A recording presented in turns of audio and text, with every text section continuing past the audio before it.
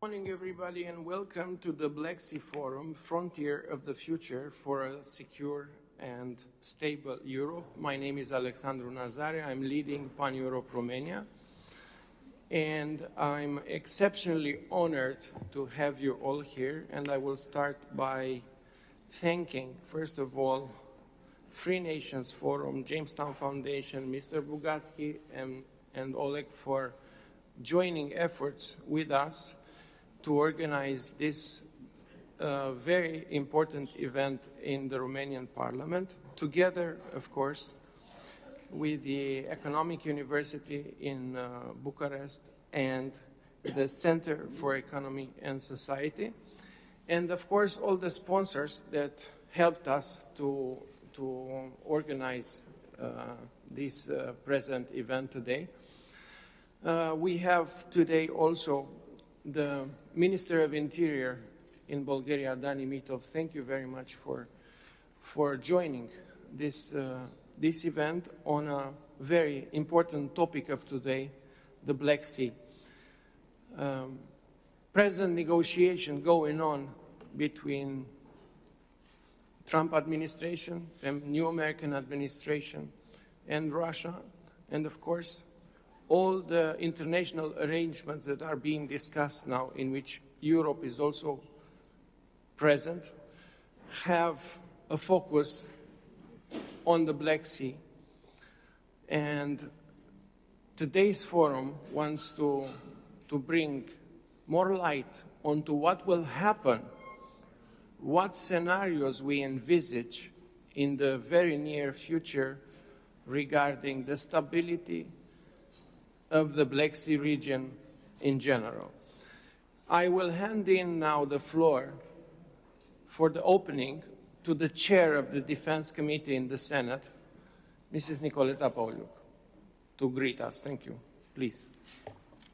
Good morning. I will speak in Romanian. I'm waiting for you to put on your headphones.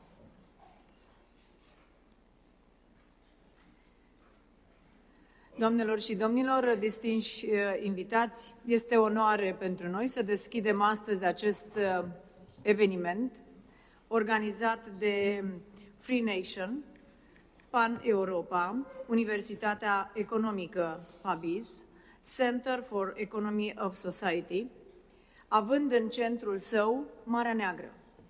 Marea Neagră, un spațiu geostrategic esențial, un punct de convergență al intereselor economice, politice și de securitate. Marea Neagră nu este doar o frontieră, ci o punte între culturi, între economii, între aspirațiile unei Europe unite și realitățile unei regiuni marcate de provocări și oportunități. Astăzi, mai mult ca oricând, avem datoria să înțelegem și să protejăm acest spațiu vital, să consolidăm cooperarea, să ne asigurăm că Marea Neagră rămâne un simbol al stabilității, al dezvoltării și al securității. Vă mulțumesc tuturor pentru prezență și implicare și sunt convinsă că discuțiile de astăzi vor aduce soluții și viziuni valoroase pentru viitorul acestei regiuni esențiale. Dă-mi voie să te felicit, dragă Alex, pentru că lupți foarte mult, așa cum am vorbit și în deschidere, nu doar să vorbim despre pace, ci ești omul care așează la masă oameni care găsesc soluții pentru pace, pentru respect și pentru o Europă unită. Felicitări!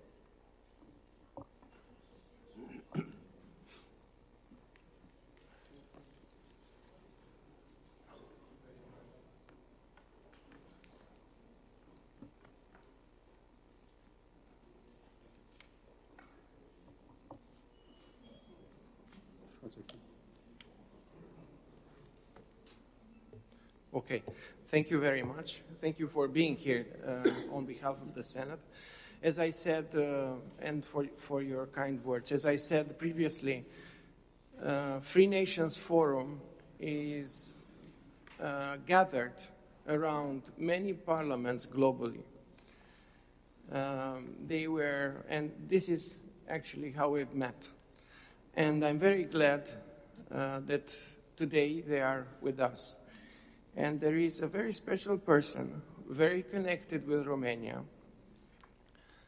It's Janusz Bugajski. It's a senior fellow with the Jamestown Foundation from Washington, D.C. But he has a very special connection with Romania because he's been here ever since the 80s. He's been campaigning for our NATO accession.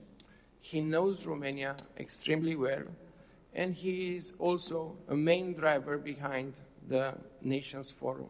And I'm very glad we have the opportunity and privilege today to have all the expertise behind the Free Nations Forum with the light on the Black Sea. So we have their expertise, but on the Black Sea to see which are the scenarios that are most likely will happen and what will happen with the Black Sea in the future. And I think this for Romania is a very important element, especially today, in order to know how to position itself and how to position the European Union, because we've been behind most and all the strategies regarding the Black Sea within the European Union. So I will hand now the floor to Janusz Bugajski, thanking him for his contribution to our NATO membership. Please, Janusz, you have the floor. Thank you. Thank you. Yes, thank you very much for your very kind words. As you mentioned, I have been in Romania probably longer than most of you. I was here in the early 80s during very hard times, very difficult times. Who would have imagined 40 years later, even 20 years later, Romania is part of the West, strong part of the West, I would say. Welcome everyone to our timely forum. I think Oleg is going to say a bit more about what the Free Nations is exactly, what we've been doing. Thank you to Paneuropa Romania for organizing our event, and special thanks to the Romanian Parliament for hosting us. And as you mentioned, I remember about 21 years ago, maybe switch off yours. There's some, I think there's some feedback. Yeah. I remember over 21 years ago when I was closely involved at the Center for Strategic and International Studies in Washington, campaigning to bring Romania into NATO, and was working very closely with both American and Romanian officials to make this possible. We are now faced, I would say, with a new challenge to make European NATO more effective in confronting Russian imperialism without the credible guarantee of US support under this current administration. And in this, I would say, essentially existential struggle for the future of Europe, Romania plays a very important role. And let me just outline, if I do have a little bit of time, I would like to outline about 5 points that we need to consider during the course of our deliberations today. There is a bit of an echo. Is that... It's the room. It's the room itself. Okay. I'll try and move this back. Okay, U.S. policy. Let me start with U.S. policy. I just arrived from Washington. I don't know what happened today. There could have been some new policy move, but let me outline what I think Trump is up to. The strategy, I'd say, of the Trump administration is undermining the survival of transatlanticism as we know it, and it is bringing Europe's long-term security into sharp focus, which isn't necessarily a bad thing. Trump, as you know, has demanded greater defense spending from all NATO allies, and the new Secretary of Defense has warned that US guarantees for Europe's defense are not permanent. This will have, of course, major repercussions for the war in Ukraine, or the war against Ukraine, for Russia's imperial ambitions, even beyond Ukraine, for the defense of NATO's Eastern Front, which includes key states like Romania, and for stability in the Western Balkans and other regions, not to be neglected. It is now, I believe, up to Europe, not just the European Union, but also non-EU states such as the United Kingdom and Turkey to conduct a major and rapid military build-up to help Ukraine deter and defeat Russian forces, and very importantly, to deter any Muscovite threats to their territories in the future. I would say most European states have failed to understand what's at stake by building up their military capabilities necessary to confront Russia in a conventional war. Poland and other states directly facing Moscow, the Baltic states in particular, have been warning for years that the West must seriously ramp up its militaries as the potential for armed conflict with Russia is mounting. Trump's threatened withdrawal from Europe has actually confirmed their fears. The future is now. Second, Ukraine's future, because this is key. We're talking about Black Sea security. If Ukraine were to fall under Russian control, then the whole Black Sea region would be threatened. If Ukraine is pushed into an unfavorable peace settlement, this will embolden Russia to seek further conquests and destabilize its neighbors. White House attacks on Zelensky and periodic U.S. halting of military aid indicates that Trump is becoming increasingly desperate to make any deal to end the war, as he can appear as a winner and claim the Nobel Peace Prize. Evidently, Putin's officials, and after the talk last night with Trump, have told their U.S. counterparts that they will not withdraw from any Ukrainian territory under Russian occupation. Hence, Trump is now, I think, going to lean even more heavily on Zelensky to make major concessions. He has, however, also exposed himself to a major failure, because I cannot see Kiev permanently surrendering to Moscow in terms of the territorial control. The negotiation process launched by the White House has no certainties, and I would say that Trump could even turn against Putin if he feels that Moscow is denying him a peace victory. He's being tested at the moment by Putin. It is obvious, I believe, in conclusion here, that there will be no durable deal between Kiev and Moscow until the Russian army withdraws from Ukraine. Russia will not stop its aggression until it seizes all the regions it has already integrated in its constitution: Zaporizhia, Kherson, Crimea, Luhansk and Donetsk, while Ukraine will not stop its counteroffensives until it has regained all of its occupied territories. I was going to say more about peacekeeping forces, but we can talk about this also in terms of what Europe is preparing if indeed there is any ceasefire on the territory, on Ukrainian territory. My third point, Romania's position. Romania stands on the front line facing neo-imperial Russia, and it must work with its allies to uphold Ukraine's independence, maintain as much as possible the transatlantic alliance, and strengthen the European pillar of NATO. And I'm not talking about an EU army. I think that's too narrow. We need to talk about the European pillar of NATO. Even without America, NATO exists. Romania must also continue to defend itself from internal subversion by Moscow, as we saw in the recent election decisions, and Kremlin attempts to turn Romania against its allies and against itself. Bucharest woke up late, but better late than never, to Kremlin attempts to control its policy-making and to divide Romanian society. Romania must also work closely with Moldova to undercut Russian attempts to divide and dominate a country that is Romania's closest cousin. A new war in Moldova will directly impact on Romania, which will not be able to sit on the sidelines. Fourth point, the Black Sea region, looking at it more broadly. The Black Sea, I think, takes center stage in this historic geostrategic struggle. Baltic Sea as well, but let me talk about the Black Sea as we're here. It's caught between Russian imperialism and a free Europe. There is no other choice. Russia seeks to dominate the northern and eastern littoral and expand its influence into the Balkans and Danubian region. It has seized territories in Georgia, Ukraine, and Moldova, along or close to the Black Sea coast. It has turned the Georgian government into a virtual proxy. It has tried to subvert Bulgaria's political system and policy making. It has tried to neutralize Turkey through energy and trade deals. And it has attempted to plant an asset, as we see in the Romanian presidency.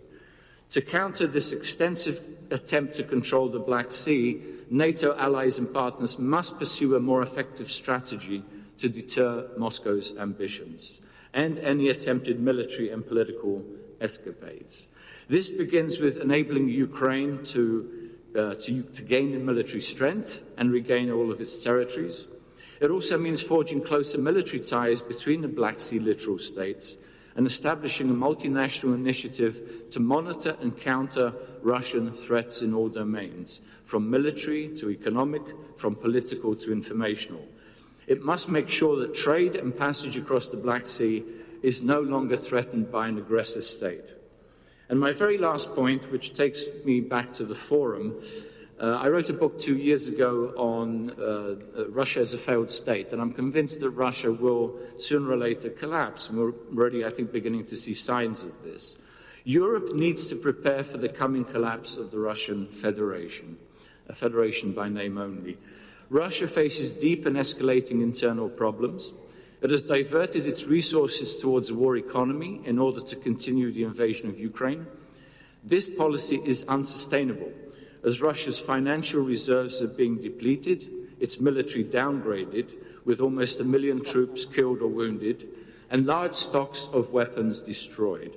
Russia has been unable to sustain any significant offensive actions and only captures territory by destroying, decimating small towns and cities. The state structure is becoming increasingly brittle, with the draining economy, crumbling infrastructure, and diminishing social services. Putin is now looking towards Trump, I would say, to save Russia from military defeat and state fracture by halting military aid to Ukraine and lifting economic sanctions.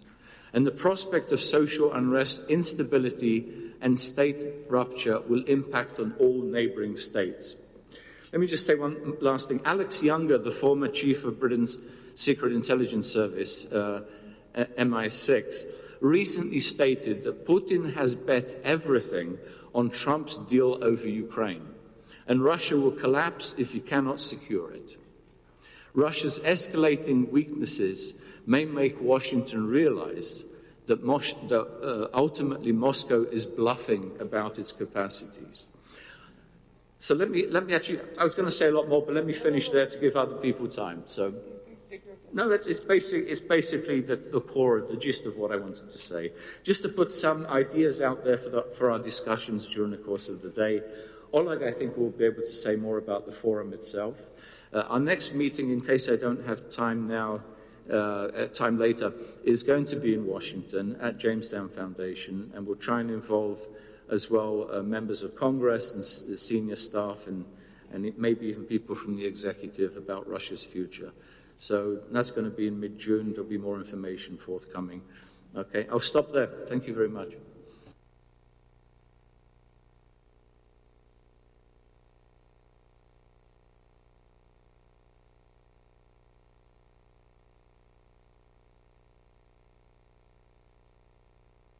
Thank you. Thank you very much for this contribution. It's proving that, again, the situation which we are in around the Black Sea is of exceptional character. And what I want to say is that we as Romanians and our behavior in the last at least 15 years within the EU was to raise awareness on the threat that Russia means. And we are very much aware of this. So we completely understand your point of view on this. And that's why we structured this forum, starting with security, but also looking at the economics, investment, energy, infrastructure, and at the end, on the reconstruction of Ukraine, because Black Sea is extremely important. The way the Black Sea will be shaped in this negotiation is extremely important, not only for Romania, but also for the future of Ukraine and for the larger region in general.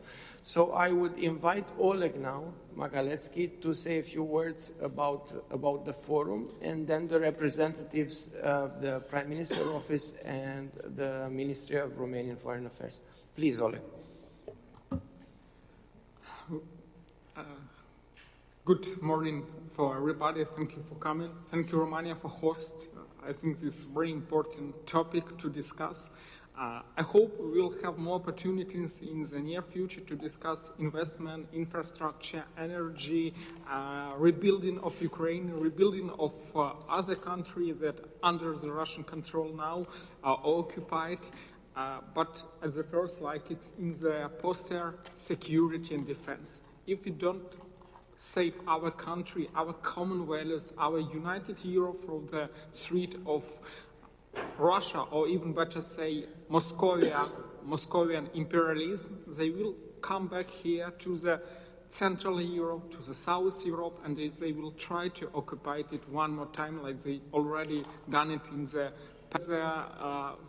main war crimes and terrorists of our times. Putin and his team will change his mind and become. And the easiest point to prevent it, and Romania is a great success, how you show for all the world that you shouldn't just sitting and waiting when your president or the prime minister will be the proxy of Moscow, how unfortunately we have in some European country, and you try not to allow Moscow to control your inner politics and to have this influence. So it's a great example of prevent Russia influence, Russia psyops, and Russia hybrid attack European countries. And the second point which could help it is to have and to understand the source of Russia colonialism, and to understand that Russia is still colonial empire, is the last colonial empire in Europe. For the last 17 years, there is no French or Portuguese or Dutch or British Empire in Europe. But we still have the Russian Empire, and Russia still occupied different captive nations and regions from Sakha, Bashkortostan, Tatarstan, Ingria, Smolandia, Karelia, and other regions. They occupied the Chechen Republic, Ichkeria, and they try to occupy more countries. So if we will try to build bridges, to build connection with this captive nation and region, it will also help to defend our country, to have a new frontier and normal border without the nukes and without the threat of Moscow colonialism. And I hope this meeting will try to help to build bridges between Romania stakeholders and between representatives of captive nation and region who wanted to have their self-determination and properly opportunity to become independent from the Moscow and to build their states. Like we already done it 35 years ago in Lithuania, Ukraine, Estonia, who also become independent from the Moscow. So now we could have the next stage. And the last point, I hope that in Romania, like one of the leaders in the Black Sea region, together with Ukraine, together with Bulgaria, together with other countries of Intermarium region, which are very important. Intermarium, which started not in the Baltic Sea, but started in the North Sea. So we should understand that Norway, Finland, Sweden, Denmark should also be a part of Intermarium, and it should include the countries of Western Balkans and Greece, and of course Romania and Bulgaria. We should have some vision, some strategy of post-Russian spaces, and we should recognize that Romania, Ukraine, Poland, Slovakia isn't the Eastern Europe. We are the Central Europe, and Eastern Europe will be new Eastern Europe in Komi, in Bashkortostan, in Ichkeria, Kuban, Cherkessia, and other countries. So I hope we will start building these roadmaps and go step by step to have peace in Europe and to develop, to invest, and to create much more better future than some people in Kremlin are trying to have for all of us. Thanks. Thank you very much, Oleg. That's why we started with the security topic. It's the first topic, security topic, and it's also a topic which is of extremely big interest for the Pan-European Union, because Pan-Europe as a movement started in 1923, had this vision for Europe ever since. So ever since 1923, moved own defense and a global actor, and one common position on foreign affairs. So these two are very much complemented and are extremely important in the world we're living today. And I will pass the floor now to the Ministry of Foreign Affairs, to the Deputy Minister, Mrs. Tinka, please. Oh, sorry, for the Prime Minister office. Please. I actually expected to speak last because there's also the Ministers of Interior. The Minister of Interior will actually begin the security panel. Yeah, so. Okay. Thank you very much, ladies and gentlemen. I'm very honored to have been invited here to speak about this very important topic, which is the security context of the Black Sea. And I would like to begin with two stories that I believe are symbolically important for what we are doing here today. The first one is a personal story. Well, 20 years ago, I came across this book. It is called The Cold Peace, The New Russian Imperialism, written by Janusz Bugajski. And because of the fact that I read this book, and I have been discussing it with my students all through this last 20 years, in the night of the Romanian elections, I clearly understood what had happened. Because there you can find all the instruments that the Russian propaganda is using, and you can understand the unfolding of this new imperialism of Russia.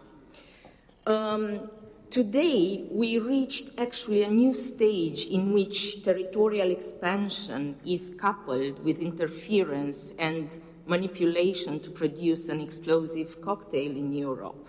And this is why the first lesson I want to underline is the importance of having such an early warning mechanism, which is based on research, on discussions, on debates, such as those we are doing here today. The second story concerns the founder of Paneuropa, the Count Richard Coudenhove-Kalergi. He was the son of an Austrian-Hungarian diplomat, himself having roots in Belgium, Flemish roots, the Coudenhove branch, and Greek roots, the Kalergi branch. And he married a Japanese woman. And Count Richard Coudenhove-Kalergi himself had Austrian-Hungarian citizenship, then Czechoslovak citizenship, and then French citizenship. And he is actually one of the strongest historical personalities which inspired the unity of Europe, and himself, he incarnates this diversity which is very specific to the European Union. And this is the other symbolic issue that I want to underline, the importance of being open to our partners, to our allies, to the peoples that are sharing the same values with us.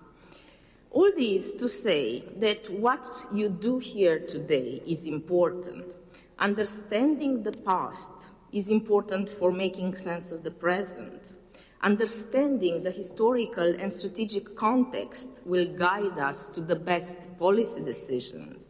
And more than ever, it is important to know our enemies and to keep close to our friends. And all the three organizations that are involved in the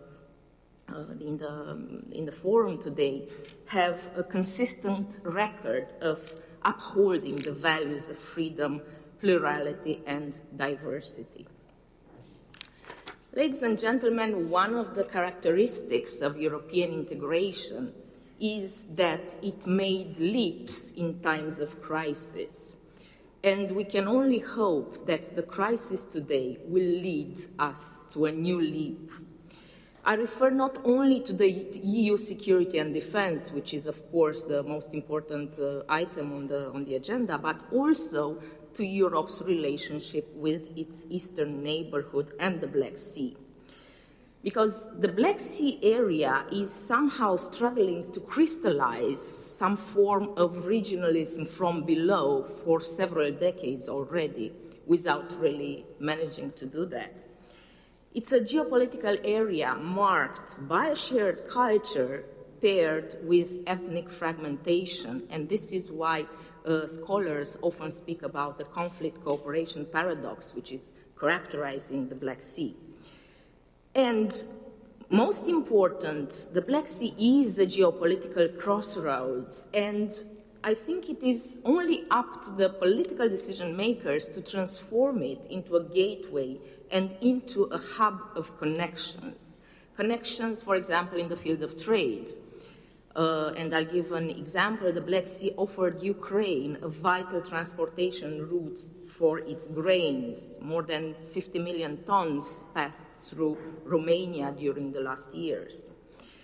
It's a hub for energy connection between the Caucasus, Turkey, Ukraine, and Europe. And here I recall, for example, the project of an electric cable between Azerbaijan, Georgia, Romania, and Hungary, or the Brua gas interconnector linking Azerbaijan, Romania, Bulgaria, Hungary, and Austria. There's also the Trans-Balkan pipeline, or the vertical corridor linking Romania, Bulgaria, and Greece. The Black Sea also has important gas reserves in the Neptune Deep perimeter, which will consolidate the EU's energy independence and security. And finally, the human dimension linking the Black Sea peoples is probably the most important. This is why conversations such as this forum are crucial in finding solutions to the great challenges we are facing today. Thank you for your attention.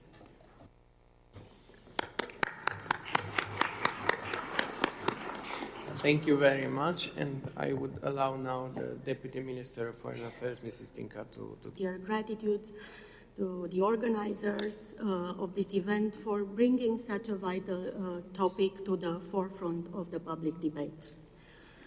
The Black Sea has always been a major priority for Romania and for the Romanian diplomacy, and it has already been mentioned here for many years now. One of our main objectives has been to raise awareness within NATO, within the European Union, but also in our dialogue with Washington and with the European capitals about the key importance of this region. And following up on what we have just heard, let me briefly recall why this region is so important. There is a shared understanding that the Black Sea serves as a pivotal corridor for the movement of goods and resources, particularly energy, essential to both European and global markets. It connects north and south, east and west, bridging Europe with the South Caucasus and Central Asia, while serving as a gateway to the Middle East. The Black Sea also underpins global food security, with countries such as Ukraine, but also Romania, playing critical roles as producers and exporters of grains and other agricultural products. Looking ahead, of course, this region will be indispensable to Ukraine's reconstruction, providing the trade and connectivity needed to rebuild its economy and facilitate further international aid. But while the region's potential is definitely vast, the challenges are playing out for all of us to see. The decades-long policies of creating protracted conflicts, weaponizing energy, is today revealing what it truly is, namely a blatant attempt to recreate spheres of influence, an attempt that we need to forcefully reject. As a critical geopolitical hub, evolutions in the Black Sea will either deter or embolden other actors considering similar playbooks in other regions. And I mean, it's clear for all of us that while the future of Ukraine is at stake and the future of the Black Sea is at stake, the ramification of what's happening this day extend far beyond Europe, reshaping the balance of power in places like the Middle East, but also in the Indo-Pacific. But Romania, of course, has done more than raising awareness about this region. We have taken decisive action, and we firmly believe that security and prosperity begin at home. And let me briefly describe how this commitment looks like. We have significantly increased the allocations for defense. We reached 2.5 in allocation for a couple of years, strengthening thus our ability to uphold security. We invest a lot in connectivity, fostering regional cohesion and cooperation. We also address very practical challenges, such, for example, the drifting mines in the Black Sea, together with our Bulgarian and Turkish allies. We have worked a lot to improve border infrastructure, border crossings, bridges, ports included, to facilitate the transit of Ukrainian agricultural products. While designing all these projects, we had, of course, in mind our national interests, but also increasingly aimed for a regional impact and looking very much towards the day after. We actively develop energy resources, including nuclear, gas, and wind, to ensure a secure and diversified energy supply. And as it has been just mentioned, we invest also a lot in energy interconnections with Central Asian countries, with South Caucasus, but of course, especially with Romania and the Republic of Moldova. Beyond our national actions, we continue and we will continue to advocate for a coordinated approach from NATO, the European Union, and like-minded individual partners regarding the Black Sea. Experience, I think, shows ample evidence that a truly Euro-Atlantic and comprehensive approach and the like-minded actors acting in synergy in this region is the best outcome.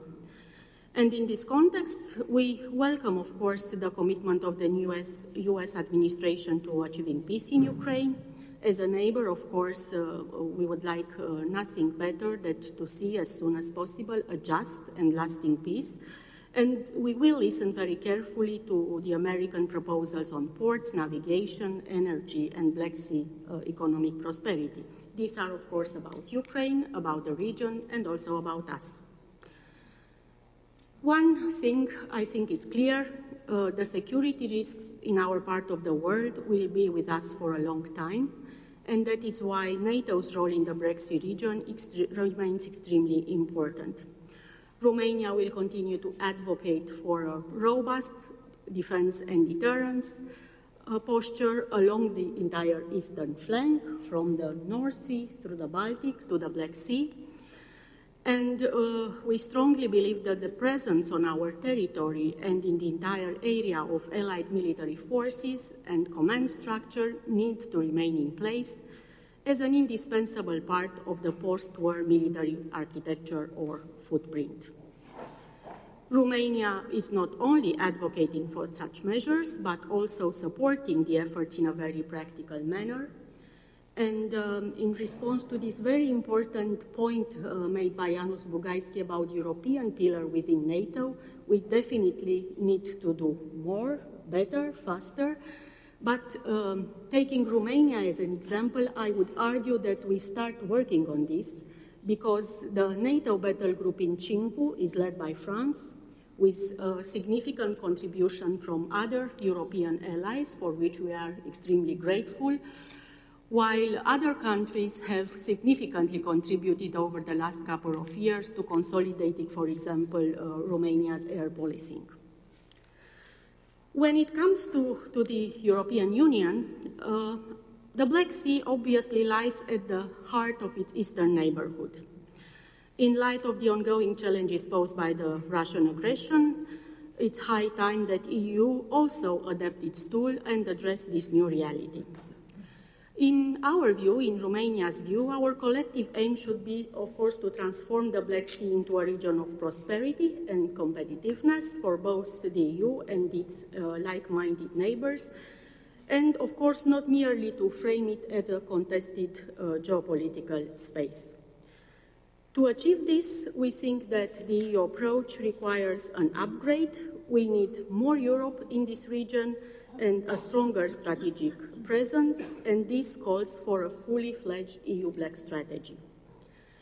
We believe that this strategy should rest on two main pillars. The first one is, of course, security, and I think that the European Union is ideally placed to have a comprehensive approach, including freedom of navigation, strengthening global food security, and also protection of critical infrastructure or countering hybrid threats.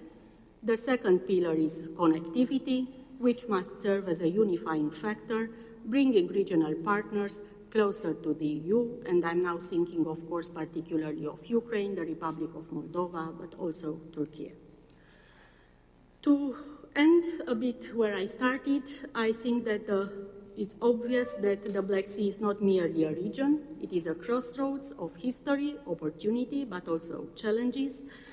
And today, one cannot really overestimate the extent to which its future holds the key to the stability, security, and prosperity of Europe and beyond. Thank you once again for organizing this event, for all of you being present. This is an important platform for a very timely and very useful discussion. Thank you very much. Thank you very much, Deputy Minister. Thank you for being here with us. And I would strengthen the point regarding the EU Black Sea security, a full-fledged strategy of EU regarding Black Sea is essential in a very different way than the EU saw Black Sea until now.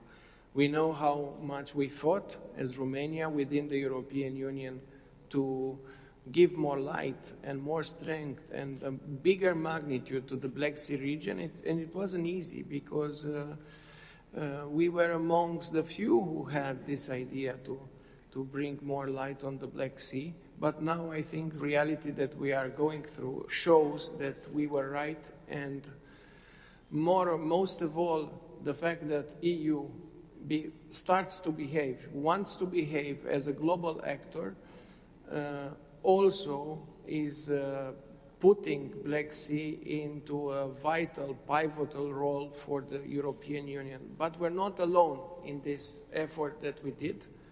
We have at least one very loyal ally, it's Bulgaria. We've been together in the accession. We fought together for Schengen for more than 10 years. We succeeded together to get in Schengen. Bulgaria supported us also to have the cyber center in Bucharest. So we have such a good experience in playing together within the European Union bodies.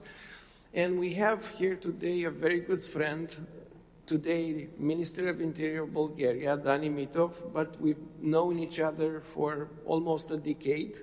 He previously served as a Ministry of Foreign Affairs between 2014-2017, and now he serves as a Minister of Interior.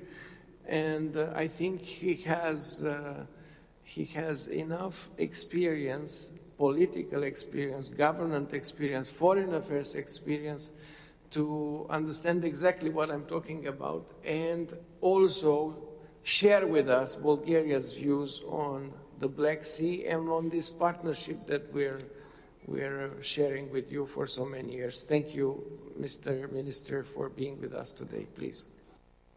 Well, Alex, thank you very much for the generous introduction, and I'm happy to see you all here and to participate in this very important forum. There needs to be more of these discussions, having in mind the dynamic and very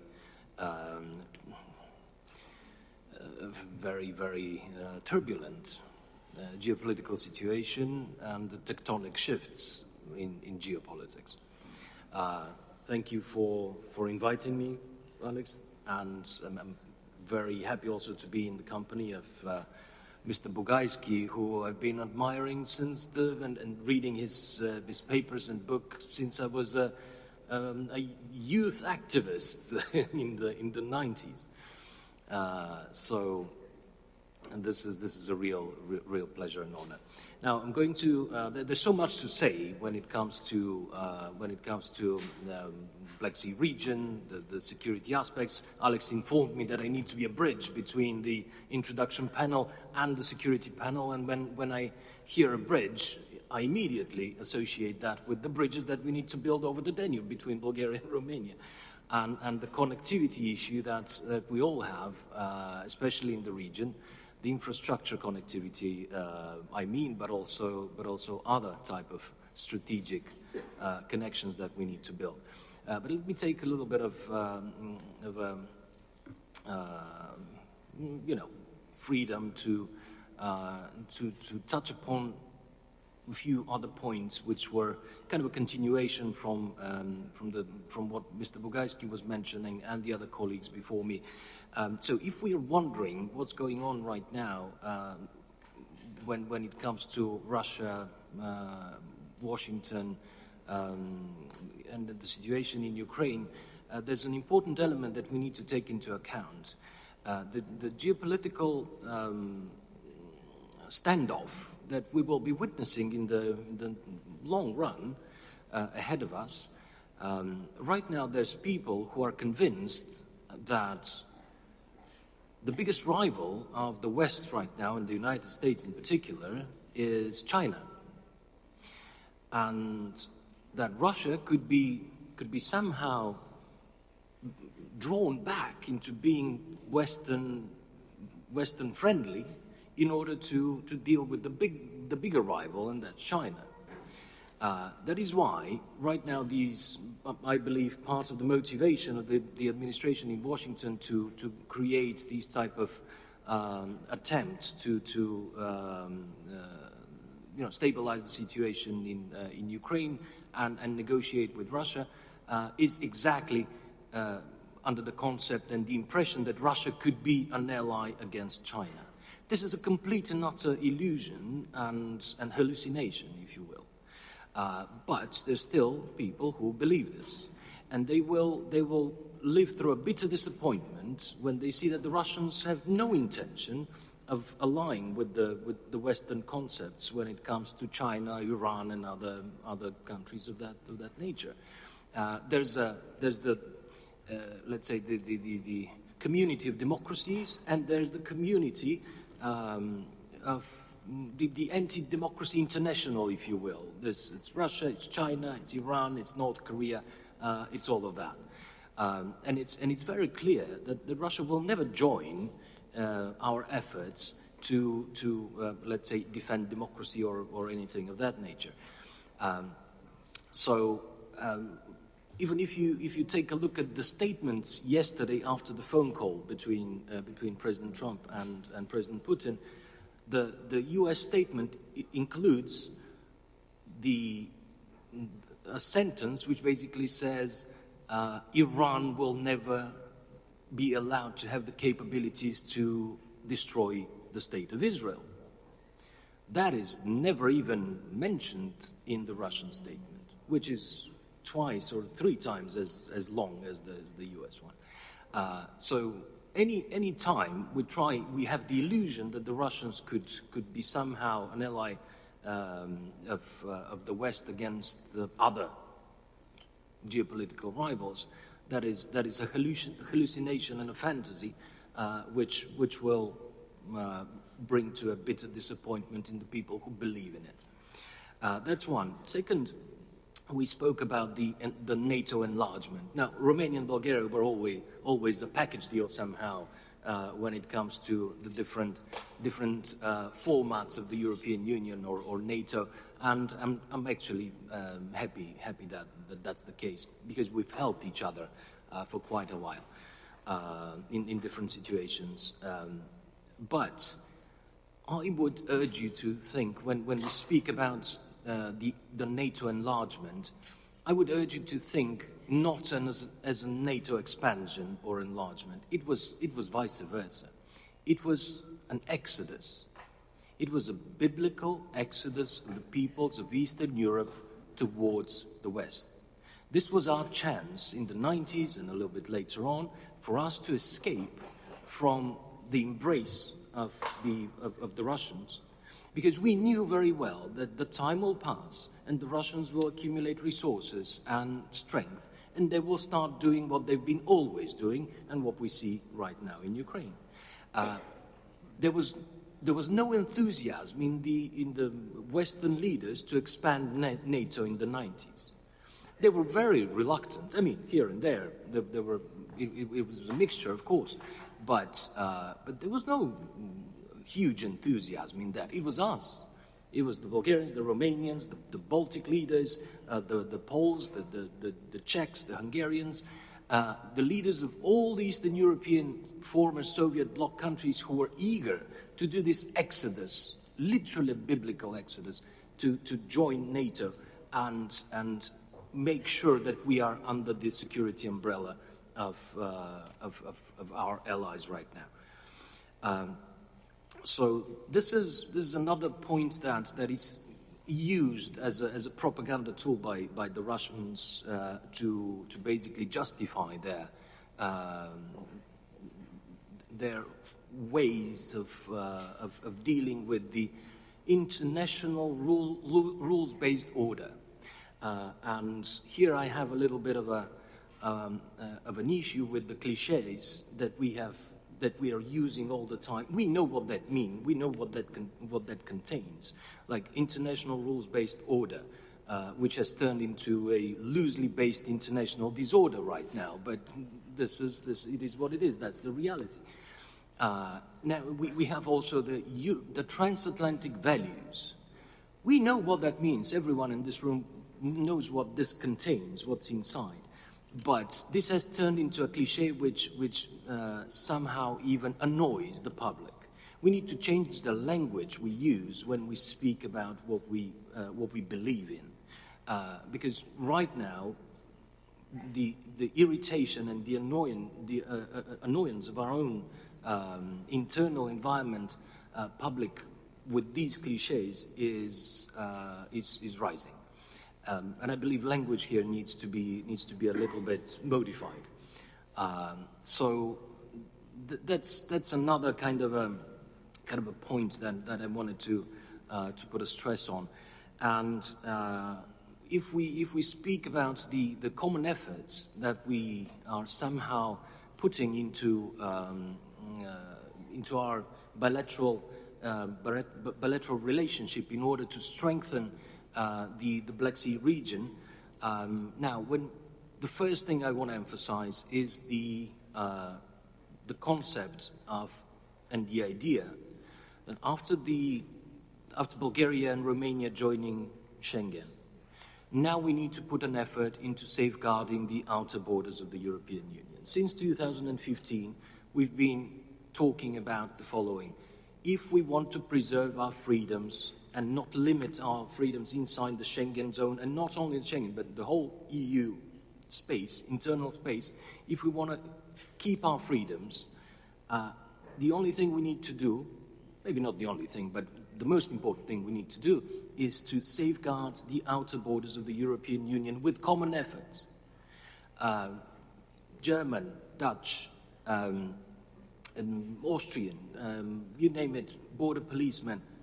Let's move forces and capabilities at the outer borders, at the Bulgarian-Turkey border, at the Turkey-Greek border, at the Italian maritime borders, and so on and so forth, where we have pressure and instrumentalization of migrant inflow. That is what is at stake. So basically to stabilize the outer borders and make sure that at least our internal environment is secure in that regard. I'm happy to see that this kind of philosophy is taking shape. Romania has the biggest contingent on the Bulgarian, the biggest national contingent at the Bulgarian-Turkey border, together with Austria, together with Hungary. And of course, we have the wonderful support of Frontex, who has also a mixed nation contingent at the border. We're putting a lot of effort to safeguard the borders and basically make sure that this instrumentalization of migration from outside factors is something that we are in control of, and we don't allow it. The next thing is, of course, the connectivity, which is incredibly important. I'm dreaming of the day when we'll see the so-called Black Sea Highway finished.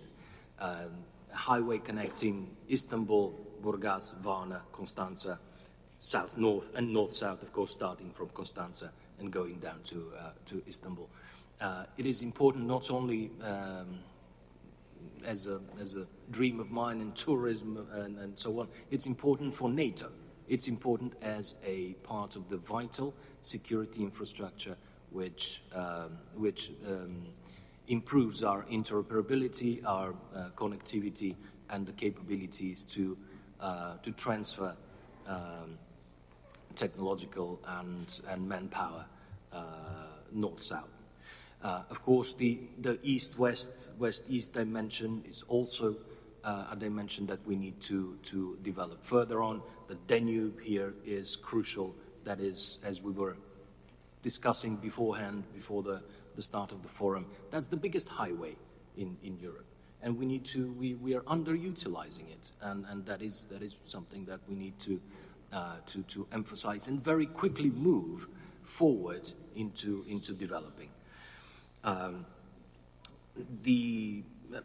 Transport, digital, energy, social sectors, those are crucial. A priority project, of course, is the Pan-European Corridor number 8, connecting the Adriatic Sea from Italy through Albania, the Republic of North Macedonia to Bulgaria at the Black Sea.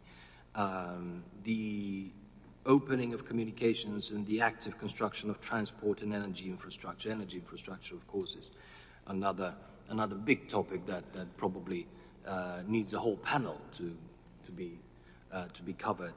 The Trans-Caspian International Transport Route, the so-called Middle Corridor, and the Green Energy Corridor will be important steps in this regard. The vertical gas corridor interconnecting Bulgaria with Romania and Greece is a strategically important project in diversifying the sources of natural gas deliveries and guaranteeing our energy independence in the end and enhancing competitiveness. We can, from the perspective of ministries of interior, we have here the fight against drug smuggling, which frankly, with the precursors, makes things very, very difficult, because fentanyl, one of the biggest threats, starts to appear in Europe as well. And we know where the precursors to make fentanyl come from. So we need to be very careful, because sometimes, right now, the drug smuggling would shift from the bigger ports in Europe to smaller ones, because the bigger ports have always somehow, the countries have organized themselves in order to cut off those routes. Now we need to be careful on the smaller ports, especially at the Black Sea, what arrives from China, what arrives from South America, what arrives from other places, and make sure that we do not allow the spread of dangerous drugs like fentanyl, and that's only one of them, and precursors which are used to make drugs like of that nature. So I could go on and on, but I believe we can safely say that those are things which we should reflect upon, and make sure that the deepened cooperation between the countries in the Black Sea region leads to more security in the framework of the new defense architecture of Europe, which is, I hope on the way right now. I mean, here there are defense specialists who would be capable of developing that subject further on in the framework of NATO. And allow me in the end just to share my admiration again of Mr. Bugajski and his theory that the Russian state is in dire straits, and And maybe before we build the new Europe security infrastructure, we will witness the falling apart of the falling apart of the current Russian construct in terms of statehood. That always happens. The history cycles are like that. I don't think in this case we will witness an exception. But we need to be prepared of that, because that's also a geopolitical threat. Thank you.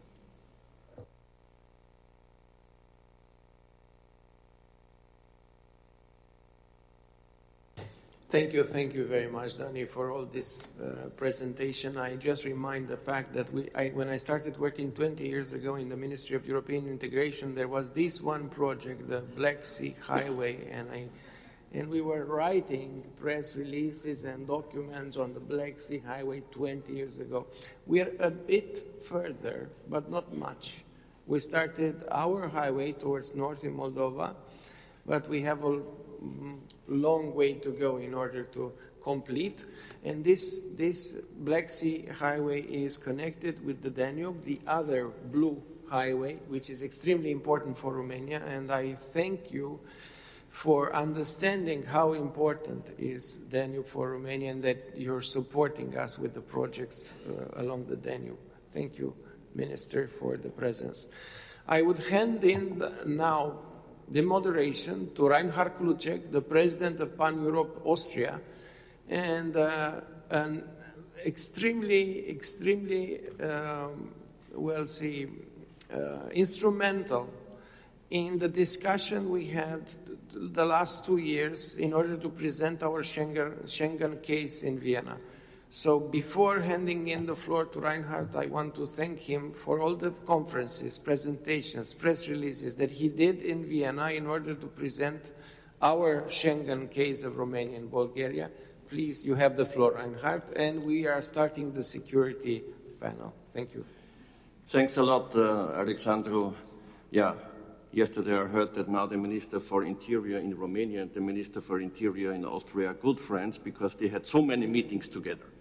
To see at least a positive aspect in this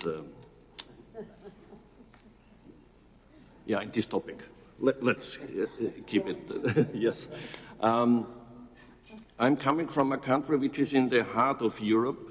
We don't have direct access to the Black Sea, but we are connected to the Black Sea via the Danube River. And the Minister mentioned the Danube, which means whatever happens here in this region also affects Austria, also affects our economy and our society. That's I think it's very important not only to talk about the Black Sea region as a part of a region in Europe, but as a part of Europe, and to find some kind of solution for a geopolitical approach of Europe, not only from a special region here in the Black Sea. We have 6 speakers in this panel, and we started with a little delay.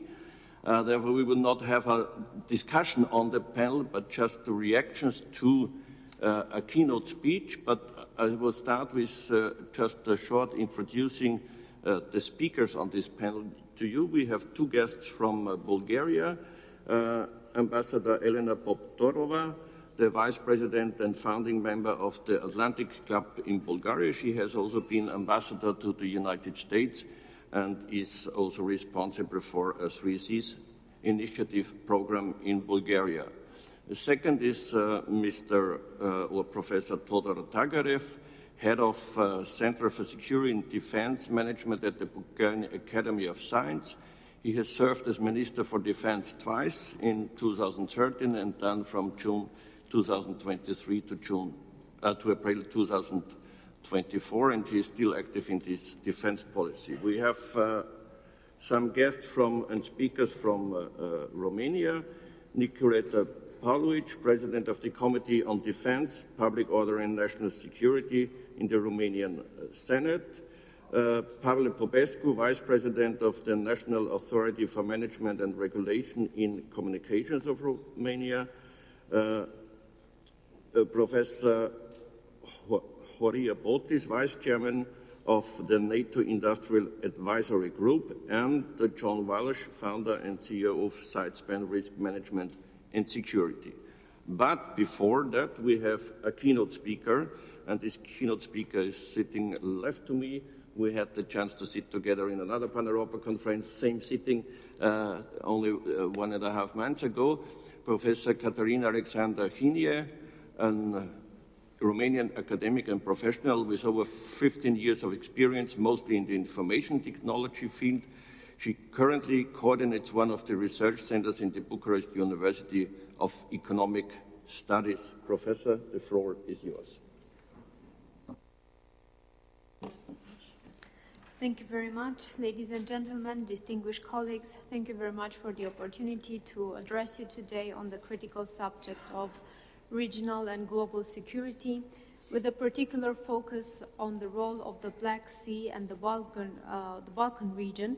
Our discussion will explore how governmental support, how fiscal regulations, and robust public-private partnerships can help shape a more resilient and secure environment for all.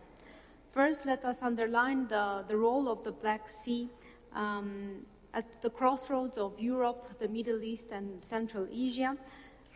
It has long served as a significant corridor for trade and energy transit, and control of the Black Sea channels directly impacts global energy security and trade networks. Militarily, the region has become contested. Russia's annexation of Crimea in 2014 and the war in Ukraine have dramatically shifted the balance in the region. Meanwhile, NATO maintains a presence through its members, Romania, Bulgaria, and Turkey, ensuring a security environment. The Black Sea's strategic importance will only grow as energy infrastructure will further expand across the region. Nations that understand these dynamics and navigate them will gain critical advantages in the evolving global landscape. Resilience is the cornerstone for sustainable development and security. This means investing in critical infrastructure such as ports, railways, energy grids, and telecom networks. The Black Sea region should upgrade and protect these systems to avoid major disruptions from sabotage, but also from natural disasters. Food security and agriculture. Ukraine and its neighbors supply large amounts of food to Europe.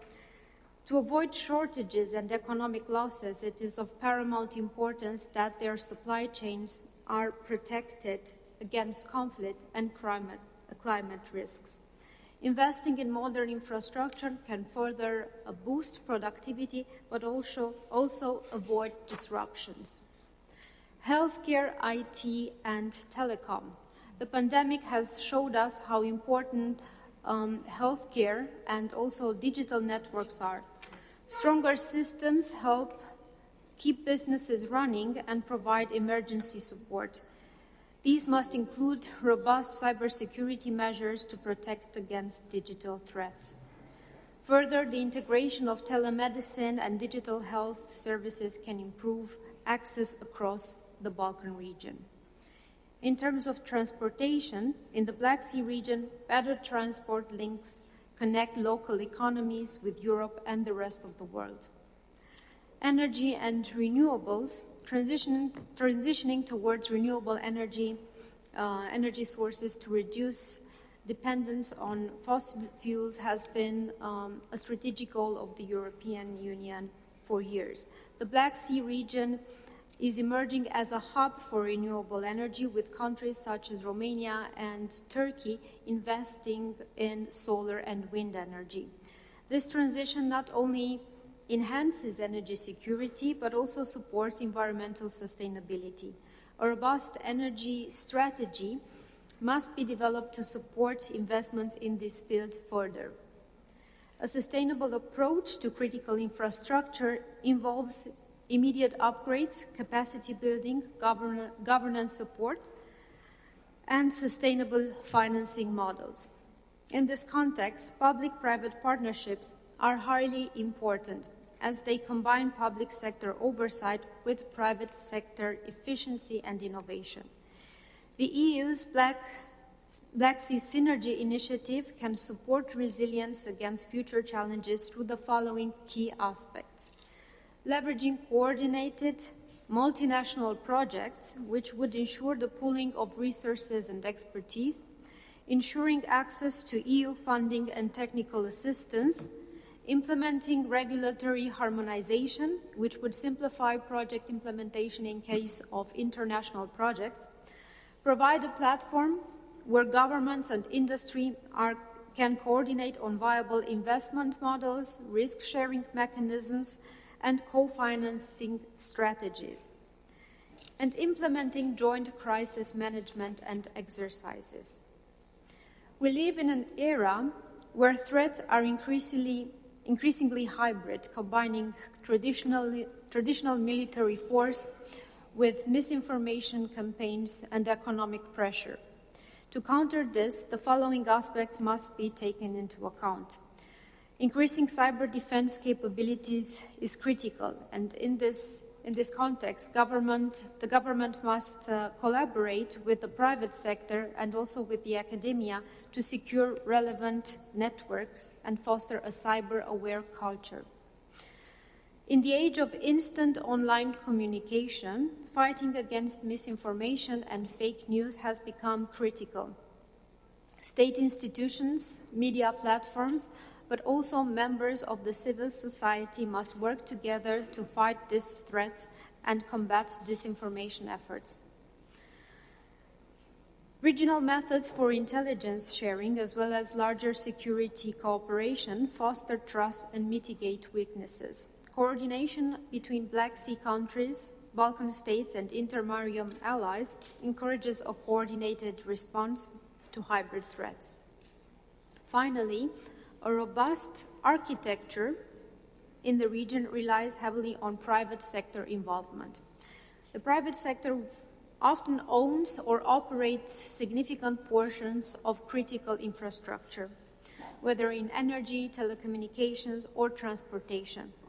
Governments alone cannot address all vulnerabilities without private initiative, innovation, and investment. Successful public-private partnerships should align incentives, share risks and responsibilities, and also leverage expertise. By converging these efforts and aligning with broader European and global frameworks, the region can emerge as a model of cooperative security that is both resilient and forward-looking. In closing, the Black Sea region stands at a critical juncture. Building resilience through sustainable investments, infrastructure protection, and robust public-private partnerships will be key to ensuring stability and prosperity for generations to come. I hope this session sparks further dialogue and cooperation between policymakers, industry leaders, and civil society stakeholders as we collectively strive to create a more secure, interconnected, and sustainable environment. Thank you for your attention.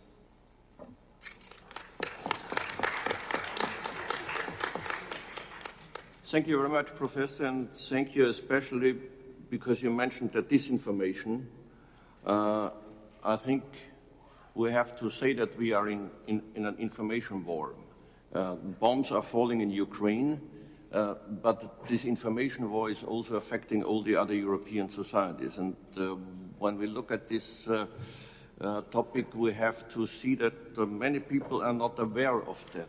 They fall into many traps, and therefore I think it's so important to talk about it and put that also in the center of a discussion when we talk about security in Europe and securing the Black Sea region. Okay, I'm not giving the floor to the ambassador now.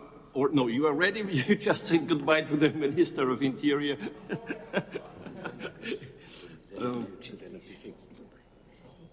Ambassador Poptorova, please. Ready, steady, go. Thank you very much indeed. Thank you, Professor, because you listed in a very concise fashion the full menu of challenges. It's not even issues, it's challenges that we are faced with. I'm tempted, though, to start kind of a little bit ahead of the list, ahead of the menu, what we need to cope with first and foremost, and this is stark security.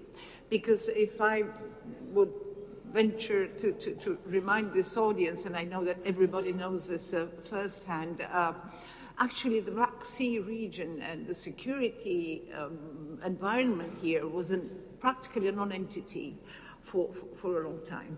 And I've struggled with it, as many of my colleagues as well, trying to make our allies understand that this is not a separate portion and that security does not end on the coastline of the Black Sea.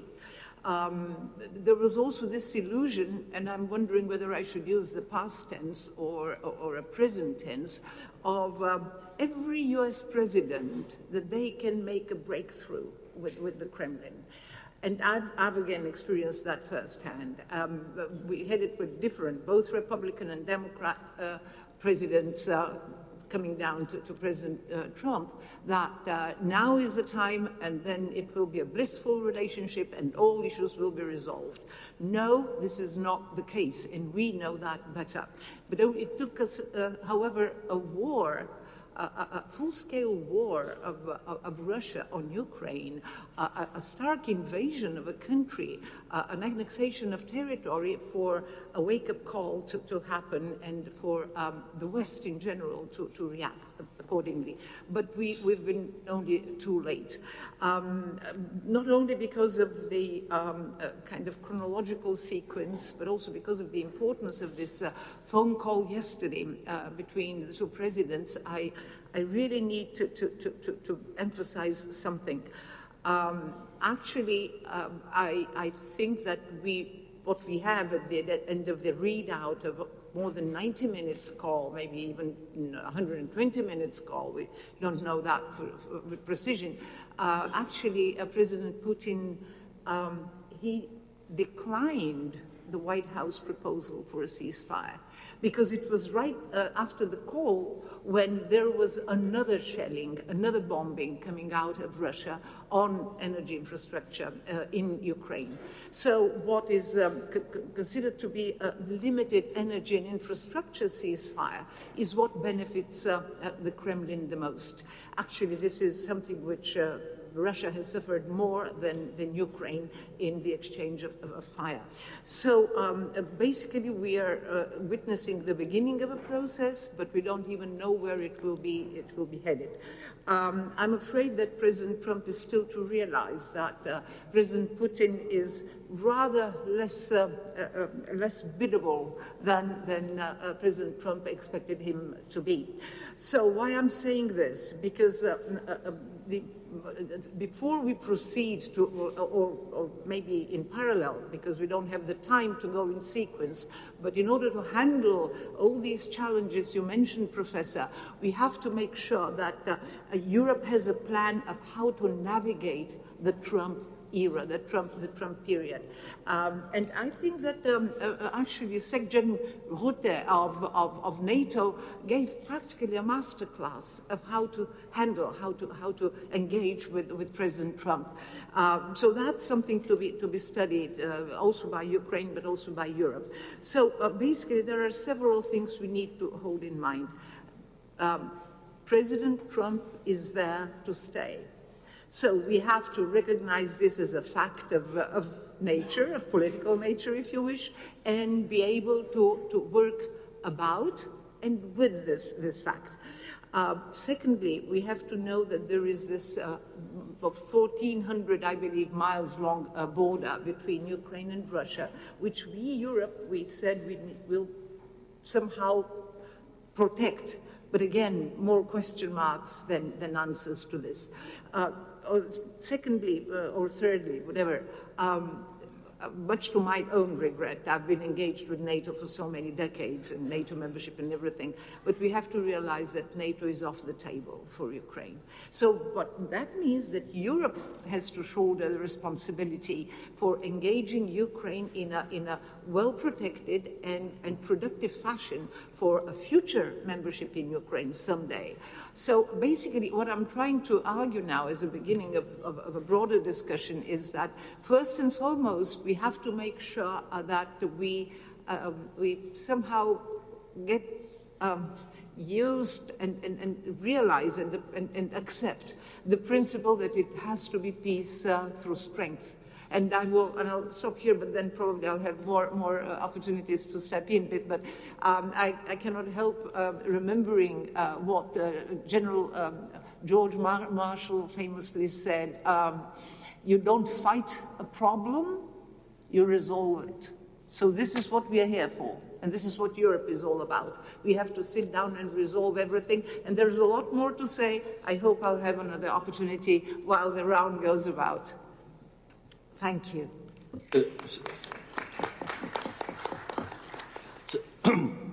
Sorry, thank you, Ambassador, for being short. Yes, we have many other speakers. I don't know how much time we have because according to the program we should have a coffee break in about 10 minutes or something like. Oh, in 3 minutes. Or should have started the coffee break. So this is also the challenge for the next speakers not to be too long. And now I'm asking Nicoleta Polwich. Is it correct, the pronunciation? It's here. Please. I will speak in Romanian. Okay, again? Again. Headphones? Headphones, yes, I'm waiting. Is everyone okay? Distinși invitați, doamnelor și domnilor, este o onoare să mă aflu astăzi aici, alături de dumneavoastră, într-un moment definitoriu pentru securitatea și stabilitatea regiunii Mării Negre. Discutăm acest subiect vital într-o perioadă în care ordinea globală, după cel de-al doilea război mondial, se rescrie sub ochii noștri. Marea Neagră nu este doar o frontieră geografică, ci un punct central al viitoarei ordini mondiale. Cine domină această regiune are influență asupra întregului echilibru geopolitic european. Așa cum spunea Robert D. Kaplan, geografia nu este doar un element pasiv al istoriei, ci un actor decisiv care determină cursul evenimentelor.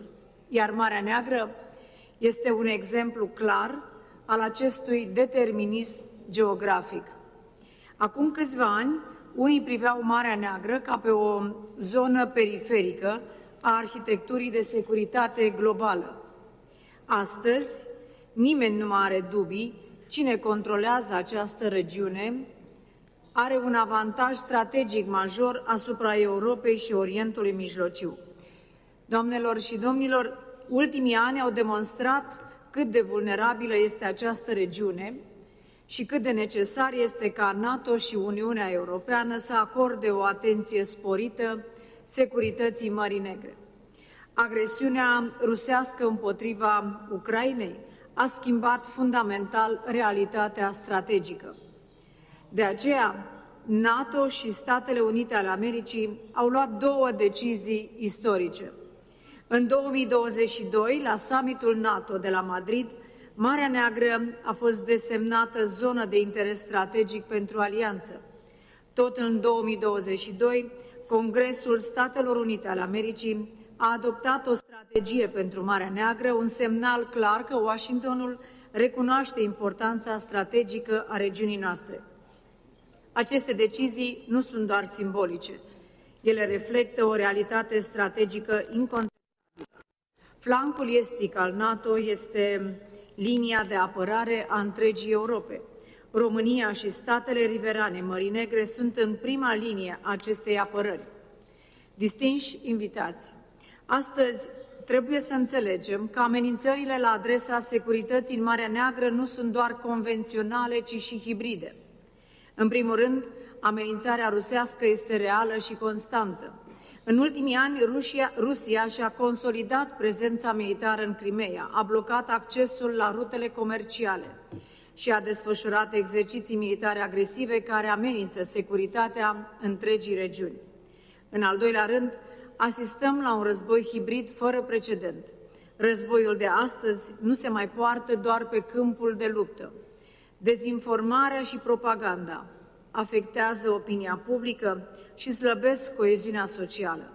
Atacurile cibernetice vizează infrastructura critică.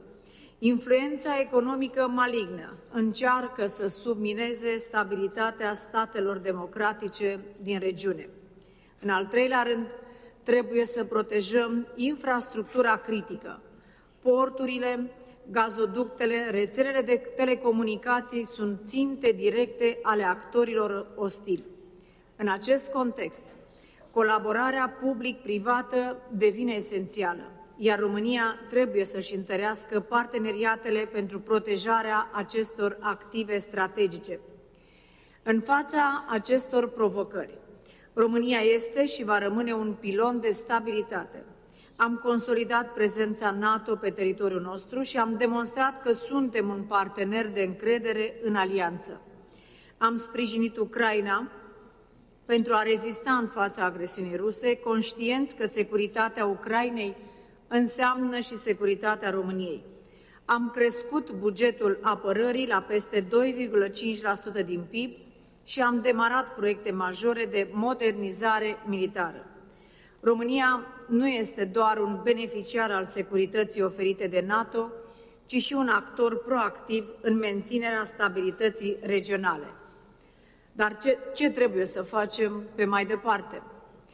Să aprofundăm cooperarea transatlantică și europeană. Securitatea Mării Negre trebuie să rămână o prioritate permanentă pentru NATO și Uniunea Europeană. Parteneriatul cu Statele Unite ale Americii este esențial pentru menținerea echilibrului strategic. Să investim în infrastructură și securitate energetică. Trebuie să accelerăm proiectele de interconectare energetică, astfel încât România să devină un furnizor stabil de energie în regiune. Să dezvoltăm industria de apărare. România trebuie să producă echipamente militare, nu doar să le importe. Avem nevoie de transfer de tehnologie și cooperare industrială cu partenerii strategici. Să combatem războiul hibrid. Trebuie să consolidăm capacitățile de apărare cibernetică și să investim în educația publicului pentru a contracara dezinformarea. Doamnelor și domnilor, viitorul securității europene se decide și în Marea Neagră. România nu este doar un spectator sau nu este un spectator, ci un actor esențial în această ecuație geopolitică. Este momentul să acționăm mai mult, mai bine, mai rapid, mai inteligent pentru a ne asigura că Europa rămâne stabilă, sigură și puternică. Vă mulțumesc și vă urez succes în cadrul acestei conferințe. Felicitări organizatorilor!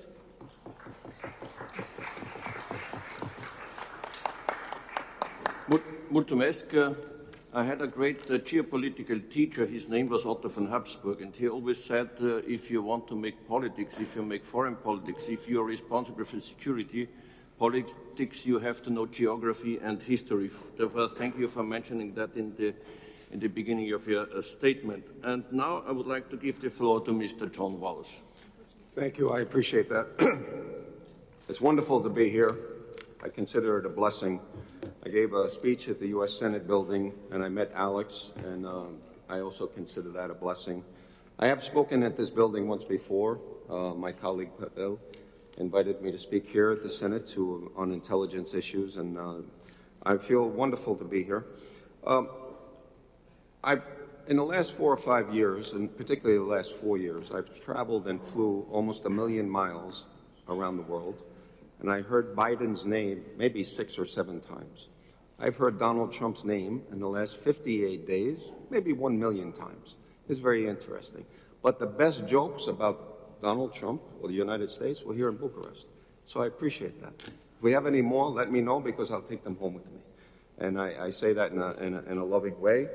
I think when we move into the geopolitical situation and the Black Sea, I want to mention a meeting I was at one time with the leaders of the military in the United States. And the Army was there, the Air Force, and all the various groups. And the intelligence community takes a picture of the world every night, and we look at the looms of light in every city. And each leader from each division of the military spoke. And at the end, the commander of the U.S. Navy spoke. And he says, these people are all very powerful and they're very busy, but I'm in charge of the darkness of the seas and the oceans. And it's very, very challenging, because that's the darkness and it's the most area of the world. And it's not so easy to deal with security issues on an ocean or a sea. Land is much easier to manage than the ocean and the sea because of the environment, the closeness, and also the boundaries around the sea. And if we look at the Black Sea, it's more than just a geographical feature. It's an economic gateway, a strategic corridor, and a shared responsibility. It serves as a lifeline for trade, energy, and international cooperation. However, as we navigate the complexities of the 21st centuries, we are faced with a pressing challenge of security threats, environmental degradation, and economic vulnerabilities. Addressing these challenges requires a new paradigm or collaboration between governments and the private sector. Power of public-private partnerships offers a dynamic framework where public institutions provide strategic visions, regulatory oversight, and stability, while private enterprises contribute innovation, efficiencies, and investment. When effectively structured, these partnerships become a catalyst for state sustainable progress and economic democracy. Enhancing security through collaboration is critical. Alex was talking about a highway. We need to build superhighways across the Black Sea. It's possible with private partners and private-public partnerships and advanced technologies. Maritime surveillance and protection through PPPs can be deployed very quickly using advanced monitoring systems such as AI, satellite imaging, and real-time analytics to track illegal activities such as gambling on unauthorized vessel movements, illegal fishing. Strengthening our Coast Guard and naval capabilities through this joint investment will further enhance the security. Cybersecurity and digital resilience, as the Black Sea plays a growing role, is critical, and fortifying critical infrastructure from the ports, dealing with underground and other waters cable against cyber threats, and looking at communications on those cables, and being able to determine when there's penetration into the cables and there's eavesdropping. Cybersecurity tools and techniques that utilize quantum technology will be able to, in a millisecond, determine whether there's any eavesdropping and completely change and re-encrypt the entire communication process within a matter of milliseconds. This is critical. And quantum AI is it's basically the most important invention since electricity. It's that important. We need to be investing in it, and the government and private sectors need to be working on this collectively. It processes vast amounts of maritime data in real time and predicts emerging threats and optimizes security protocols with unprecedented precision. By investing in this technology, we can fortify our defenses against cyber attacks, enhance decision-making in critical scenarios, and build a resilient digital infrastructure for the Black Sea region. Disaster response and crisis management will be sped up. Rapid response units can be established through PPPs, and drone technology and robotics can significantly enhance disaster recovery. I had much more to say, but I'm going to yield some time, and I'm going to go into my conclusion. The challenges we face in securing and sustaining the Black Sea is significant, but so are the opportunities. We need to start discussing what we want, not just what we don't want. We need to be discussing what we need, not what we don't want, continually. I had a conversation with a young man earlier today, And I was looking at his eyes, and I said to him, this is the best time in history to be alive. And he agreed. We have to be looking at optimistically into the future. We are in a good time. We are in a time that we could build superhighways if we cooperate with each other, and we have government and private sectors working together for common goals. I believe this to the core of who I am, and if anybody has any questions laterwards, and I'll yield my time.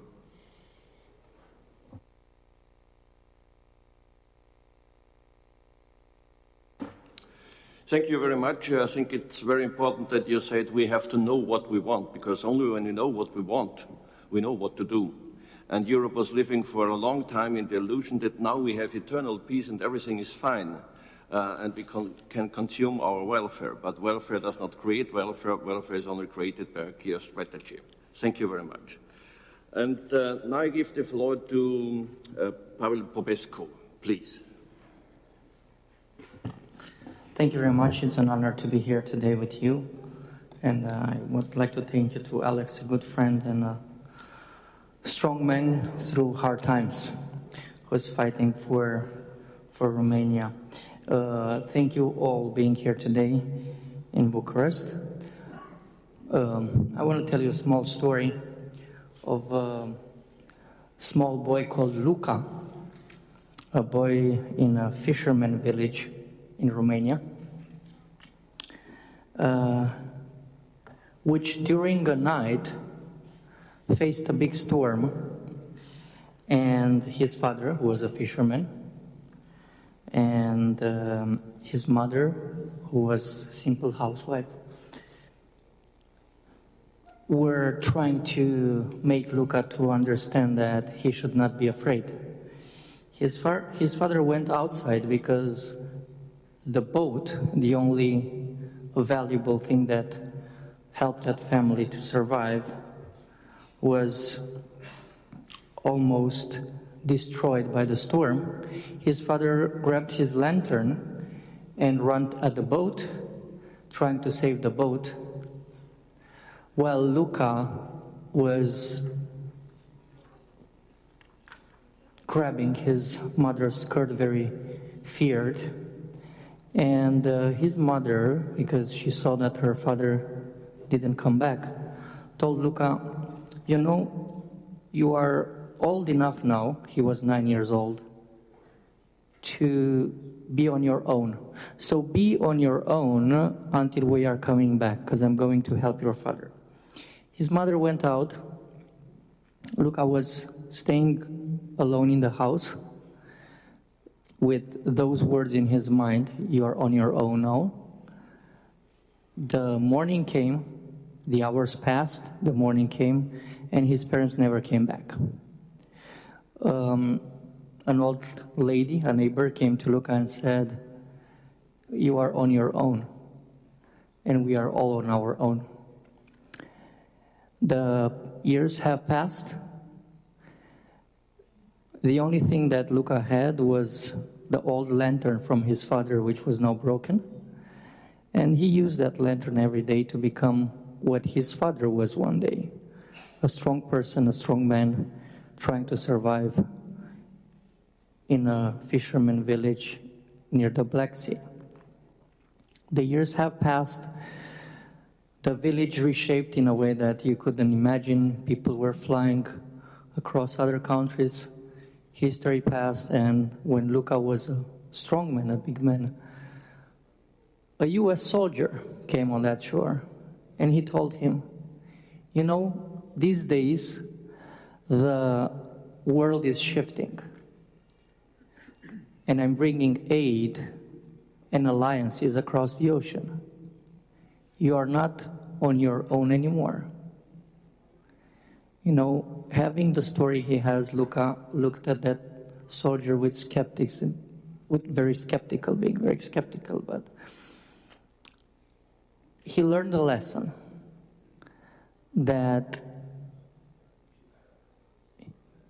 he has to know how is to live on your own during his life. Why I'm telling you this story? We are living very complicated times these days. And across the Black Sea region, There are so many shores and so many fishermen villages, so there are probably thousands of stories like Luca's with people and our nations living in through history on their own, facing big storms. And this is one of the biggest storms we are facing all these days. And actually, if you're looking at the last years, when our best friend and partner, United States, tried to teach us something that being a strong partner, you should also be able to be on your own. Today we realize that we reached that moment when we have to totally realize that we have to be prepared to be on our own. The positive thing and the good thing in this is that across this region, even that we are on our own, we can be together, united by the Black Sea. I will not bring more arguments here. Why is this region so important? History showed us this. Nobody and nothing will be able to change this in the future years. The Black Sea will always be here. Russia is still here. Nobody in any part of this world, in any capital, in any type of leadership cannot come and just state things like there's no hybrid war anymore, there's no disinformation war. We need peace, but these things are not existing anymore. I remember, and I will conclude, 2 years ago I was sweating together with my colleagues, including Alex, on the halls of the U.S. Congress trying to convince our U.S. congressmen and senators to pass and sign the Black Sea Security Act, which has passed. I want to remember you all, it's still here. That commitment, it's still here. And even if today we are under attack, we are facing a war that we have never seen before. Romania is at war, under a hybrid war with Russia. You have to understand that. We have to take things very calm. And we have to, even if we re-evaluate the way that our partners and allies and friends are thinking these days, we have to understand that Russia is still here. Things did not change in a positive way, it changed in a negative way. And we have to start to act like we are on our own. Excuse me, we had tens of thousands of talks and conferences across Europe, but we did so little. This is a fact, and this is one of the things that I have to agree 100% with our friends from US. We have done so little for us, not for the strategic partnership, not for the transatlantic alliance, for us. Romania did its job. Romania passed critical legislation, and on communication and infrastructure, if you take just the flagship legislation, 5G, the cybersecurity legislation, the leadership that this country took on these domains in Europe in the last year is unbelievable. As a Romanian, I'm proud like I've never been by the fact that even under a hybrid war, we've been able to take the lead on some critical things. We passed 5G legislation, cybersecurity, foreign direct investment legislation, aligning with our US partners, mostly and first of all, because we have to understand that we have to be able to be on our own. I'm proud of this country, and I'm proud of people like Alex and his team. And today I am provoking you to think a little more about what can we actually do these days to act like we are on our own, regardless of the very valuable partnerships and alliances we have across the ocean and across Europe. Let's unite all these shores, all these Luca stories, and make a big army of strong people shaped by these complicated times and act together. Thank you very much. Thank you very much, Mr. Popescu. Yes, we need a strong Europe. Oleg asked me to mention some technical advice for those who do not know. There is an English translation, but also a Ukrainian one. And for the volume, you have something on the side of this machine here. And now I would like to give the floor to Professor Tagarev.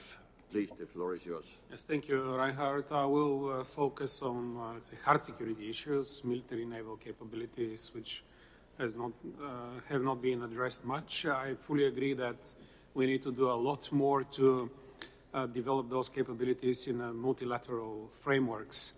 The creation of and already the functioning of the Mine Countermeasures Task Force in the Black Sea is one excellent example, the most recent example, but we have other examples as well. The establishment of the multinational battle groups in Romania and Bulgaria is well known, with France being the lead nation in Romania, Italy, and Bulgaria, and about a dozen of allies involved in those groups. Less known probably is the creation of the Regional Special Operation Forces Command, which is led by Romania and Bulgaria on a rotational basis. Now Romania leads this command. The NATO regional plans are an extremely important vehicle for promoting that security, and that requires a lot of connectivity and collaboration in establishing command and control infrastructure, transport infrastructure, logistics for protection, and so on. Many issues are going on already in a multilateral format. But when we want to expand on that, we need to take a broader view, more comprehensive view. We can consider intelligence, surveillance, reconnaissance systems, the enhancement of situational awareness over the Black Sea. That requires exchange of secure exchange of classified intelligence information. We can consider proactive measures, defensive measures on the Black Sea shore, measures to deter a potential aggressor, which is obviously who that is, and also resilience measures. And last but not least, the cooperation and integration of the defense industries of the countries in the region. Something we tend to do with others, but not necessarily among ourselves. Since time is very short, I will just address one more issue, what should be this multilateral format. I'll skip the public-partner partnership part that was already addressed, which is obviously important as well. First, we need to think about the cooperation among the littoral states, the allies on the Black Sea, with Bulgaria and Romania obvious candidates for enhanced collaboration, since we're both NATO and European Union members, the only two countries so far. We need to involve other allies, and the opportunities are there. For example, on the agreement on establishing this Mine Countermeasure Task Force, there is a lot included already that allows for involving other allies.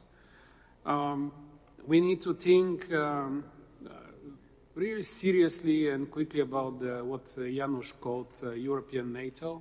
We may call it in different ways. I just saw in the news that leaked information that Pete Hegseth, the Secretary of Defense, has launched a review of the combat commands, and one of the lists for reconsideration is the European Command, which would be a total change of the whole picture when we think about European security if a decision like that is made. And we should not be very surprised if really Trump and his administration decide to follow that way. And then, of course, the whole focus, our focus needs to be on European security and defense, which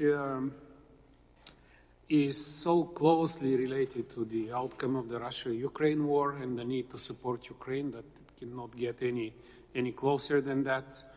And thinking about we need to think not only how to support better Ukraine in its just war against the aggressor, but also to put that into the thinking about like progressively collaborating more closely with Ukraine with the view of eventual membership of Ukraine in the European Union, possibly also of Moldova. Thank you. Thank you. Thank you, Professor Tat. To Mr. Botis, please. Thank you very much, and this is a challenge to speak before a coffee break. I know people is getting tired, but I will try to stick to the program. So basically, NIAG was established during the Cold War. So since 1968, we are part of the NATO body working on the Conference of National Armaments Directorate, and is the voice of industry capability on armaments and armament capability. We have dialogue with the Bank of European Investment for doing this type of funding in the defense industry, which was underspent, has a lack of underspending in the last 13 years.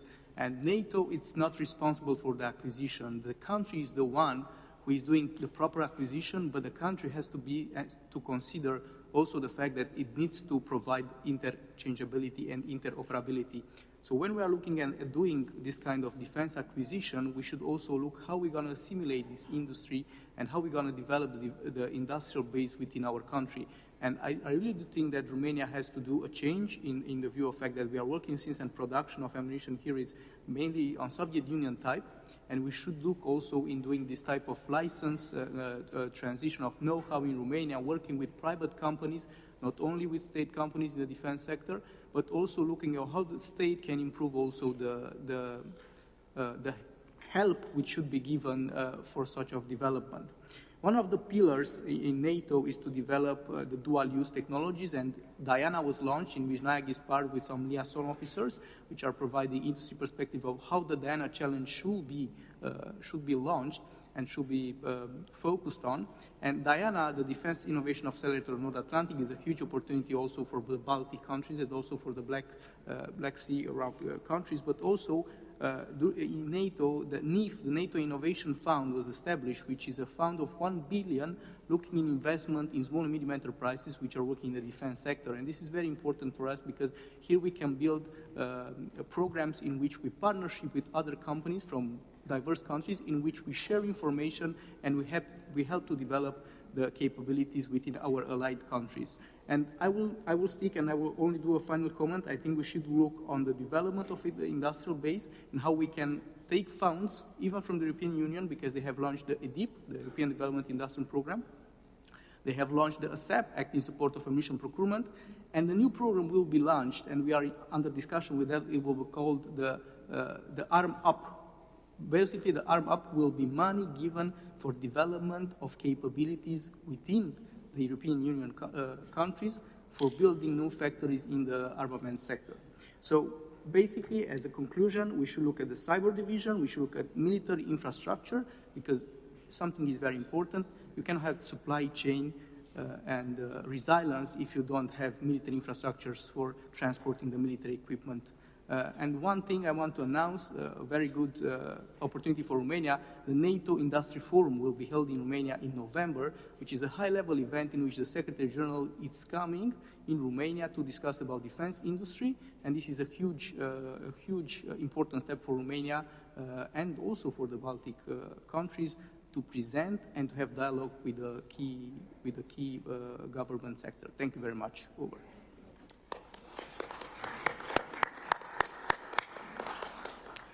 Thank you. Thank you, everybody. Thanks all the panelists for being short and precise on the topic. We are a little bit late, but now we will have a short coffee break. Alexandru, 5, 10, how much? A brief coffee break, 5 minutes, because we're half an hour late. But let's have the coffee break now. Thank you very much.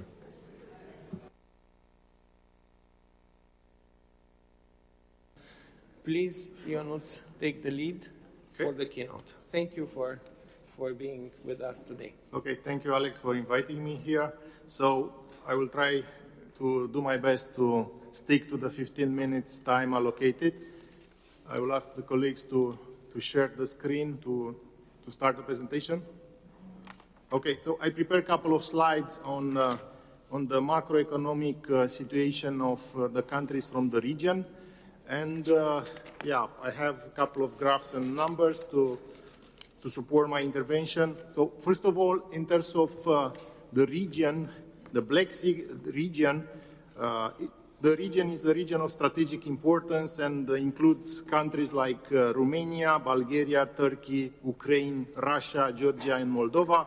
Although Moldova is landlocked, but is very closely tied to the Black Sea region.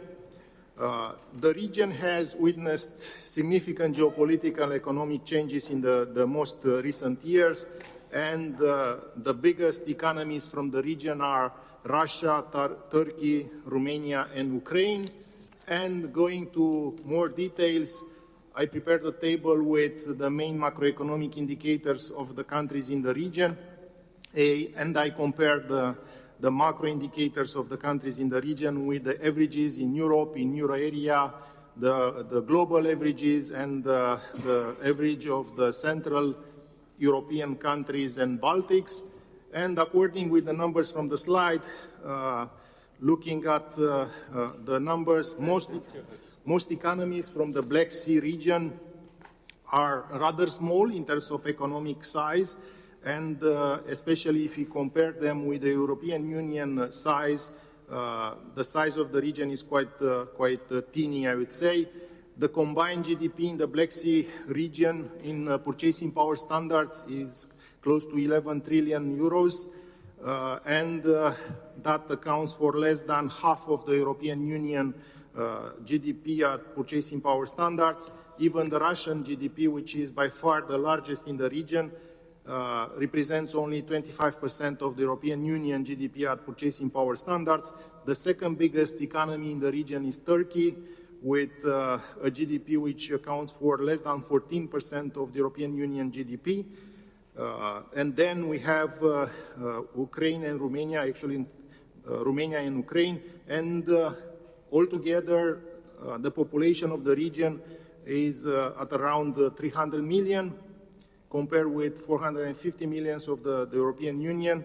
The average level of development in terms of GDP per capita at purchasing power standards in the region is close to 68% of the European Union. Within the region, Moldova, Ukraine, and Georgia are the poorest in terms of GDP per capita. Romania, with 77.5% of the European average in terms of purchasing power standards, is at the highest level. Then Russia with 75%, Turkey with close to 72% of the European average, being the most developed countries from the region. Altogether, the average level of GDP per capita in the Black Sea region is significantly below the European averages and even the average in Central European and Baltic states. Most of the countries in the region experienced quite a sharp decrease in population in the last 3 decades, mainly driven by low birth rates and at the same time high migration. Bulgaria, Ukraine, Georgia, Moldova, and Romania recording the largest decrease in their population. At the same time, Turkey registered a quite significant increase in population, 50% increase in the last 30 years, and Russia had only a slight decrease in population in the same period of time. The unemployment rate is the highest in Georgia and in Turkey. In terms of budgetary position, fiscal position, Ukraine is in the most challenging position. They are in a war with a huge budget deficit. And at the same time, looking at the other countries in the region in terms of fiscal position, Romania has also quite a fragile budgetary position with a relatively low tax base versus the European averages. Only Turkey and Georgia in the Black Sea region having a lower tax collection than Romania. In terms of cost of living, if you are looking to the numbers, the lowest price level in the region is recorded in Ukraine, then Russia and Turkey, but the income level at purchasing power standards is also very small in Ukraine and Turkey, only below 40% of the EU level. Romania, with net average salary at purchasing power standards at 86% of the European average, is at the highest level in terms of purchasing power of the salary in the Black Sea region. Inflation is extremely high in Turkey and relatively high in Russia, Ukraine, and Moldova. Among the countries from the region, the most open economies are Bulgaria and Georgia in terms of trade openness, and Moldova and Romania as well. The least opened are Russia, Turkey, and Ukraine. And at the same time, the current account is quite unbalanced in countries like Moldova and Romania.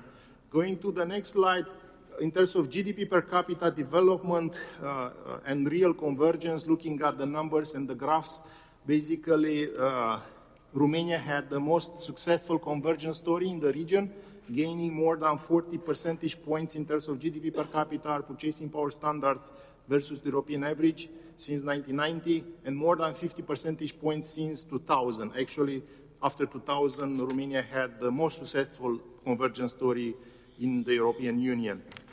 Going to the next slide, in terms of GDP growth, the good news is that the entire region has enjoyed quite a fairly rapid economic recovery, and especially after 2000, GDP has more than tripled in Turkey, almost tripled in Georgia, doubled in Romania, Bulgaria, and Russia, and the growth performance of the Black Sea region is quite comparable with the other Central and Eastern European countries and Baltics, and much better than in Western Europe. However, after the Russian annexation of Crimea and Russia invasion in Ukraine, the economic performance become very challenging for countries like Ukraine especially, but also for Russia because of the sanctions. Looking at the structure of the economies in terms of sectors, compared with European averages, the share of agriculture in the region is significantly higher in most of the countries from the Black Sea region, especially Moldova, Ukraine, Turkey, Georgia, and Romania. The construction sector is bigger in terms of share in total GDP. In Moldova, Georgia, and Romania, countries which are investing quite heavily in infrastructure. The IT sector is quite important in countries like Romania and Bulgaria. Turkey's economy is quite diverse, with sectors like textiles, automotive sector, construction, and agriculture being the key contributors.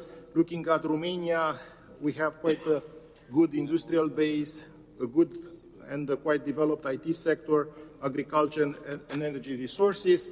And looking at Ukraine, Ukraine is primarily based on agriculture, energy, and heavy industry. Russia's economy is largely driven by natural resources such as oil, gas, and minerals. Georgia's economy is based on agriculture mainly. Moldova's economy is also based on agriculture. Going to the next slide, I will skip some slides. Looking at the energy intensity of the Black Sea economies, we can say that basically most of the countries in the region are still consuming a lot of energy. The entire region is having quite a large energy intensity consumption, namely consumption per 1 unit of GDP.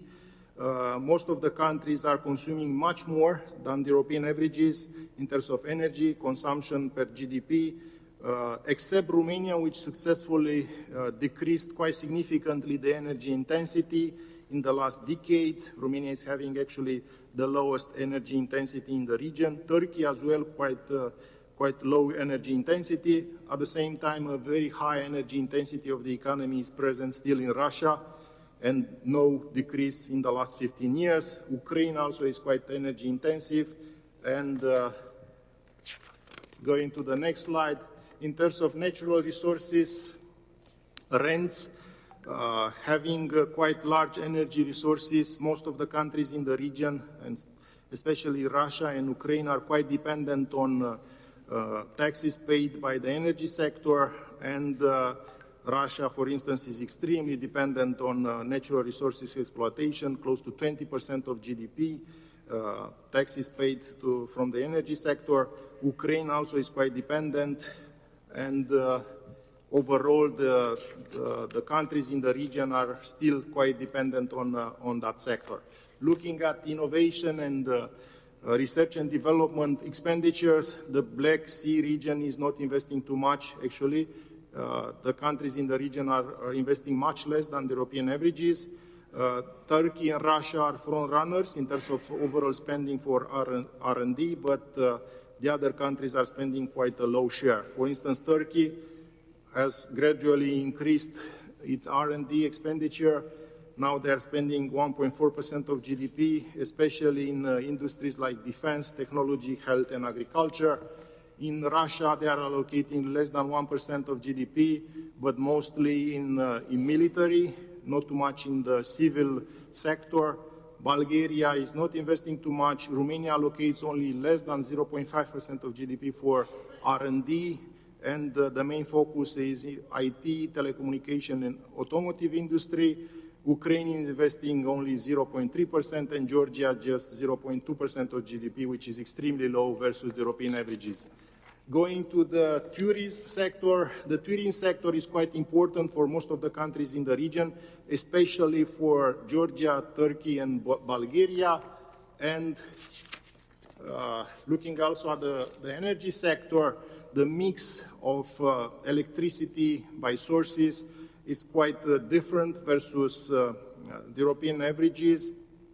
And in terms of natural gas, for instance, is the dominant source of electricity generation in many of the countries in the region, especially in Turkey, Russia, and Moldova. The coal remains a significant source of energy in Turkey, Bulgaria, and Ukraine. Nuclear energy is important for countries like Bulgaria, Ukraine, and Russia, but also for Romania. Hydropower is an important source of energy for Georgia, especially, and for Romania as well. And renewable energy is catching up significantly. Countries like Turkey, Romania, and Bulgaria investing quite heavily in that sector. Going to the trade activity, exports and imports, looking at the countries from the region, I put in the table top 10 trading partners for the countries in the region, both for exports, imports, and trade balance. For instance, what is important to mention is that for countries like Romania, Bulgaria, and Moldova, EU is the main trading partner. For Turkey, both EU, but also US, Russia, and China are quite important trading partners for Turkey. Going to Georgia, Russia, Turkey, and the former CIS countries are important.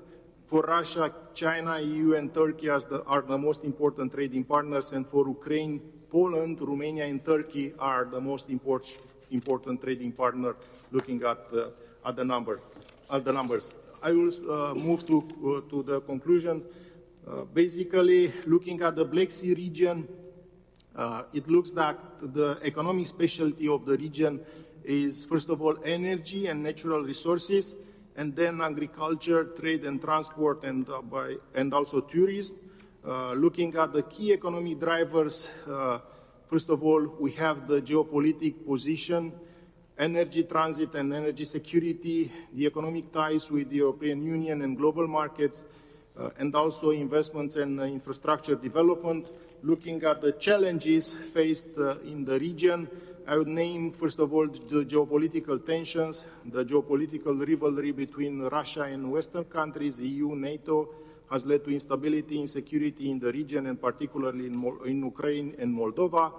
And the annexation of Crimea and then the war in Ukraine have had severe economic repercussions, especially in Ukraine, but also in the entire region, disrupting trade routes and investments. Demographic challenges are quite significant as well, and migration for most of the countries in the region. And looking at the outlook for the countries in the region is mixed, I would say, with both opportunities and risks. First of all, there is a positive outlook for trade and energy in the region. The strategic location, ports and energy infrastructure position is it's a good thing for growth in trade, logistics, and energy transit. The economic growth is, I think, quite a significant opportunity for Turkey and Romania. Turkey's economic growth is quite strong, driven by industrial development, manufacturing, services, being quite a significant, let's say, driver of the growth in the entire region. Romania had quite a good growth story in the past, which was enhanced by the European Union integration, also by some particular sectors, the IT sector, and the IT sector also contributes to the region's overall economic security and cyber security. In terms of risks, we have risks from the geopolitical instability and also from the demographics development. And to conclude and sum up, the Black Sea region holds significant economic potential due to its strategic location, rich natural resources, and diverse industries. However, the region faces challenges, particularly from geopolitical tensions, infrastructure gaps, environmental concerns, and also demographic trends. I'll stop here. Hopefully I stick to the 15 minutes. Thank you. Well, thank you very much. I know this is a very comprehensive, very intensive macroeconomic view on all the Black Sea countries around, and all the you dived into the depth of these economies to bring figures, and these figures are important because they show us where these economies are going, what's the direction, and what's the, let's say, the essential factors of growth. And based on all this presentation that you've made, I'd like to start both panels, but I start with the economy panel. And I would like to organize this as a discussion. And I'll start with Mr. Klomp from WDP, because this is a very important group that invested over 1.5 billion in Romania. So you had a lot of trust. You believed this is a very good investment. I believe you have the second best investment in terms of square meters in Romania as well. And you're an international player.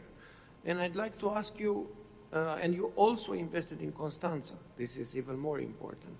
So basically, I'd like to ask you, what were the key elements for you to invest in Romania and in the Black Sea region? Thank you for the invite. First of all, my name is Gijs Klomp. I'm responsible for business development at WDP. We are a listed real estate developer investor focusing on warehouses and production areas.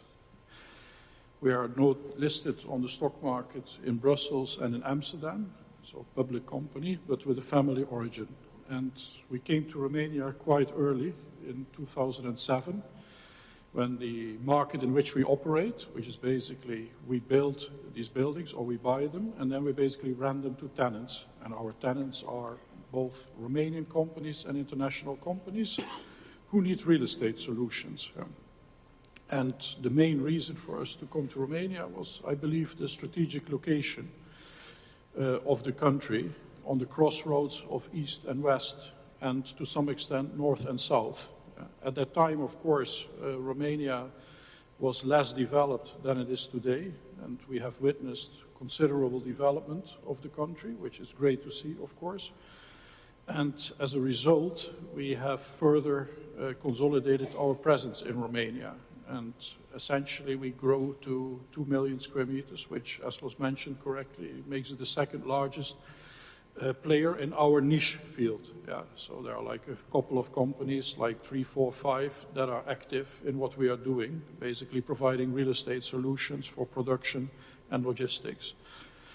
And Romania has a number of benefits, and we start to see now in the geopolitical situation with nearshoring, friendshoring. Yeah, you have heard all these terms for sure. We start to see that companies are bringing back, let's say, production and inherently also logistics closer to the main consumer markets. And the main consumer market is the European Union, of which Romania is a member state. Yeah. And we benefit as a country a lot from this trend. Yeah. I think it's still a trend which has to mature further, because to change an existing supply chain takes a lot of time. Yeah. And we have seen in the past decades that production was moving east, mainly because of cost, frankly speaking. Yeah, I think that was the main driver. But now we see that production is moving back closer to the customer base. And then you can argue why Romania. I think Romania has a number of benefits in the wider CE region. One of them is that it's the second largest country in the region, speaking not purely about the Black Sea, but the whole wider CE region. Yeah. I think our main competitors are Poland and Hungary currently when we speak about this field of activity, because these are sizable markets where there is still relatively affordable labor available. Yeah. I think the second benefit of Romania, which we always mention, and unfortunately currently this is not longer the case, at this moment at least, was political stability always. Yeah. I think that was putting us apart from, for example, Hungary, where, let's say, clients perceived that stability to be less present. Yeah. Unfortunately, currently in Romania we also have some challenges in this respect. I think energy situation in Romania, we have quasi-energy independence in the country, which is important in the current context as well. I think the labor pool, the language skills, I worked throughout the region, and Romanians speak English quite well, and a lot of them also speak Italian, Spanish, German, French. So you have a labor pool which is well trained, has a historical legacy in industrial, and speaks their languages. And of course, and I think now we come to the Black Sea area, we have the benefit compared to landlocked countries like, for example, Hungary, of course, that we have the port of Constanța, and we have access through the global trade network through the sea. Yeah. And we have seen that the port of Constanța, I'm originally from Holland, so we have the port of Rotterdam, which I think is a main gateway for Western Europe. But we start to see now that Constanța can compete with Rotterdam, at least for this part of Europe. Yeah, in the past, it was always more efficient to ship through Rotterdam and then basically serve CE through the access from Western Europe coming into Central Europe. But now we start to see that the port of Constanța, with the improvements in management and the improvements in infrastructure with the hinterland, basically has become a real alternative. Yeah. And of course, the war in Ukraine has helped this or accelerated this process because investments were made in the port and in infrastructure upgrades. And also the port got cleaned up, to use between brackets that term. So this is basically why we're here. And yeah, as you mentioned rightfully, we also put our money where our mouth is, in the sense that we last year invested in a very large location in Constanța. So we now have 66 hectares of development land right next to the Agigea port and the highway with rail access. So we want to, let's say, further develop in Romania and bring more employment into the country. That's fantastic. That's a fantastic news that you believed and you're here to stay. Thank you very much for these kind words. And because you mentioned Constanța, I would make the bridge fast to Mr. Mutescu, who represents our customs and the Ministry of Finance. And I'd like to ask him, what are you basically preparing for the port of Constanța in order for things to move a little bit faster from all points of view? Let's switch to the public authority now of Romania. Mr. Mutescu. Thank you. I will speak in Romanian. Okay. Distinși invitați, doamnelor și domnilor, este o onoare pentru mine să fiu astăzi aici și vreau să felicit organizatorii pentru organizarea acestui forum cu o temă de maximă actualitate în contextul geopolitic actual. Atunci când vorbim despre conectivitate, despre comerț și despre securitate, vrând nevrând ajungem și la o frontieră care trebuie trecută. Da? Și dacă discutăm despre frontieră, atunci vorbim și despre un control pe care autoritatea vamală trebuie să-l facă. Suntem conștienți de rolul important pe care noi, ca autoritate vamală, îl avem în ceea ce înseamnă asigurarea securității la frontieră și totodată acela de a sprijini și a facilita comerțul legitim. Acest rol este cu atât mai important cu cât, după cum știți, Uniunea Europeană se bazează pe Uniune Vamală, astfel încât controalele pe care Vama Română le face la frontiera externă, inclusiv în portul Constanța, pentru frontiera de la Marea Neagră, sunt singurele controale pentru mărfurile care intră prin acest port, ele putând după aia să se miște liber pe teritoriul Uniunii Europene. Deci noi garantăm securitate și siguranță pentru toate statele membre. Agresiunea militară a Rusiei în Ucraina a pus autoritatea vamală în fața unor provocări destul de mari. Modificarea fluxurilor de mărfuri, acestea trecând în mare parte și pe teritoriul României, ne-a făcut să realizăm că avem o infrastructură în frontieră neadecvată, în principal subdimensionată. Nu a fost niciodată luat în calcul un astfel volum de mărfuri care să treacă prin frontiera României, și aici inclusiv în portul Constanța, și totodată am realizat că fără echipamente de control performante și fără sisteme de procesare a declarațiilor vamale performante nu vom putea face față un astfel de flux de mărfuri. Pentru a remedia aceste neajunsuri, bineînțeles că e nevoie de timp și e nevoie de bani.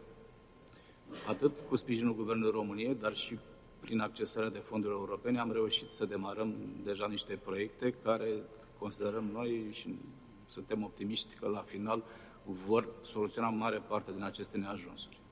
Astfel, anul trecut a fost aprobat la nivelul Guvernului un plan multianual de investiții care se va derula pe 5 ani de zile pentru infrastructură vamală cu un buget de maxim 1 miliard de lei. Da? Și sperăm ca prin acesta să reușim să amenajăm, inclusiv în portul Constanța, facilități de control, hale de control, rampe de control, magazii de depozitare. Totodată avem un proiect în derulare cu o valoare de peste 100 de milioane de euro, care prevede dotarea cu echipamente de scanat a punctelor de trecere a frontierei. În portul Constanța vom avea până la finalul acestui an 2 echipamente. Anul trecut am pus deja în funcțiune 4 echipamente, iar anul ăsta vom avea 10 de toate. Da? Și totodată, prin PNRR, cu finalitate în acest an, vom finaliza un proiect prin care toate aplicațiile de declarare și de evidență pe care Vama la română le avea până acum vor fi modificate, vor fi înnoite, ele căpătând capabilități noi, astfel încât să permită o automatizare cât mai bună a procedurilor de vămire. În concluzie, vreau să menționez că Autoritatea Vamală rămâne un partener activ în acest efort comun și, totodată, este angajată să contribuie la garantarea securității frontierei și a facilitării comerțului internațional. Vă mulțumesc! Well, thank you very much, and thank you for all the efforts you're doing. I know you were at the basis at the beginning of financing all these programs for customs authority through the RRF, and this started 5 years ago. You've been there, and your role was extremely important, and I truly believe you could do a change to make things better for the Port of Constanța. Fingers crossed.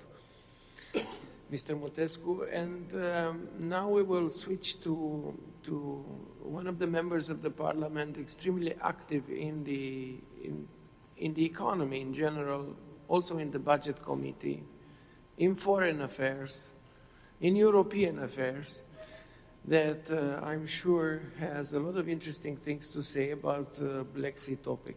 Robert Sigherto, you take the floor. Thank you, Alex, for having us, for organizing this round table. I think it's very, very important to have a talk about Black Sea, especially in these times. And distinguished guests, I think that the Black Sea region has enormous economic potential. Thanks to its geostrategic position, abundant natural resources, and cultural and especially industrial diversity. But let's put this discussion in the context, because we have a crisis, especially a security crisis in the region. So I don't know if you have knowledge about the etymology of the word crisis. The English word crisis was borrowed from the Greeks, the original krisis. So the meaning of crisis or crisis from the Greeks It's not only about problem, it's also about decision and opportunity. So I think we have opportunity and we have to decide, we have to act, because we stand at the crossroads of a crucial moment in our region, a junction that offers as a unique opportunity to redefine the role of the Black Sea in the global economy and especially in the Eastern and Central Europe. So I think the development of trade corridors between Europe, Asia, and the Middle East, it's more than a logistical necessity. It's a gateway to stability and economic prosperity for Europe. So I think through Romania, these corridors not only facilitate the rapid and efficient exchange of goods, but also bring economic diversification that can protect our region from international market fluctuation. But I think to do all these things and to grow this economic region, I think we have to invest. But to invest and to have investors, I think we have to have predictability. And to have predictability, we need security for long term. So I think it's mandatory, it's imperative to establish peace in the region and to keep Europe and the United States in NATO. I think this is the most important objective for Romania, for EU, to keep US and Europe together, because we know the history and we don't want to repeat the history in Europe. So a stable and predictable fiscal system that provides clear and consistent incentives for investors, I think is also a key factor in investment decisions. In Romania, we strive to provide this framework. You know very well, and the investors know, that we have a problem with the deficit, and we have a clear target for this year.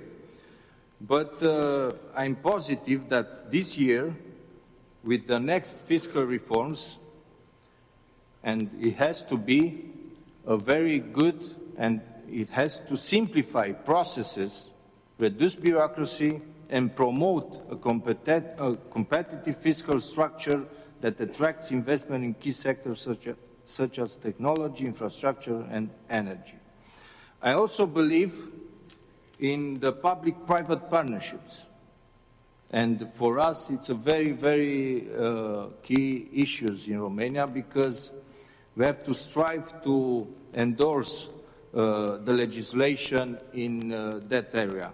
And I think the public-private partnership can play an essential role in economic development. This partnership not only mobilizes the necessary resources for large-scale projects, but also provide a successful model for collaboration between the public and the private sector, creating greater trust between investor and the government. I think through prudent measures, ongoing dialogue with the private sector, we can transform the Black Sea region into a hub of stability and economic prosperity. So thank you for your attention, and I'm here in the Parliament, so if you have a question, we can also discuss more things together. Thank you.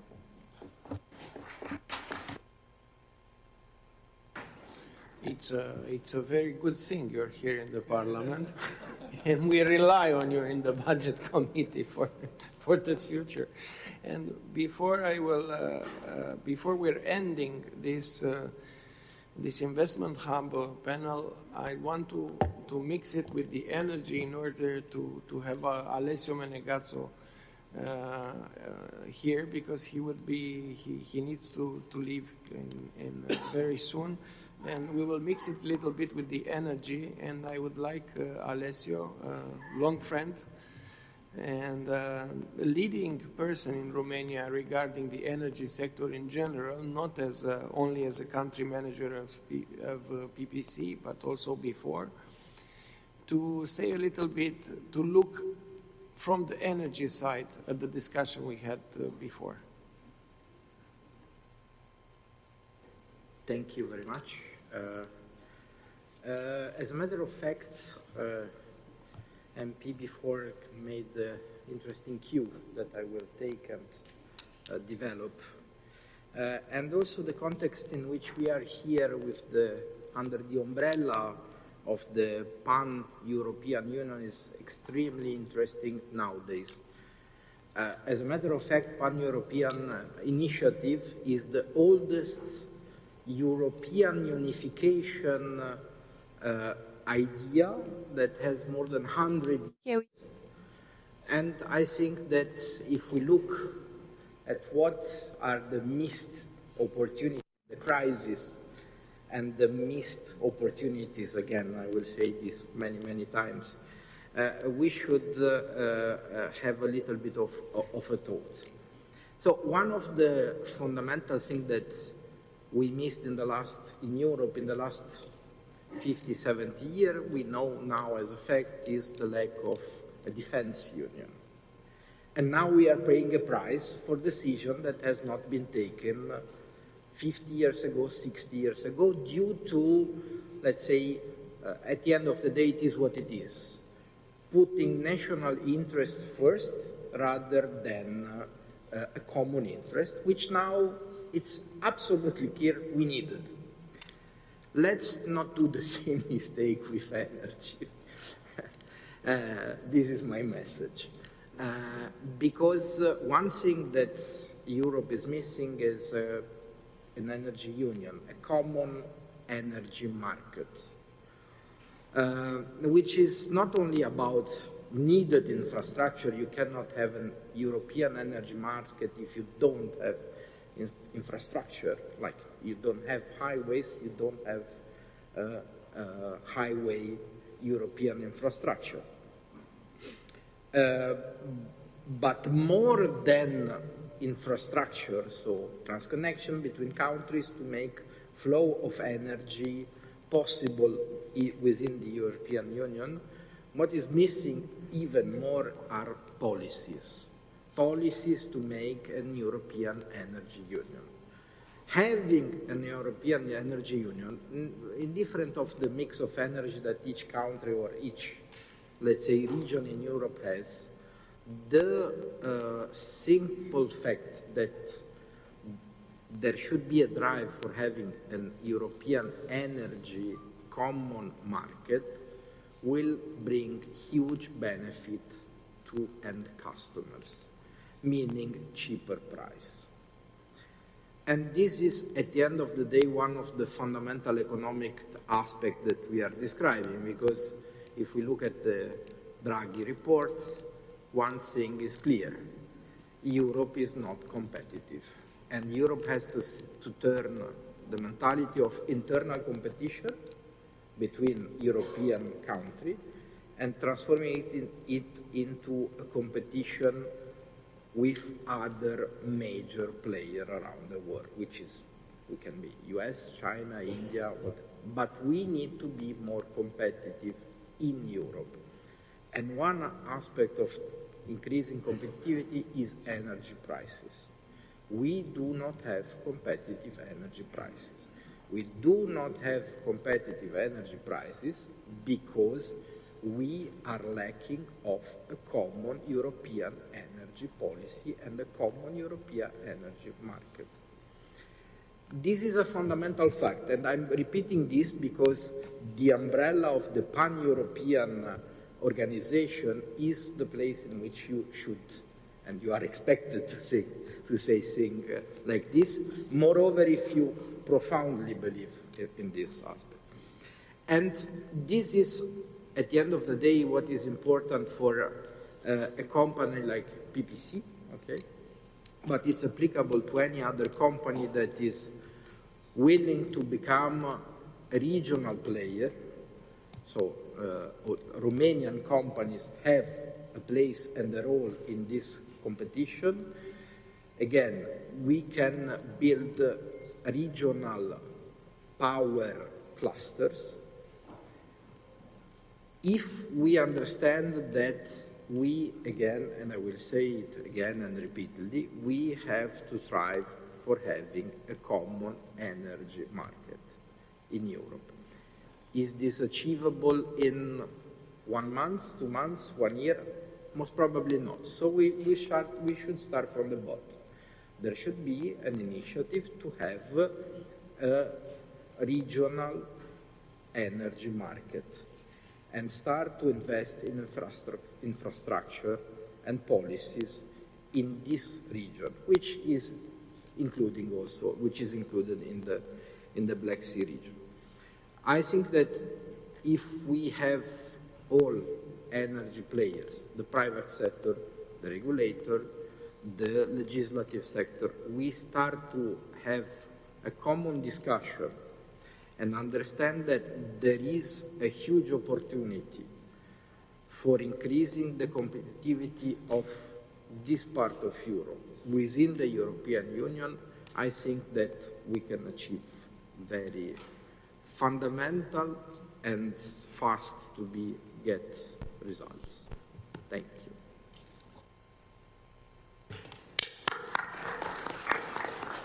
Well, thank you very much, Mr. Menegazzo, for making this comparison in between Pan-Europe and the moment we're living now, and for making this introduction in relation energy with competitiveness, which brings us to our next speaker, because if we don't have affordable energy prices, we cannot afford big data centers, and cluster power is hosting the most powerful computers in a data center near Craiova.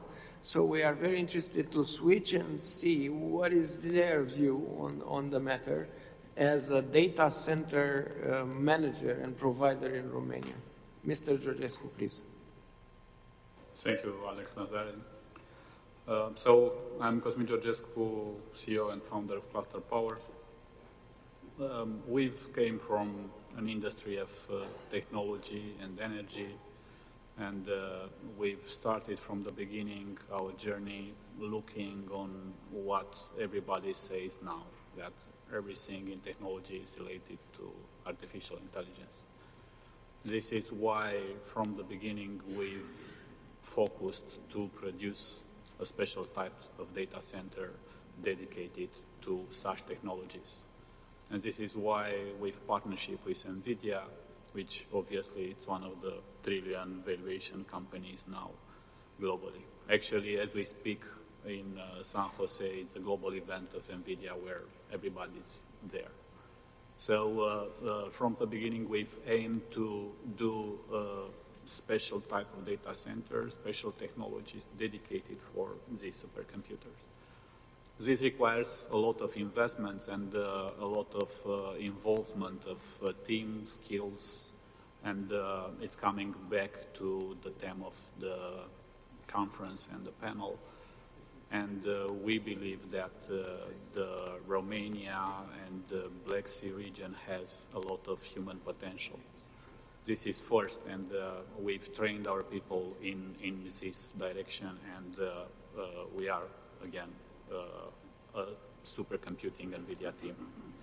Second, it's that you need to operate large resources, large assets. We are never stopping investing in what we are doing. And it's a word that I've seen in all the esteemed panelists that previously speak, is the energy. And we've set up our footprint in 3 campuses that are covering around 800 MV. This is, again, the forecast of the demand we see in the global markets. And for us, global markets, it's the key word where we have global customers that need this type of technology, the supercomputing technology. With our power and ability, we are able to host such applications. And we are not just contributing with the assets we own and operate, but also with the energy side, since we are also an energy producer. So basically in our campuses, we own and operate energy producer facilities. And I believe that this is another topic that Black Sea, it's with a very good positioning, since Romania became largest gas producer in Europe. And basically to convert the raw material, the energy, to competitiveness, what was spoke about earlier, you need top technologies, you need top players for doing this. By integrating the energy production in our facilities, we are able to transfer the energy advantage to the technology and therefore deliver the state-of-the-art services to the global market. We see also the good positioning of Black Sea in terms of communications, of fiber optics. Major backbones of fiber optics that are coming from West Europe are passing Romania, are going to Turkey and to Middle East. So these are essential digital highways for connecting worlds.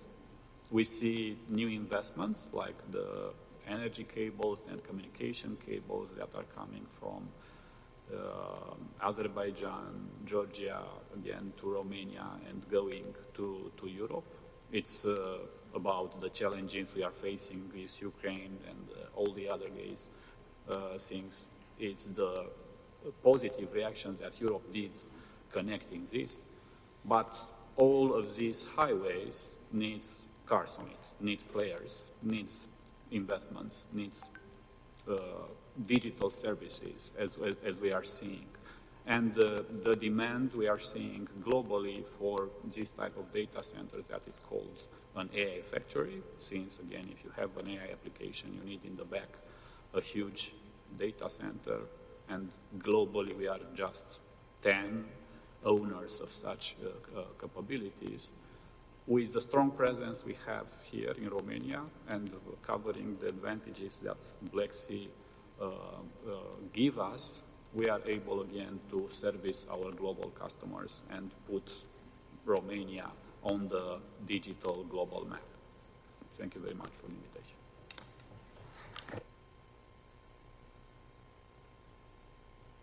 Thank you very much, and we very much appreciate your presence and the fact that I know you have time constraints, but it was a very useful presentation on how useful these power clusters that you created and how useful the data centers are as an infrastructure together with the highways and how relevant they could become for the region. And congratulations for the fact that you had the courage to invest. And this happened years ago when, let's say, the industry was not so oriented to that data center. So you anticipated, and that was a very good business decision. So thank you very much. We're going to switch now to the energy panel, and I will invite for the keynote the president of the regulator of energy to say a few words about the energy sector in Romania. George Niculescu is a young, he's a former politician, but now he's running the energy authority. And I think for the energy side, we would also need, and it's very important to have the view of the regulator in any energy discussion. George Niculescu is very connected, is very active, and I think he has a lot of interesting things to say. And after that, I will pass the floor to Adrian Negrescu, who will continue to moderate this energy panel with me. Thank you for being here, Adrian. Please, George. Thank you very much, Alex, for the presentation. I don't know what to say about being still young, but thank you so much. This is a very important event for me, besides the fact that today I'm representing the Energy Regulation Authority in Romania, a very important authority in the energy sector. Also, it is very important because I am from Constanța, and I heard many times that the discussion is focused and centered about Constanța area and Black Sea area. I like to say the fact that I am the product of Constanța. I was born and raised in Constanța, educated in Constanța, established a family in Constanța, had my first job in Constanța, and I came to Bucharest almost 4 years ago for serving as a deputy minister in the Ministry of Energy, and now my mission in the energy sector continues by running the energy regulator. So, in my presentation, it is honest to say that I'm going to be biased a bit about Constanța, because Constanța is first of all, is an energy security hub. Constanța region is increasingly emerging as a key hub in the energy sector due to the fact that it's hosting the single nuclear power plant that we have in Romania, which is established in Cernavodă in Constanța County. And Romania has the plan to continue its nuclear power program by doubling up the size of our nuclear power plant in Cernavodă from 1,400 megawatt up to 2,800 megawatt installed capacity. Besides the nuclear power plant established in Constanța region, we have also the biggest wind power plant, around 600 megawatt of installed power that is situated in Cojalac, Fântânele, that is producing green energy. Also, we have the potential of solar wind energy in county of Constanța. So this is why I'm saying that this region is an energy hub that continues to grow throughout investments. Coming to the Black Sea. Black Sea has a lot of potential in the energy sector.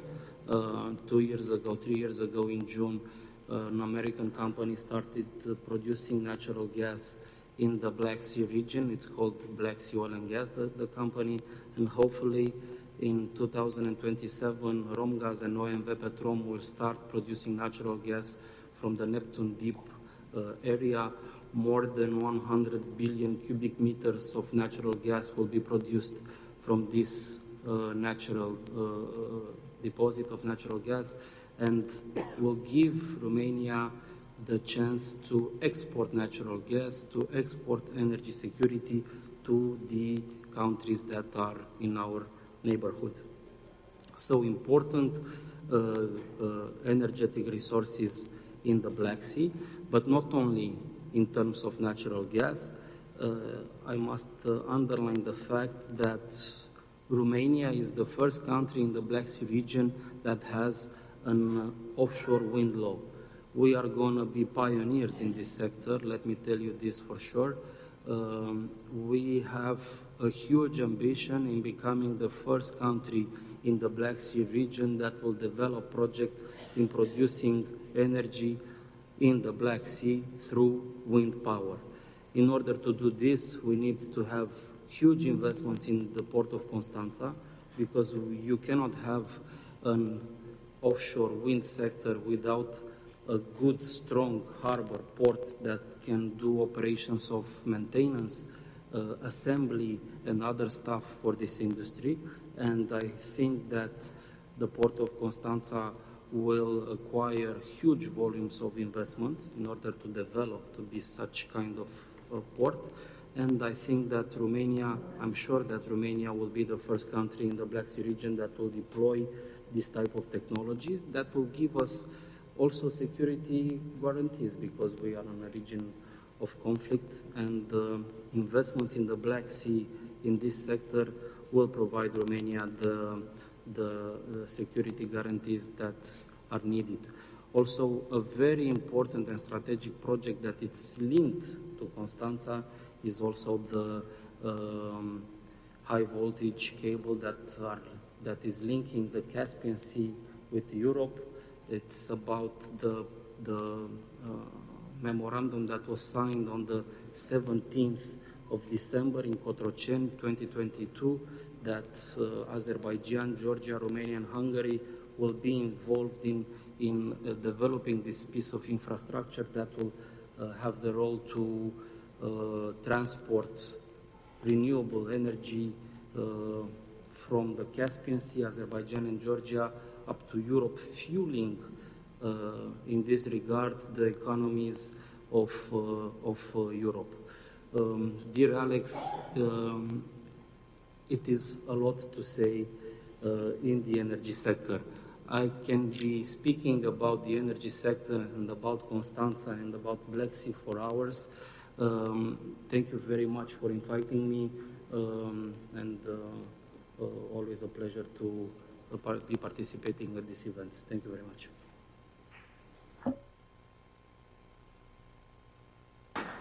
Thank you, George. Very useful the perspective, because you are from Constanța, so this is something which I missed. So please, Mr. Negrescu, take over. We have two more panelists. Thank you, Alex, for the invitation. It's a great pleasure to be here.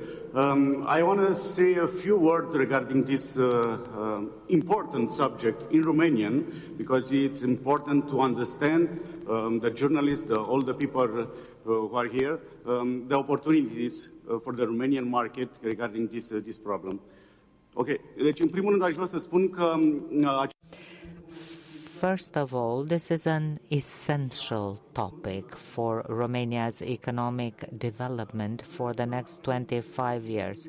In Frames, we conducted a survey which showed that in the current geostrategic context, Romania could attract 15 billion euros in investment in developing industrial economic platforms in the region. This platform would facilitate Ukraine's reconstruction and turn Romania into a technological hub with many industrial parks. In Romania, there are 350 industrial parks now, only 200 of them active, and almost none of them being able to offer what we all want: good services for logistics and warehouses that would be essential to attract those investors who would like to play a stake in, to have a stake in Ukraine's reconstruction. Romania, in association, in combination with a low fiscal regime, would be able to support and attract investors, and helping them provide the services needed for the reconstruction of Ukraine, a neighboring country. In the next few years, we should better focus on our need for investment. Energy, I believe, should be our main export commodity in the next 5 to 10 years. And I think our efforts in the administration, in the business environment, should focus on this area.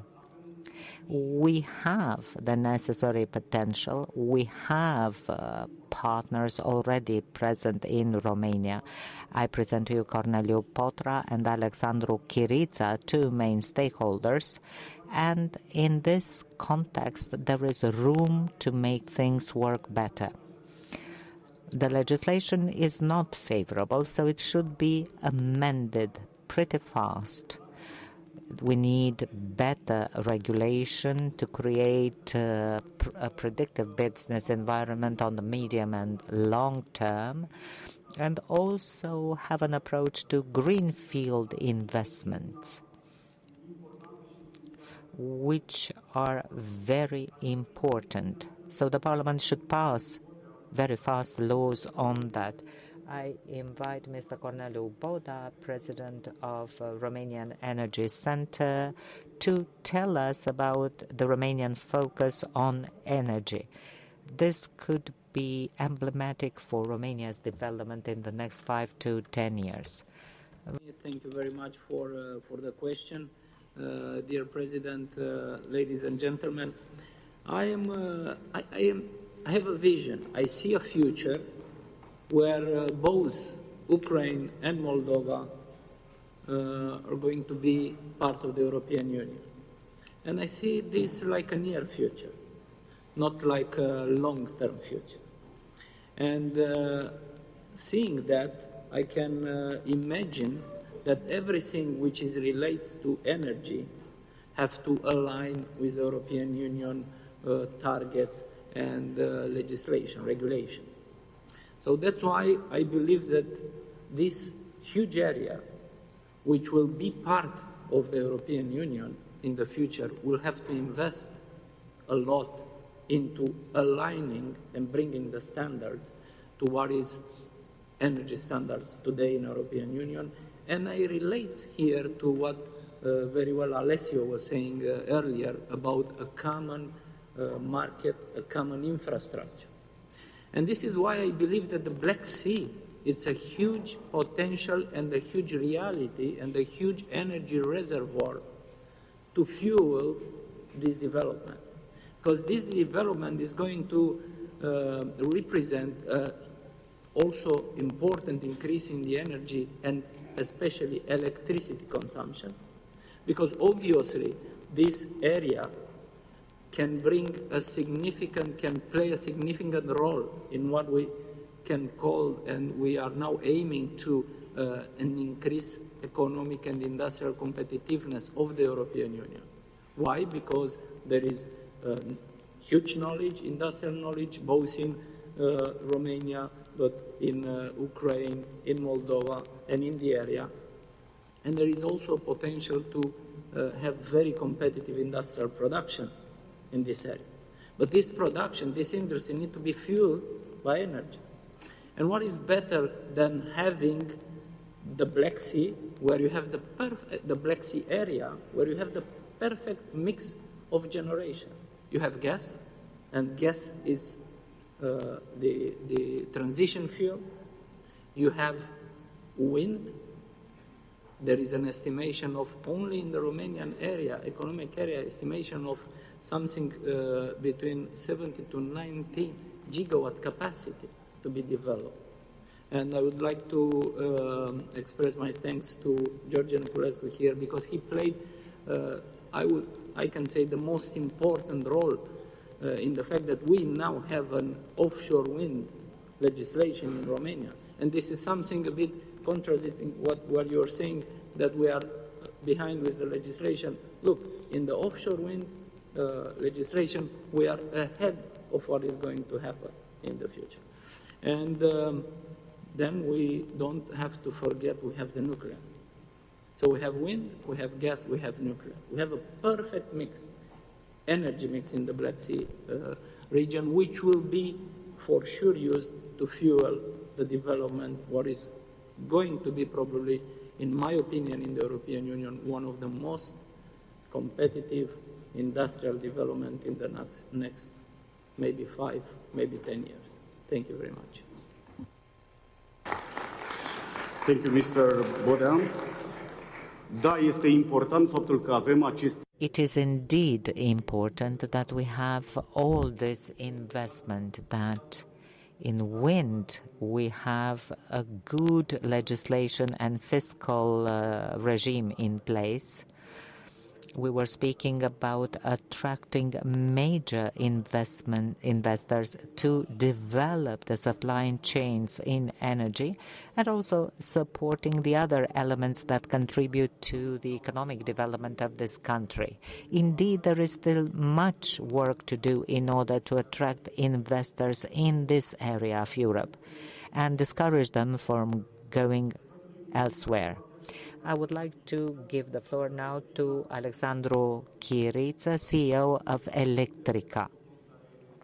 He will tell us a few words about how energy can be key to the development of the Black Sea region in the next 20 to 30 years.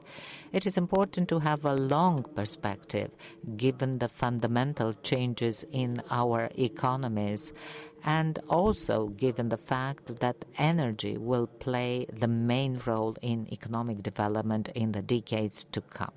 Thank you so much for the invitation.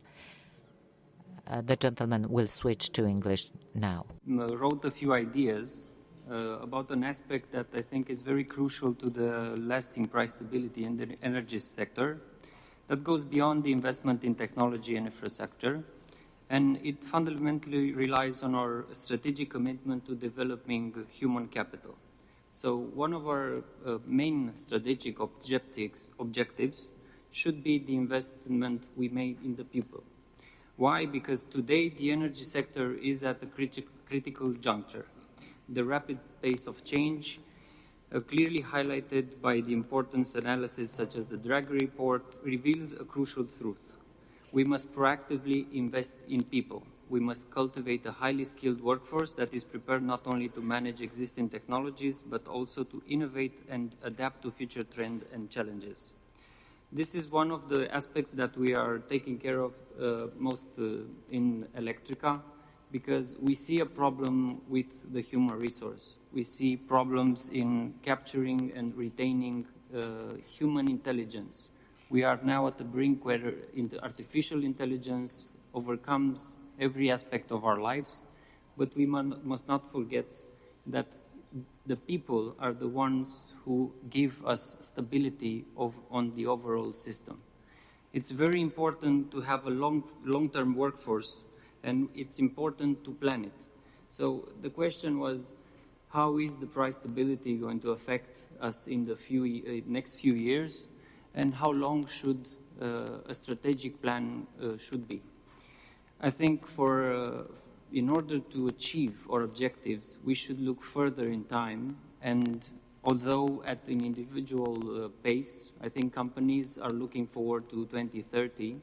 On a legislative manner, we should look upon 2040 or 2050. Otherwise, we might get consumed by the technology and we will lose the people in the process. The energy stability is given by the people and for the people, and it's very important that we don't lose track of this and we come back every time to invest more and more in the people, in the technologies, and we bring them together. Thank you very much, Mr. Chiriță. Thank you for being present here with us, and thank you, Adrian, for bringing new information regarding the energy sector. I think we have some key takeaways. First of all, the Energy Union, which is an extremely important project, and it's brought also to the surface by Romanians and by Romanian CEOs that were present here. Alessio mentioned it earlier, and Corneliu Boda synthesized very well on a strategic level the connections that we should build on the energy side with Moldova and Ukraine. And this is exactly the way we should think strategically for the future. And I think these are things that we should develop. We should put more content into it. We should design special events for this, because these ideas have to be brought further. And Paneuropa and the Free Nations and all the think tanks together with SAS and with the academics around us and the Bucharest Economic University and FABIS, we could bring these topics further to the European level. Thank you very much for attending, all of you, and I would gladly invite you for a lunch break for the next half an hour till we'll have the infrastructure and connectivity panel starting at 14 o'clock. So let's enjoy lunch now. Thank you very much for attending.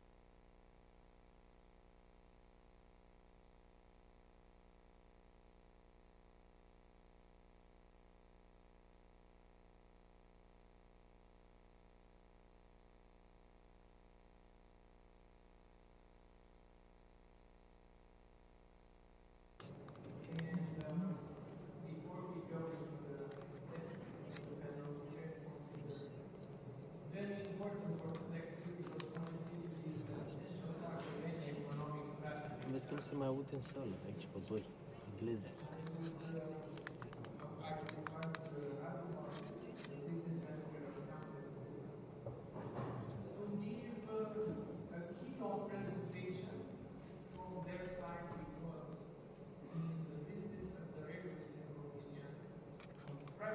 Of railways, they grew a lot. They are a major player, and they should be taken into account in any international plan regarding Black Sea. And to add on this, they also look on the strategic side and importance of the Black Sea, and they promote by themselves the middle corridor, which in my view is essential for the future of the Black Sea, and most of all for Europe. It's just that Europe didn't realize how important it is to support the middle corridor for its economic future.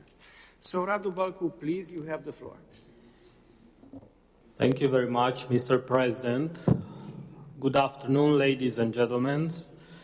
It is an honor to be here today at the Black Sea Forum as a speaker in the panel dedicated to the infrastructure and connectivity. We are at a crucial moment for the reconfiguration of global routes, and Romania has a unique opportunity to become a strategic logistic hub between Asia, Caspian Sea, and Europe. But before we discuss the future, let's take a brief look at the present. Romania has an infrastructure with enormous potential. Romania's railway network spans 10,600 kilometers, making it the sixth largest in the European Union. 80% of the railway lines need renewal, and only 37% are electrified. In freight transportation, the average commercial speed is 15 kilometers per hour. It's a significant obstacle, but also an opportunity for improvement.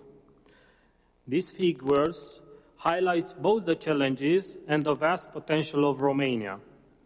We have Constanța Port, the gateway to the Black Sea, and the strategic position along the Danube River. With the right investments, we can transform these advantages into a real competitive edge. Middle corridor is a vital link between Asia and Europe. One of the most important infrastructure projects where Romania can play a key role in the middle corridor, it's a viable alternative to traditional transport routes. This corridor connects China and Kazakhstan to Europe, passing through Caspian Sea, Azerbaijan, Georgia, and reaching Romania via the Black Sea. In 2023, 2.5 million tons were transported along this route, but there is a target of 11 million until 2030. But for Romania to become a key hub in this corridor, we must ask ourselves this question. What is our main connectivity pillar? Of course, it's Constanța Port. Constanța Port should be the gateway to the Black Sea. Constanța is not just Romania's largest port, it is one of the most important ports in the Black Sea region. Over the past 2 years, we have witnessed an acceleration of investments. 160 million euros has been allocated to rehabilitation railway lines within the port. Another 324 million are in various stages of execution or tendering for port infrastructure modernization.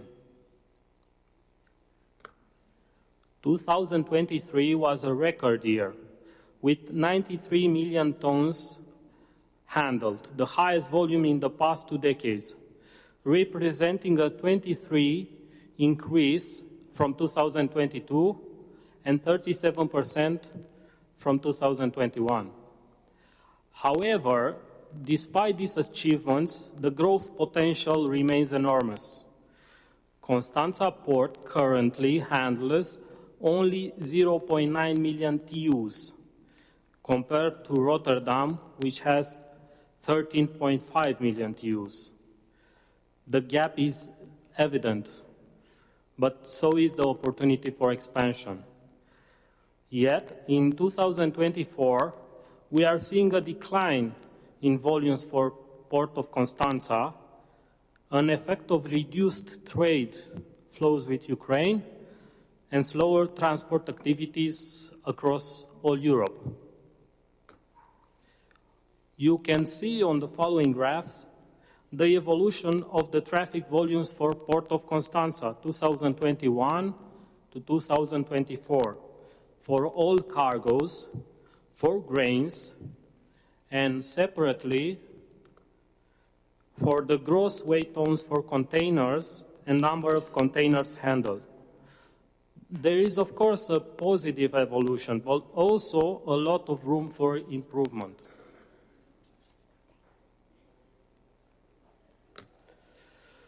The second topic I would like to address today is solidarity lanes. Solidarity lanes, which are a logistic bridge for Ukraine and Europe.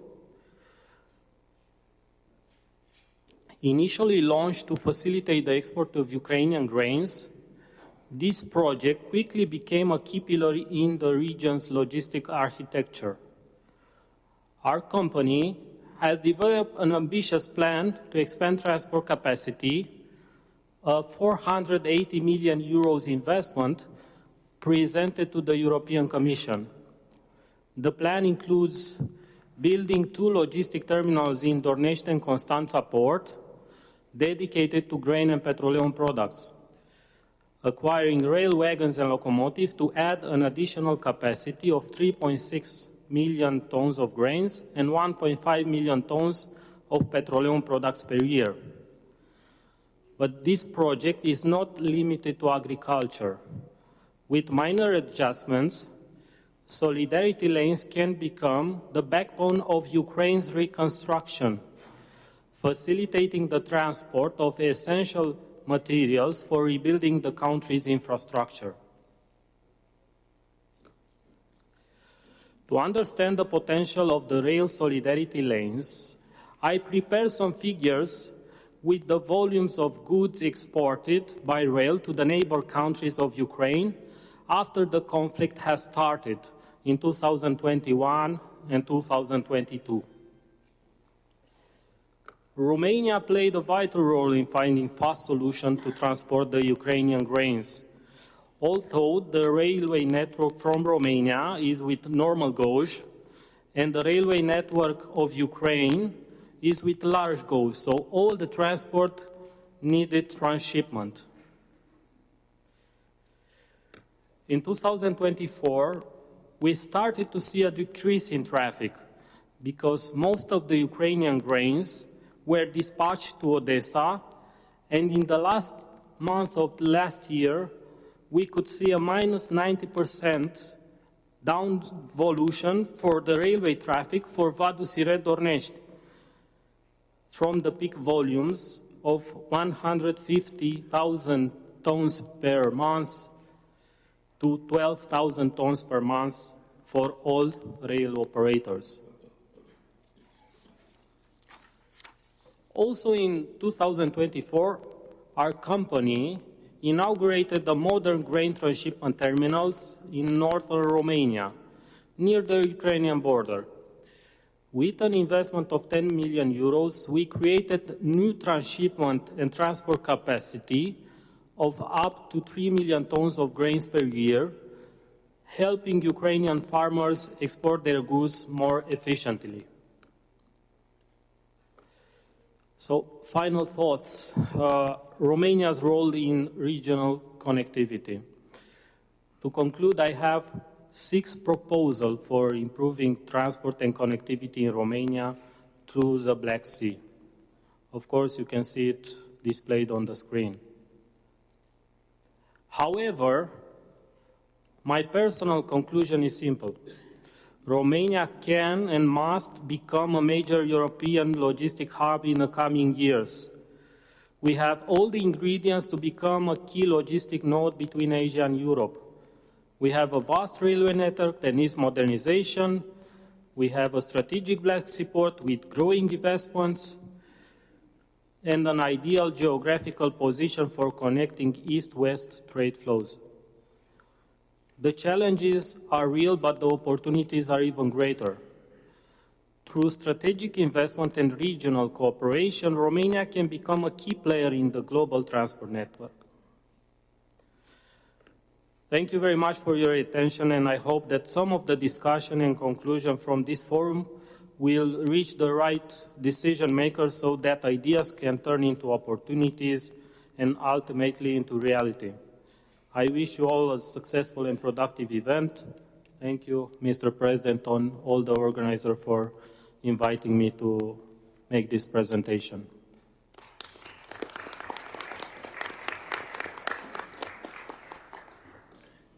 Thank you, Mr. Barcu, but we're not quite finished with your presentation because I want to clarify some things. So you said traffic on Dornești decreased 90%. Decreased. Decreased. Yes, in the last month of last year, it decreased with 90%, mainly because all of the grain cargo goes through Odessa. And you made this investment there, especially for the grain, the 10% investment in Dornești. 10 million euros, yes. We started the investment in 2023, and of course, like every investment, it takes years to develop it. And after we launched the terminal, we could see that most of the Ukrainian cargo, it's going right now through Odessa. It's a long-term investment, of course, and we hope that it pays, But this is an alternative, basically. I mean, it's an alternative for the grain. It's made on rail. Yes. Just to have an additional cargo. Yes. To be able to get out of Ukraine the grain because of the discussion that there was the last 2 years. There's no infrastructure connection, swift connection from Ukraine through the Black Sea and so on. So this remains an alternative. Yes, of course. When we started it, the Ukrainian government asked Romania for around 4 million tons per month to transfer it through Romania. Mm-hmm. And afterwards, because of different, let's say, motives, they decided to remain with the logistic flow inside their country. But we hope, in the future, they will choose Romania. But this alternative is still there. Yes, and of course. It could be expanded. Yes, and it can also be transformed into a logistic hub for reconstruction or rebuilding of Ukraine. Not only to import goods from Ukraine, but also to export goods to Ukraine. Yes. That's fantastic. And one more question: how would you look? And this would be a question for the next speaker that comes after. How do you see the middle corridor? Would you see the middle corridor as a way, as a logistic route, which could basically bypass the routes that Russia is controlling at the moment? At the moment, yes, middle corridor is a very good alternative to northern corridor that passes through Russia. We still need to make some mutual cooperation between us, Georgia, Kazakhstan, and Azerbaijan, because there are some transshipment that needs to be done, and the transit time it's longer. But as I told you, for Constanța, there is a lot of improvement for containers. We have only 1 million TEU in Constanța, and Rotterdam has 13 millions. Also, compared to the Suez Canal, there it's around 1 billion tons that are handled or are passing the Suez Canal every year. For the middle corridor, it's only 2.5 million tons. So it's a lot of room. It's basically another route which is very useful and is completely ignored or it's blocked. We'll see. Yeah, we'll see what the exact diagnosis of this problem is. Thank you very much. Thank you very much. Mr. Thank Balcu. you. Thank you. And I would invite again on the academic, let's say, view on this by Cristian Negruțiu, who is a lecturer with FABIS, with the Bucharest University of Economic Studies. And the question, well, it's not a question, but it's a topic. I mean, look at this middle corridor as well and see if this would be an alternative. If you see in this corridor as an alternative, as I mentioned before. And thank you for joining this conference. Mr. Negruțiu, please. Good afternoon, everybody. Thank you for the invitation and looking forward to the discussions today in the room. Yeah, I'm a professor, but actually working in the past in the field of logistics, and I remember almost like 20 years ago, I was in touch with a Dutch guy that was coming to Romania to promote Constanța, which is apparently strange because, and he exactly made this point. If you look at Europe, you can divide it into two. Everything in that moment, and still it is, according to what we just heard, is supplied via Rotterdam. And he advocated a lot Constanța as the eastern hub for Europe. Yeah?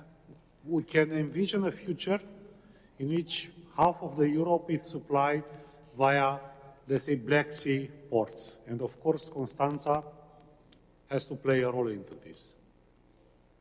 And if we connect this to the middle corridor, which is close to Constanța, yeah, I think we have a winning strategy. What we need also to develop, apart from what my colleague was saying, infrastructure in rail, there are other things that are equally important. First, Danube. We have another big assets in our geography, that God help us. Danube, which is underutilized right now. We need to invest into it, to maintain it, and to simplify the navigation rules on Danube. Second, multimodal terminals. We were discussing before the panel. Poland has invested into 29, I think you have said it also, 29 multimodal terminals, because this is another key requirement. You transport the goods via containers, you need to seamlessly move the containers, I don't know, up to Budapest. The third thing in the context also of the war in Ukraine and EU involvement is the future bridge in Isaccea. We know that the European Union wants to finance this bridge. That will stimulate a lot the transport and the industry in general in this part of Europe. And I believe that this bridge should be one of the priorities of the European Union in the future. The area that, and also will contribute to the real integration of Ukraine in European Union, because we are talking nowadays about this topic, which apparently will be allowed in the negotiations that we are witnessing. Ukraine will be part of the European Union. And such connections between European Union, namely Romania and Ukraine, will be vital for increasing the transport. Coupled again with Constanța and the railway that we need to develop, I agree with the conclusion from the keynote speech. Romania can be an important hub in this part of Europe. Geography helped us. It is now time that we, the people that can decide on these aspects, to help also ourselves. Well, thank you very much. Thank you very much. And what I can assure you is that raising this topic, which is of European interest, is not only Romanian interest, it's of European interest regarding Middle Corridor. you can count on Paneuropa.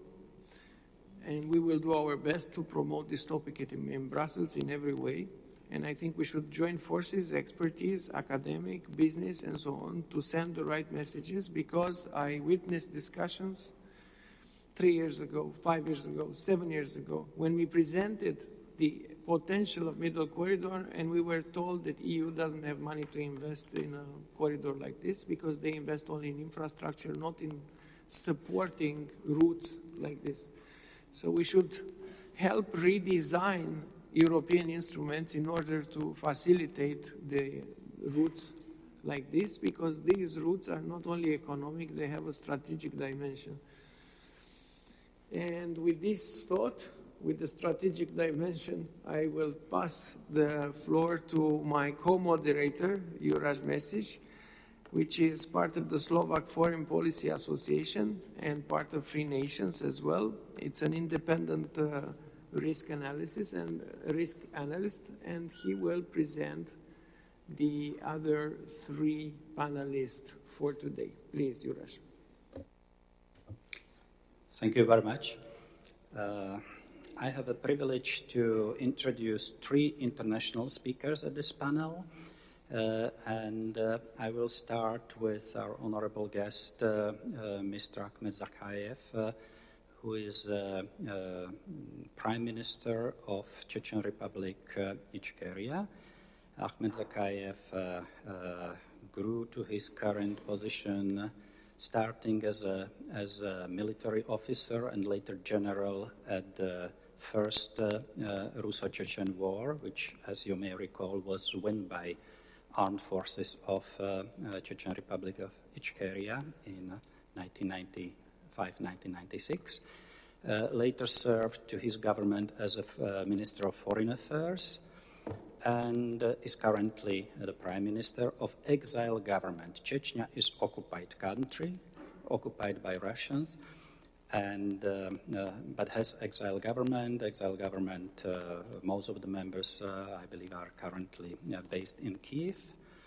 And one of the major tasks they face and are dealing with is the building of armed forces of Chechen Republic in exile. But I believe now Prime Minister Zakayev will speak about the infrastructure issues. Chechnya is located, Ichkeria is located between Caspian and Black Sea on the northern slopes of Caucasus Mountains, for those who do not know this geographic quite detailedly. Please, the floor is yours. Thank you, Mr. Chairman. Good afternoon, everybody. Thank you for inviting me. Before I start my speech, I would like to thank the organizers of this meeting for inviting me and giving me opportunity to express my point of view. This is very important matters and subjects. Thank you very much. Dear colleagues, ladies and gentlemen, we have gathered here today to discuss one of the key issues of modern global security, the strategic significance of the Black Sea region and its impact on the stability of Europe and the world as a whole. The Black Sea is not just a waterway connecting Europe, the Middle East, and Central Asia. It is a strategic hub where the interests of numerous powers intersect, and controlling it means controlling key trade routes, energy resources, and military communications. In the current climate of geopolitical instability, the Black Sea has become an arena of intense confrontation, primarily due to the aggressive policies of the Russian Federation. The Black Sea, a zone of constant conflict. History and contemporary events shows that as long as Russia maintains access to the Black Sea, this region remains a hotspot for conflict. Since the annexion of Crimea in 2014, Moscow has strengthened its military presence in the area, turning the peninsula into a powerful military base. The Russian Black Sea fleet poses a threat not only to Ukraine, but to all of southeastern Europe. including Romania, Bulgaria, Georgia, and Turkey. The Kremlin issues the Black Sea as a tool of a coercion, destabilizing neighboring states and blackmailing Europe with the threat of naval blockade. Furthermore, Russia is not only militarizing Crimea, but also the Black Sea waters as a whole, deploying advanced air defense systems, missiles, and drone technologies capable of controlling vast areas. This significantly restricts freedom of navigation and poses a direct threat to the NATO countries' sea. Russia's growing influence in the region poses a threat not only to countries with direct access to Black Sea, but to all of Europe, as Moscow views this region as a key base for further expansion and power projection. Europe must define itself strategic goal to ensure stability and security on the continent. Europe must clearly define its strategic goal, the withdrawal of Russia from the Black Sea. This is not a localized issue, but a long-term objective critical to the entire Europe-Atlantic security system. Reducing Russia's control over the Black Sea region would contribute to strengthening the security of Ukraine, Romania, and other Black Sea nations, limiting the Kremlin's aggressive ambitions in the Middle East and the Balkans, increasing Europe's energy independency from Russian supplies, protecting trade and transport routes passing through the region, reducing the risk of military escalation and provocations by Russia. However, achieving this goal requires consistent tactical steps. Supporting Ukraine in its struggle to restore territorial integrity is essential, but insufficient. Europe must think broadly and act decisively. First, economic sanctions against Russia must be intensified to weaken its financial capacity for military expansion in the region. Second, active military cooperation with Black Sea countries is necessary, including arms supplies, military training, and joint NATO exercise. Third, Europe should strengthen regional alliances in coalitions capable of countering Russia's aggression. Additionally, a key focus of strategy should be enhancing Europe's energy security, minimizing Moscow's influence on European policy, developing alternative gas supplies, including from the Mediterranean and the Caucasus, along with investment in renewable energy, will help reduce dependence on Russia. The free people of the North Caucasus, strategic partners for Europe, one of the key factors that could shift the balance of power in the region is support for the peoples of the North Caucasus, who have historically fought for their independence from Russia.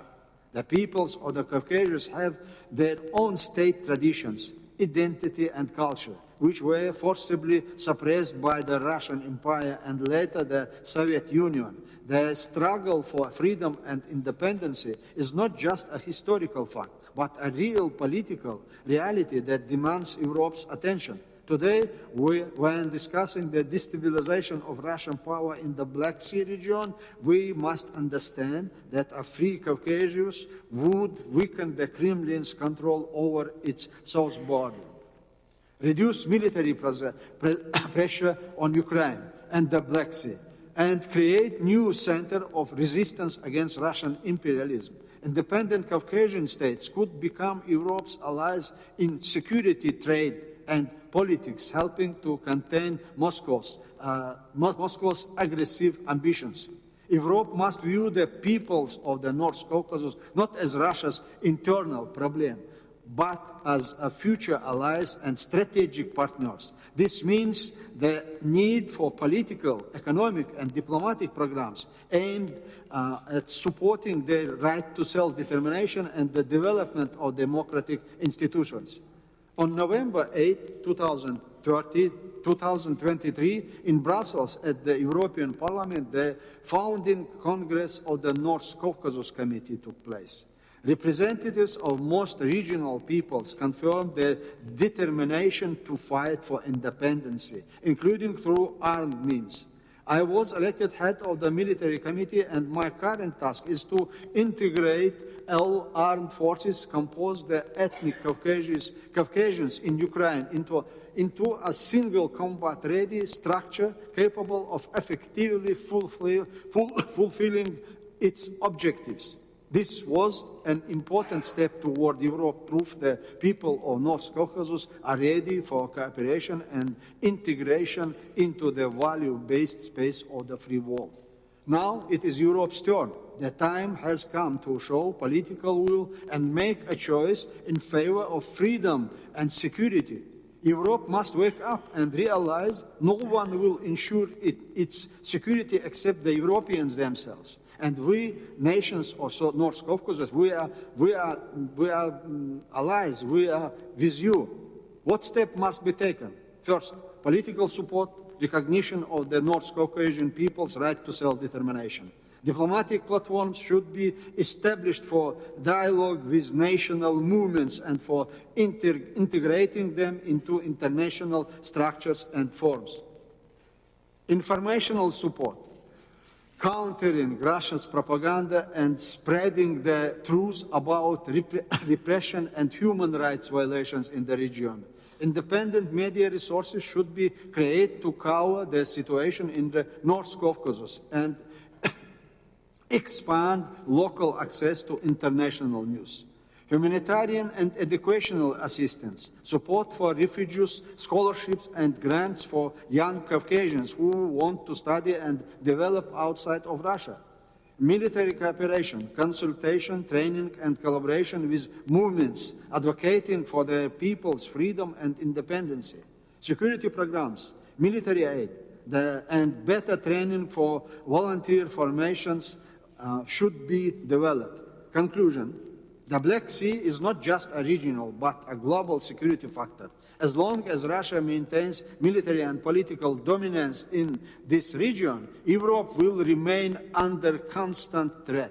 The only way to change the situation is to strategically weaken Moscow, deprive it of influence in the Black Sea region, and support national liberation movements, such as the struggle of the North Caucasus people. We must stop reacting to crises after they occur and start building a long-term security strategy. Liberating the Black Sea from Russia's presence is not just a task for Ukraine, Romania, or Turkey. It is a strategic goal for all Europe. And to achieve it, we must act immediately. Thank you very much. Thank you for your time.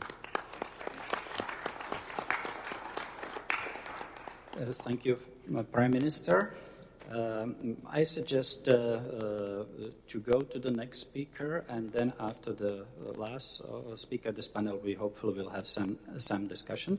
Allow me to introduce our Albanian guest, Mr. Gönc Polo, who is a seasoned Albanian politician who served as a deputy prime minister, as a minister, as repeatedly as a member of parliament, and is currently head of Paneuropa Albania. Please, what is the perspective of Black Sea from the coast of Adriatic Sea? Well, thank you, Jura, and thank you, Alex, and every other organizer for this opportunity to focus on major issues in our southeastern European peninsula. I'm sort of representing here the forgotten sea among the three seas, the Adriatic. And there is a reason to be slightly forgotten, because all the studies I've consulted recently regarding development infrastructure in the area, they mostly date before the Russian aggression against Ukraine. And since we are discussing that here today, that's over our heads and in the center of our discussions and the presentation, like we heard also from the previous speaker. So we have a different security situation that will certainly influence also the development of infrastructure. So we have the, well, before the Second World War, it was called Intermarium. Now it was rebaptized as a Three Seas Initiative. Actually, I mean, it had two godfathers, or one godfather and godmother, the Polish president, Mr. Duda, and then, back then, some 10 years ago, the Croatian president, Grabar Kitarovic.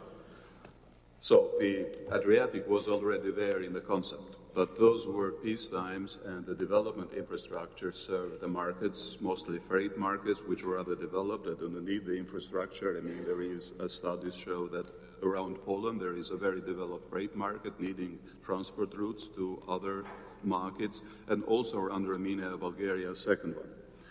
Now we have a different paradigm.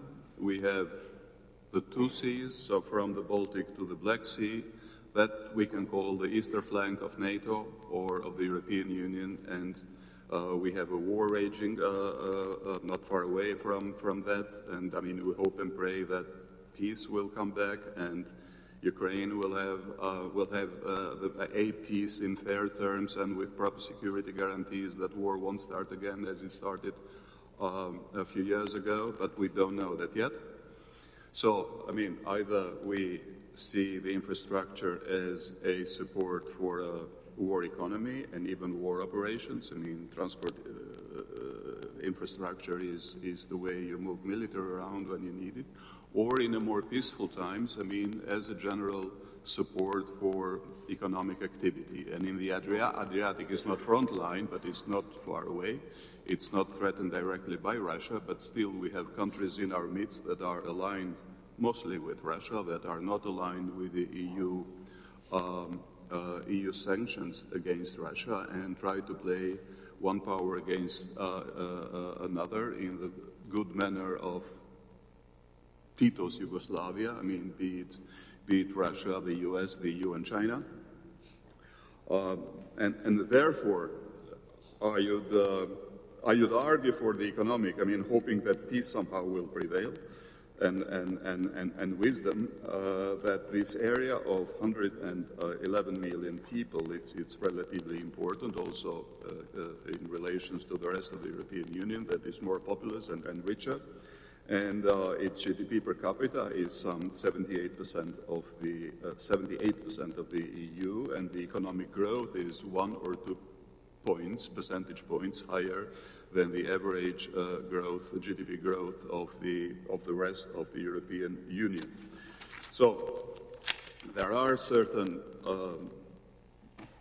needed infrastructure projects, specific projects. When I was younger, I mean, I was engaged in politics as a relatively young fellow in the 90s. I remember lobbying with the president of then FIROM of Macedonia and Bulgaria for Corridor 8. And Corridor 8 is one of the major trans-European transport networks, the 10T as the European Union calls them. And since it required, I mean, a lot of funding,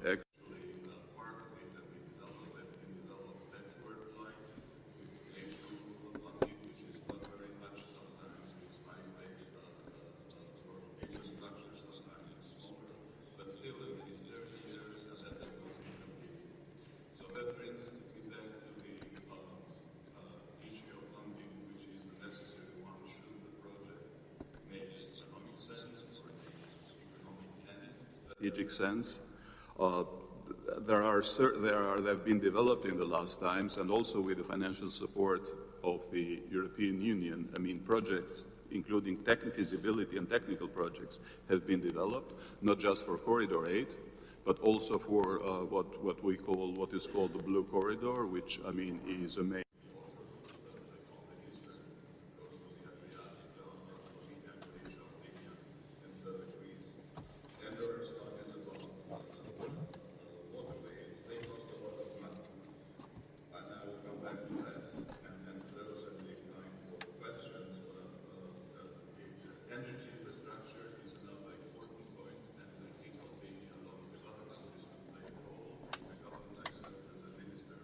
we concluded the agreement between European off-takers and and Azerbaijan, which offered to transport gas from their gas field of Shah Deniz near Baku. And that pipeline goes through Turkey, Greece, Albania, and then to Italy. And from Italy, then to the Central European markets. That is an important asset that could help also supply other countries in need, and eventually will help wean off from Russian gas, which we know is linked with conditions, and in the recent past with Nord Stream has a troubled history. So, I mean, the national sources are what they are. I mean, there is limits, there is plafond of the funds, and there's been, I was checking my notes, there's been U.S. support for, I mean, in the previous Trump administration, and some saw it as a way to, I mean, challenge a little bit friendly the European Union, but I think that has settled down. But still, I don't think that the current or future U.S. administration will be willing to fund that project en masse without any, I mean, because there is no apparent reason. And also the European Union has also funded the studies, but whether, I mean, it will fund en masse those projects that require millions or billions, I'm not quite sure. I mean, there is a growth plan for the Western Balkans, of which you might have heard, which is generally 6 billion, and part of it is grant, a part of it is loans, which, I mean, could be a problem because you can have somehow better terms in financial markets, and the countries are indebted, so it's an issue. But still, I mean, but if you divide it by 6, which is, and by the size of the 6 Western Balkan states, I mean, it's the amount is smaller and smaller. And so, I mean, that remains a challenge. It was mentioned here in the previous sessions that we should look at the public-private partnerships, which is a good source for channeling in private investments. Of course, that should be welcome. Still with a caveat, speaking of our own country's experience, I mean, the quality of the contract, of the agreements need to be looked at, because often we've seen that those contracts have been negotiated in a way that favors more special private interest than the public interest, and ministers and officials has ended up in prison for that, and some are still in government. But that's an issue to be looked at, and I think the International Monetary Fund and the European Union have expressed concern. There are standards that should be kept, and they are written, they are well known, the willingness is needed. But if those funds are combined and if they are properly invested, I think there is a possibility to create the necessary links and and make the idea come to completion, the idea that underpins the 3 Cs initiative. Thank you.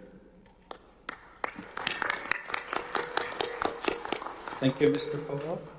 And we have one more speaker. Our last speaker in this panel is from yet another sea, actually from the Atlantic Ocean country, from Spain. I have a privilege to introduce Carlos Uriarte Sanchez, who is a professor of law and is Secretary General of Paneuropa in Spain. Please, brief remarks. We are a little bit behind the schedule, so thank you. Okay. First of all, I would like to thank the invitation to Oleg and to Alexandru and to the organizers. Yes, well, I would like to talk that what can we understand when we speak about connectivity and infrastructure connectivity. Well, we can understand the linkages of communities, economies, and nations through transport, communication, energy, and water networks across a number of countries. In this regard, in the year 2007, when Romania and Bulgaria joined the European Union, it was approved the Black Sea Synergy program because both Bulgaria and Romania, in that time, in 2007, when they joined the European Union meant in that time that the European Union started to have a border with the Black Sea. Additionally, it's an area surrounded by countries. Three of them, they are members of NATO, Turkey, Romania, and Bulgaria. And two other, they are not, Ukraine and Georgia. And there are countries especially weak and in troubles with Russia in this moment.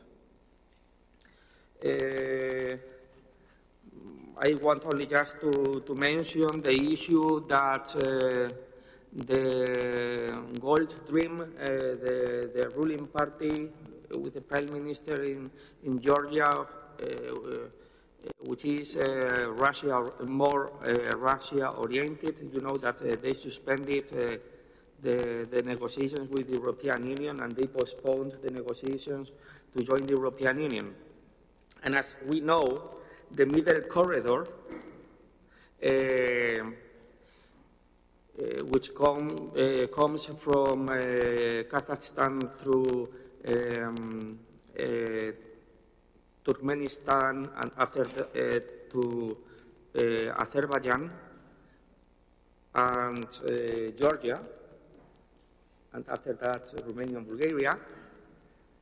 If Georgia will be controlled by Russia and they cut this corridor, it will be a big problem for Europe. For this reason now, also they are working in this another possibility, which is a corridor through Azerbaijan to Turkey. And in this regard, it's good that 1 day ago or 2 days ago, Armenia and Azerbaijan, they have had an agreement to have a peace because this is the only way to have stability in the South Caucasus. And it's now, the South Caucasus also crucial in order to have connections through this part of the world to the European Union. Well, there are some projects, for instance, the internet cable that it was created, the internet cable submarine to depend less from Russia and to try to have connectivity with internet cable submarines. And especially after the explosion of the Nord Stream pipe gas, then we were afraid that the Russians or other countries, they could cut these submarine internet cables. Additionally, I wanted to mention that there is also cooperation through this Black Sea synergy, which is not a real European Union strategy for the Black Sea, it's something weaker. Also with other parts in this so-called inter-mare region, for instance, the so-called Via Carpathia, which is a motorway coming from the Baltic Sea, which links the Baltic Sea with the Black Sea. And I wanted also to mention the issue that after the agreement of grain among Ukraine and Russia finished with the mediation of Turkey, then the Black Sea started again militarization, which it's also a big risk in order to have an escalation, because we can have an accident among ships of NATO and Russia ships, and then the NATO will be involved in this war. Additionally, the person who introduced me mentioned that I'm from Spain. And then I want to finish with a little bit the Spanish experience, that it could be also used as an example. Normally, when you have problems... Please briefly, because... Yes, it's very briefly. You know that when you have problems, one country with another, the best way to avoid confrontation is to create connectivities among people, but basically putting money in common to create economical links. And this is what Spain has done with Morocco. And in this issue, we are having a good experience until this moment. And I think that these kind of issues, they could be, although of course you have also some bilateral problems that we have with them, for instance with migration, because sometimes they don't control the borders and so on. But these programs, these economical links are very important. And this is something that maybe Greece could do with Turkey, and also Armenia with Azerbaijan, and also, of course, Romania should support Moldova as strong as much possible. Indeed, Moldova is very important. Thank you for mentioning Moldova. Yes. Thank you. Thank you for this presentation. I think we touched on this connectivity panel, the most important topics regarding the Black Sea, connectivity, Port of Constanța, connection with Ukraine, which have been instrumental for the grain transport, but are instrumental also for the reconstruction and for the future of the region, economic, strategic as well. I would make a 5 minutes break, not more, and then we will introduce you to the reconstruction of Ukraine panel. We have wonderful speakers as well in the reconstruction of Ukraine. We're just set up here, and we'll restart in 5 minutes. Thank you very much, and thank you for attending this panel. Thank you.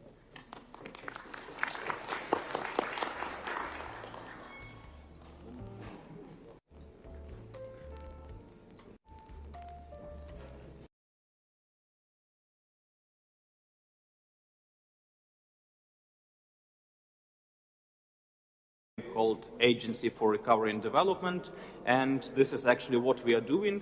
We are working on the recovery and development of Ukraine, first of all of Ukrainian communities, municipalities on local level. We have a big question when we started this process, like the question was, can we work on recovery before the war is over? We had many debates with many people about this, and our question is we can and we should, because of several reasons. The first reason is about the people, because people are still living in Ukrainian communities, especially those close to the front lines. People who left Ukraine, who stay abroad, the more they stay abroad, the less likely they can come back. So that's why we have to create conditions in local communities, jobs, comfortable living conditions, so that they stay in Ukraine. The second reason is, as you know, that we are getting this assistance from EU, which is going basically for social support, pensions, education, and so on. We cannot spend this money because of legal, political issues on the army. And that is why we are, everything we earn internally, like internal GDP, we are spending for the army. So recovery is about creating jobs, which will increase more taxation, and which will help the Ukrainian army. And finally, recovery is about the veterans who are coming from the front line. They are coming back to their cities, their villages, and they want to see some positive changes. They want to see better roads, better payments, better water supply, and so on. And we have to create these conditions for them because they are fighting for the better country. So this is what we are doing in Ukraine, and why recovery is important today, and we cannot wait until the end of the war. We have great speakers at our panel, including a member of parliament from Ukraine, including representatives of Romanian and European academia, businesses and businesses, as well as NGOs. And we will start from our keynote speaker, Yaroslav Yurcheshin, who has experience as former head of anti-corruption organization in Ukraine, and now he is head of the Freedom of Speech Committee in the Parliament of Ukraine. So Yaroslav, the floor is yours. Thanks a lot, Taras. Truly say recovery, it's not my, the main topic of activity. So I will not talking about some sphere. You heard a lot about infrastructure project due to Black Sea region. Not only we can talk a lot about agriculture also, but you can read a lot of these materials in our governmental materials, and I do recommend you use that because possibility in Ukraine now are really more effective and more spread than dangerous even in time of war. I could talk about some approach, and I will do that. When we're talking about recovery or rebuilding, we have a slogan to build better. Why? Because we do understand that war destroyed post-Soviet industries in Ukraine, post-Soviet infrastructure in Ukraine, and many other post-Soviet. Due to that, to build a modern economy, it's a possibility to who will first.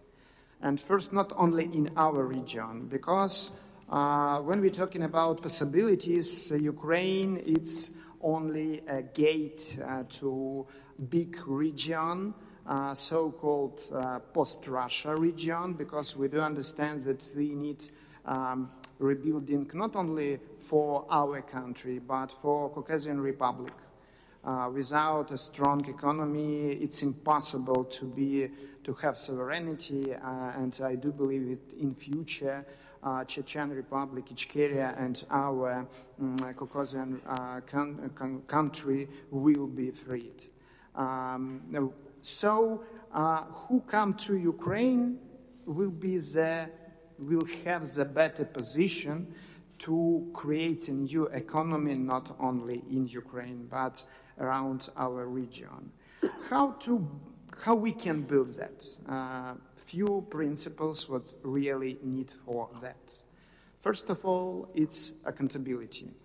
And I'm not talking about auditing from the side of EU or US, it's necessary, but in reality involving civil society, mass media, to create a project with united society, it's the best way to be 100% sure that your investment will be saved. Why?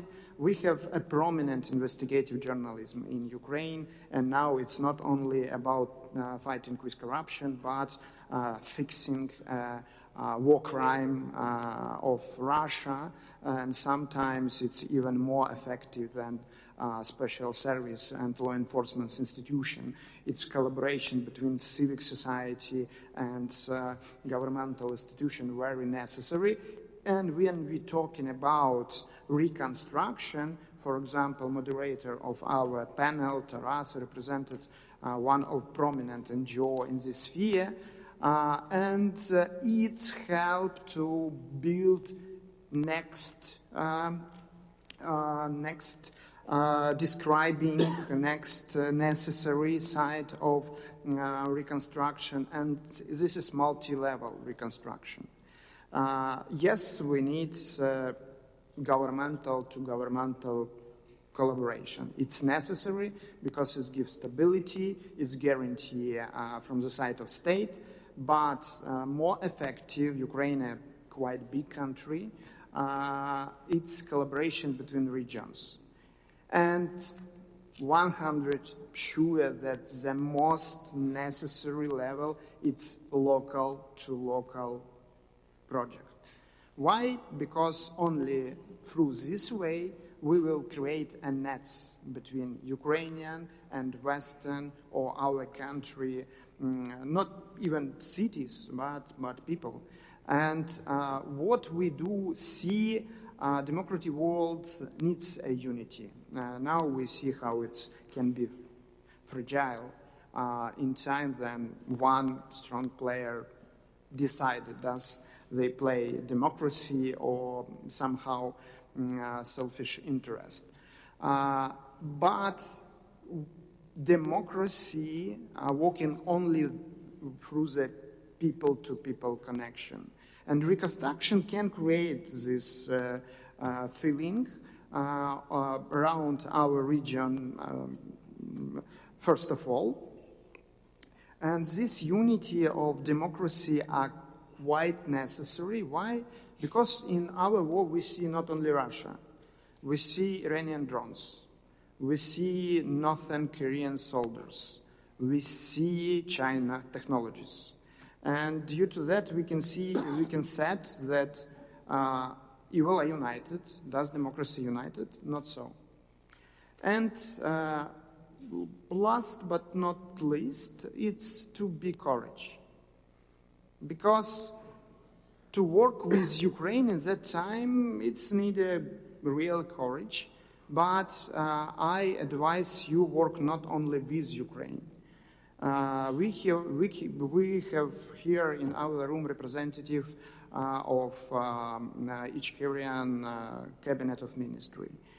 We worked in our country. I'm a deputy head of special commission for creating a policy to help indigenous people in suppressed nation in Russia to reach their sovereignty, which they had in 19th, majority of region and nation had, but Russia destroyed that. Why? Because Western just afraid to help small nations. Small, it's discussable, because when we, for example, talking about Chechen or Tatars in Russia, it's millions nations. So it's not a small, it's quite big region and country. And so when we start to collaborate, when Western country, Western business, Western funds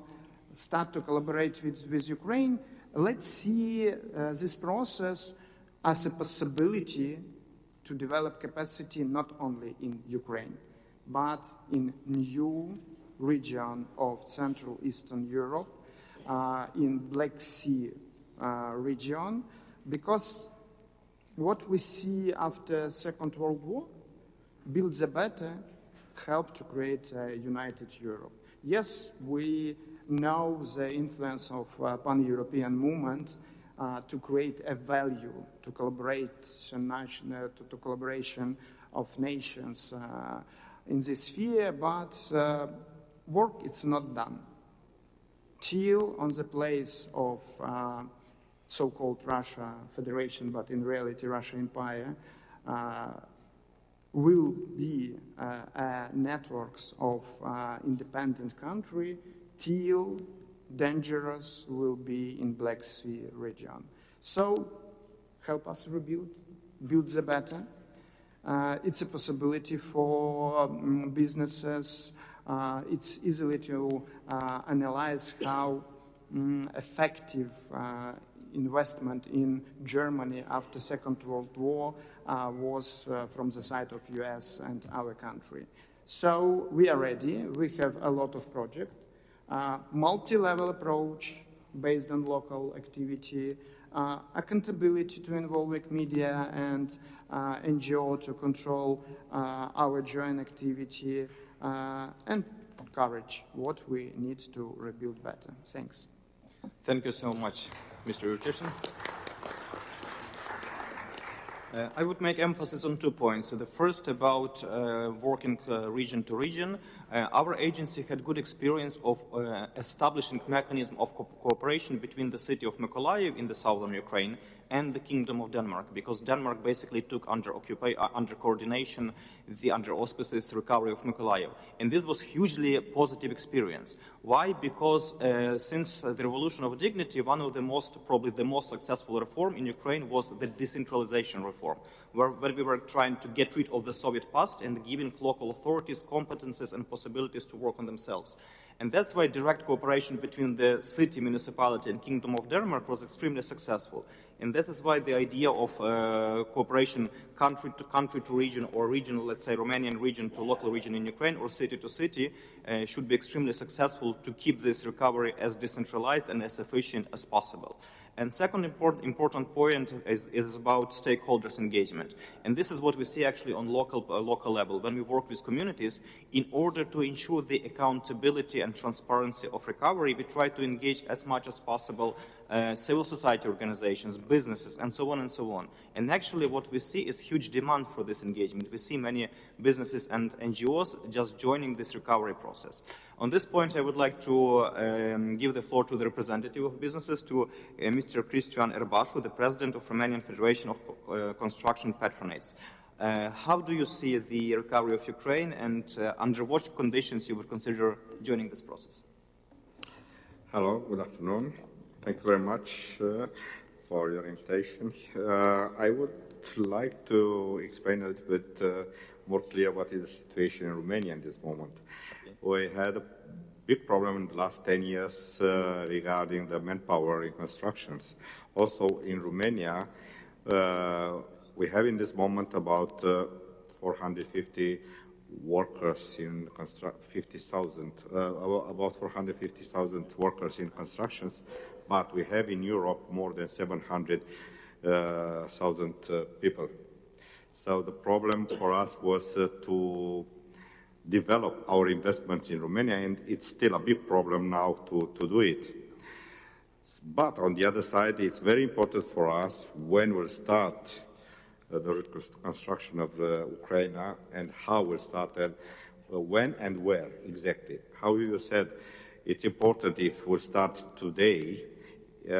For us, we have to be careful, and we have to organize, because I don't think in this moment we are very well prepared to make this step. But if we will do in the future, and how you said, if we'll make step by step, having some direct relation between the cities, this could be done by the national companies that are in Romania. What is important that there are some Ukrainian companies that are working already in Romania. So and they are working together in some big projects in Romania. They are working together so this joint ventures between Ukrainian companies and Romanian companies could act very well in Ukraine in the future, and very well and very quick. So I think this could be a key of a success solution in the future.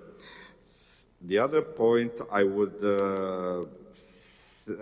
say that also could be a very good relation between the construction materials between the factories from Romania and the factories from Ukraine. We know that Ukraine had in the past very good experience. Unfortunately, many of them have been destroyed. And I remember that a lot of materials we were buying from Ukraine, not only Romania, in Romania, also in Poland, everywhere in the east of Europe. So also together we can remake this potential that was in Ukraine. And I don't think that will be only in the limits of infrastructure, big infrastructure. We speak about roads, railways, or airports. I think it could be also in the social case, in case of hospital, in case of schools and sport complex. So I believe that if we speak now to make something, we are not yet prepared, because all the companies that are acting in Romania, not only Romanian companies, but also West companies that are acting in Romania, they have a lot to work in Romania. But if we prepare there, if we prepare the situation for the next future and or for the medium future, we can transfer the experience that it was collected in the last years. We can transfer in Ukraine in the future. On the other side, it's very important for us how the government, Ukrainian government and Romanian government, will find political solution, because it's very, very important also from financial point of view how will be made these cooperations. We know very well that in constructions we need a lot of guarantees. We need a lot of assurances. So this could be made only if from the level of the government will be solve some problems. So I don't want to speak more things about this, but I'm sure that companies that this is the key. If the joint ventures between Romanian and Ukrainian companies will focus some projects in Ukraine, I think this will be successful in the future. Thank you so much. Yes. I think this is a brilliant idea to have this direct connection business to business and working both Romanian businesses in Ukraine and Ukrainian businesses in Romania. So on this point, let's move to our next speaker, Mr. Radu Piturlea, the representative of Conselix company. The floor is yours. Thank you very much for the invitation. I think the conversation we're having is very important. I believe that Romania as a country and its companies, due to its geographic location, but also for the reliable partner that it's been for Ukraine throughout the war, should play a role in the planning and implementation of the reconstruction. I represent a strong Romanian company, but I think I can speak in the name of all the other strong Romanian companies in saying that we are ready to participate in the reconstruction of Ukraine, especially in the fields you need the most to relaunch your economy, like critical infrastructure such as highways, rail, airports, ports, but also, as my colleague said, in social housing, residential, which from the current planning of reconstruction represents around 30%. So the housing and social need is has the same importance, around 30%, as the transport infrastructure and other critical infrastructure. And I would like to raise two questions that to my fellow panelists. First one is about how we will approach reconstruction. I think the keynote speaker gave a hint about that when he said about building better. I assume he said building better than before the war. Because from our calculations, the price of the reconstruction, only to make it at pre-war levels, maybe it's around 150 billion euros. If we want to make it better by using the latest standards and also to relaunch the Ukrainian economy, respecting sustainability and provide more energy efficiency, I think we're talking about 400 billion, maybe even more. So I think it's important to set how high we should go. I think the build better approach is the best. And the second question is about the financing of this reconstruction. So I know there's an instrument called ERA that provides around $45 billion in funding, which is excess return from Russian frozen assets that can be used for this, together with a macro scheme from the EU of another 35 billion. Then we have 20 billion more from the United States, around 3 billion more from UK, 3 billion from Japan, so we will go around 100 billion, which I think it's enough for the first years, but not for the whole 10, like how the plan is. So, yes, thank you very much. Thank you, Mr. Piturlea. Indeed, when working on recovery on local level, we are trying to deliver this message to local communities. It's not enough to rebuild something like it was before.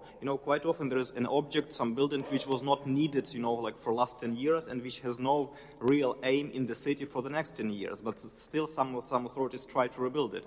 Instead of this, we are really using, actually now we are have a discussion in Ukraine between two terms. The first is build back better, and the second is build forward, so that we can move with what we rebuild, we can move on. With this, we'll move on to our next speaker, the representative of academia, Dean of the Faculty of Business and Administration and Foreign Languages of the Bucharest University of Economic Studies, Mr. Tănase Stamule. Thank you for the invitation and for the opportunity to talk about this topic. So my main concern is whether we have the capacity for the reconstruction, to strengthen what Mr. Basho said. So we have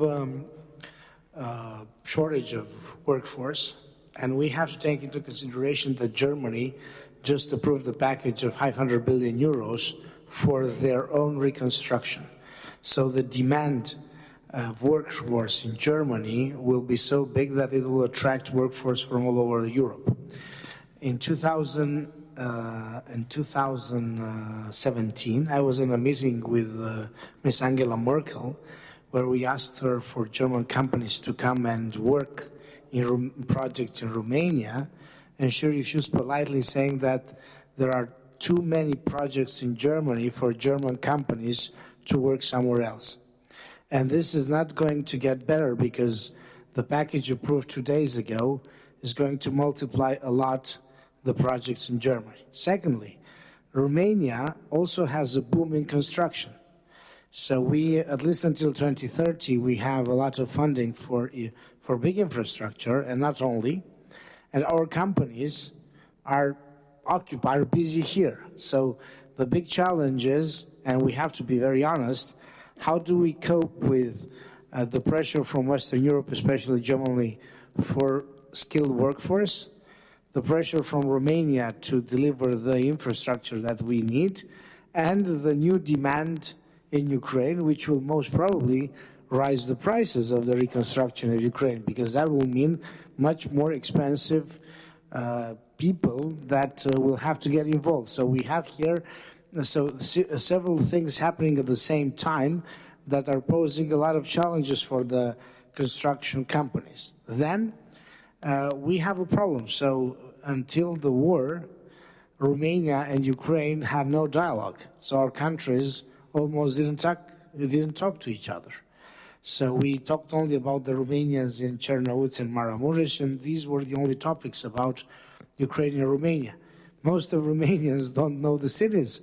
And the question is, who will do the mapping of the needs and who will do the matching between the needs? Because even if American companies will want to come, they will want to install a base at the border at the beginning. They will have to partner with Romanian, Poland, or I don't know, to start doing something in Ukraine. So we don't see today any mapping in order to start the plan for the reconstruction, because the idea that the war stops and we start the reconstruction, it's a joke. We need to prepare ourselves for that. And who is financing the mapping, and who will do a procedure for the mapping of the needs? Because we can say 100 billion euros, but that can be, I don't know, 500 billion euros. So who sets the limits of what reconstruction is, what the priorities are? Because, for example, our region in Dobrogea, in Tulcea, can be a hub for delivering materials or, I don't know, services to Odessa and the east from Odessa, which is much more affected than the region of Lvov in western Ukraine. So you have to have a mapping of the targets for reconstruction, and until now, it's not very clear who is doing that, with whom are they doing that, or even if it's doing something in the direction. Then, where do we get the capital and the warranties? We have to talk about that. So even if we have the money from the EU, from the United States, and so on, the banks have to give capital to the companies. And the companies have to have state warranties to come and work in Ukraine. So when Ukraine will negotiate the package, it has to ask for state warranties for companies to come, because in the perception of the companies, there is a risk associated with Ukraine. Non-EU risk, afterward, I don't know, all kinds of problems that can appear. And even if the company is capitalized, nobody wants to risk their capital in a country they've never done business before. So in the ecosystem that's going to be built, state warranties are compulsory if we want to have companies to come and put money, even if they have it, somebody has to warrant it, and that has to be done at a EU level, at a national level. For example, when the Germans went at the beginning in China, they all had state warranties, up to, I don't know, 100 million euros. Germany was warranting that if they have problems there, the state is going to give them their money back. And this is a problem because otherwise companies are not coming, especially if they have a demand on their own market. 3, how do we bring people together? So we have a problem. You had this proposal of matching cities. We are already doing that with Moldova. So starting 2014, we have a special legislation where our cities, municipalities, can make a partnership with Moldovan cities, and they can invest from their local budgets to Moldova. That has helped a lot our relation with the municipalities in Moldova, in Basarabia, but Ukraine is a total other level. So the question is, how do Ukrainian people meet Romanian people and gain trust, because this is the most important thing in business, in order to start doing things? Because if I have €1 million or I don't know, and which is the Ukrainian which I can do business with? And this is a big problem because our populations were not that close. We don't have any contacts, culturally speaking, and there should be at least a plan to bring people closer together. And here, there is no plan also. So we don't talk about it. This is also important. And finally, the transport corridors. We will have to be part, with you, of course, and with Poland, to all that new transport corridors means in this part of the world. So we see potential from a transport corridor from Odessa to Istanbul, so passing through Isakcha and then going to Constanța and linking Bulgaria and Turkey to Odessa. We see Odessa, Chisinau, Iași. We see Kiev, Czernowitz, and then to Bucharest. We see Warsaw, Lviv, Satu Mare, and Czernowitz. So we see now the inconvenience of not being connected to our neighbors, for example, with Bulgaria. The economic cooperation between Romania and Bulgaria is not that good, also because we don't have the logistics together. We only have 2 bridges, which is not that a good situation. So when you will draw the infrastructure map for Ukraine, the map has to be drawn also in the direction of Romania if you really want that our countries want to cooperate closely in the next futures. Because if we don't have roads, highways that connect us, that it makes it easy for our people to come to your big cities, to visit, to get to know people, it will be impossible. For example, our neighbors in the south, the Bulgarians, have drawn all their highways west towards Belgrade. And now they have us as their richest neighbor.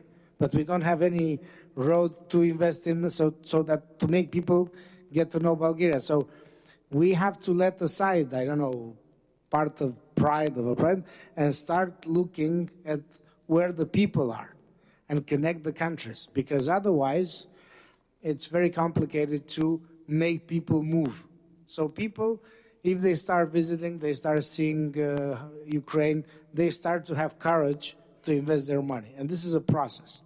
So in my opinion, there is a lot of potential, but we have to be realistic about the problems that we have concerning logistics, concerning trust, and concerning, so to say, the identification of mutual interests. Because otherwise, we will just talk about reconstruction, and even if there will be money, there will not be enough capacity to, and everybody wants companies from the region because the cost will be much lower.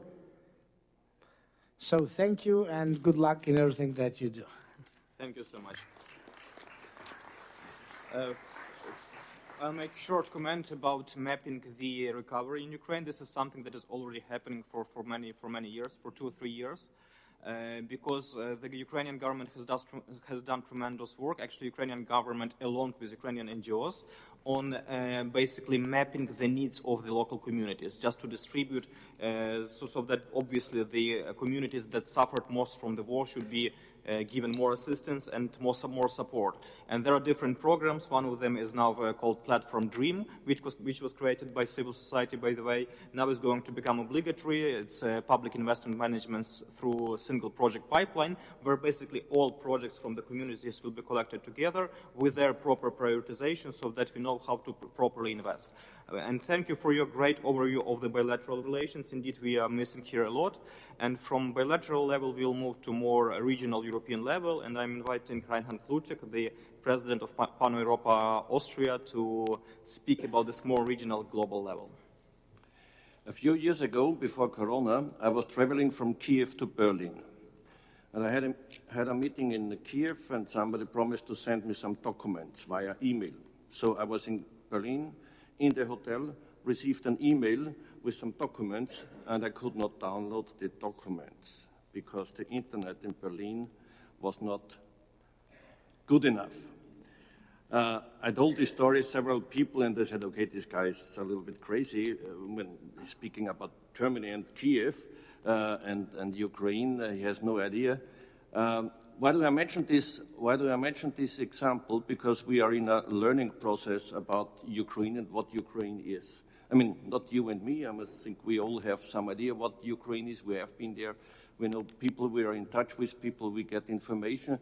But I'm talking about the ordinary people sitting in their country, in Austria or Germany or other Western European countries, never have been to Ukraine. Maybe they know some people who came from Ukraine because there is a big diaspora all over Europe. But for them, Ukraine is some Soviet-style country far away, don't care about it, they are corrupt and they have no idea and forget about them.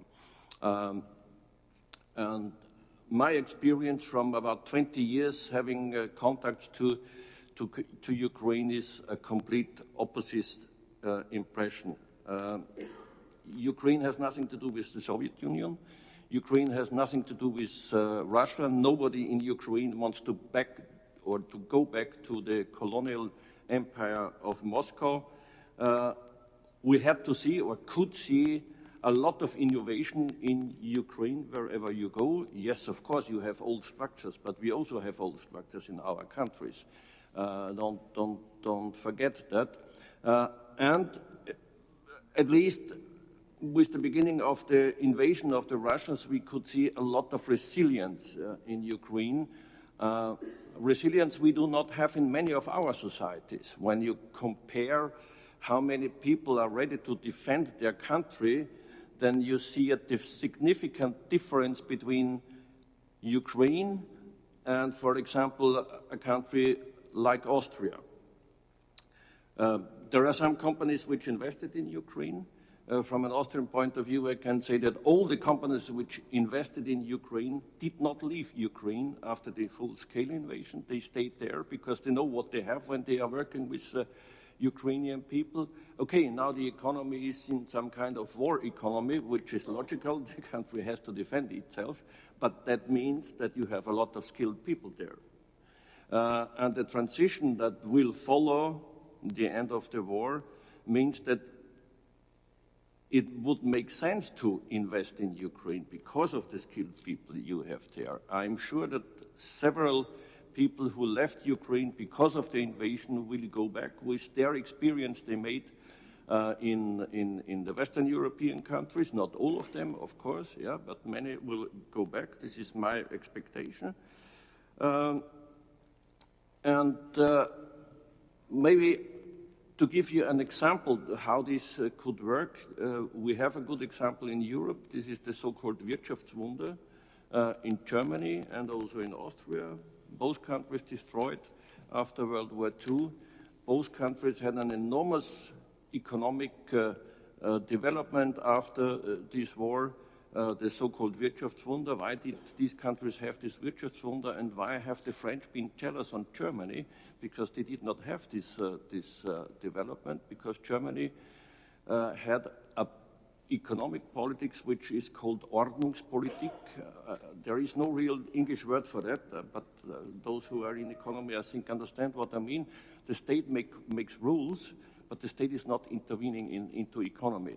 So you have a free market economy, but some kind of rule of law also in economics. And I think this is very important to tell this or show the Ukrainians that this is the future for their country, and only with that you can, or with that you can attract many investors because of the situation, the resilience, the innovation you have there in this country. Thank you, Mr. Kluczek, for nice words. Yeah, indeed. Quite often when I leave Ukraine and go to Europe, I really lack, this digitalization that we have in Ukraine. This is something, the experience we can actually share already with Europe, because this is like something very positive we have back in Ukraine. Let's move from one German-speaking country to another one. Mr. Semleny, you travel a lot between Germany and Ukraine, up to the front line, so thank you for your support. What's your opinion on the Ukraine's recovery? Should it happen now, and if yes, how? Well, thank you so much. Thank you. First, it's a huge honor to be here in Romania, a country which is so much important for security of the region, and is one of the guardians of the Black Sea security, and the country which has provided Ukraine with essential support during the grain export crisis blockade, practically organized by a Russian Navy in the early of this full-scale invasion. So thank you so much for your support towards Ukraine and your role in creating of a better world here in the region. Indeed, I came from Ukraine. I've spent several days until yesterday in Ukraine, traveling to the border between Ukraine and Russia in Sumy region of Ukraine, Kursk Oblast of Russia, delivering drones for the Ukrainian units, which are highly needed there, especially under the enormous pressure the Ukrainian units experience since the peace initiatives of US President Donald Trump came announced, resulting in 2 more Russian missiles falling onto heads of Ukrainian civilians. And that is exactly what you see in the region when I visit Sumy regularly, like every couple of months, visit the eastern front line, Donbass and north, like Vovchansk, Kupiansk, etc., every 2-3 weeks. And every time you come, you see more destruction on the ground. You see that nice road cafe where you used to buy your coffee and where soldiers also always stayed, and that is a sign of a good quality of food there. It's been hit by a Russian bomb or a missile. You see that several bridges which were pretty much passable are not there anymore, etc., etc. And we at the European Resilience Initiative Center, which I represent here, and which I always call my day job, because my night job is producing drones for Ukraine with the United Men Systems. We at the European Resilience Initiative Center are happy to develop for our partners in Ukraine their strategies for recovery. Because what we have discussed today with distinguished guests, and especially with Taras, we are sticking in a dilemma in this 4th year already of the full-scale war. What should be rebuilt and repaired amid continuously massive shelling from the Russian side? And let me bring you an example. I personally go to Kharkiv regularly, and Kharkiv is a city located just 40 kilometers from the Russian border, heavily targeted by Russian attacks.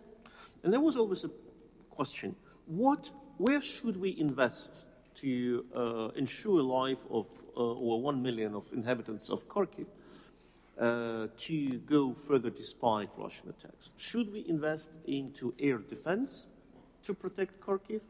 Should we invest into some sort of restoration of energy infrastructure, repair works, purchasing of generators, and other resilience means?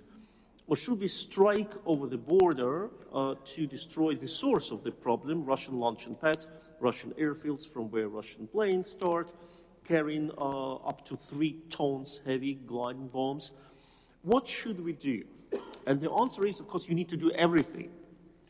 During the war, unfortunately, you cannot do everything. You should prioritize.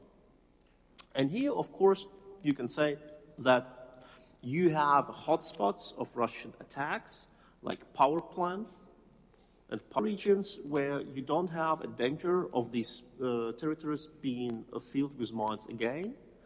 And it's good because you demine once and can be sure that given that you have found most of landmines and UXOs, unexploded ordnance, the area is safe. Of course, you have other regions where you can demine today and tomorrow the area is infested again.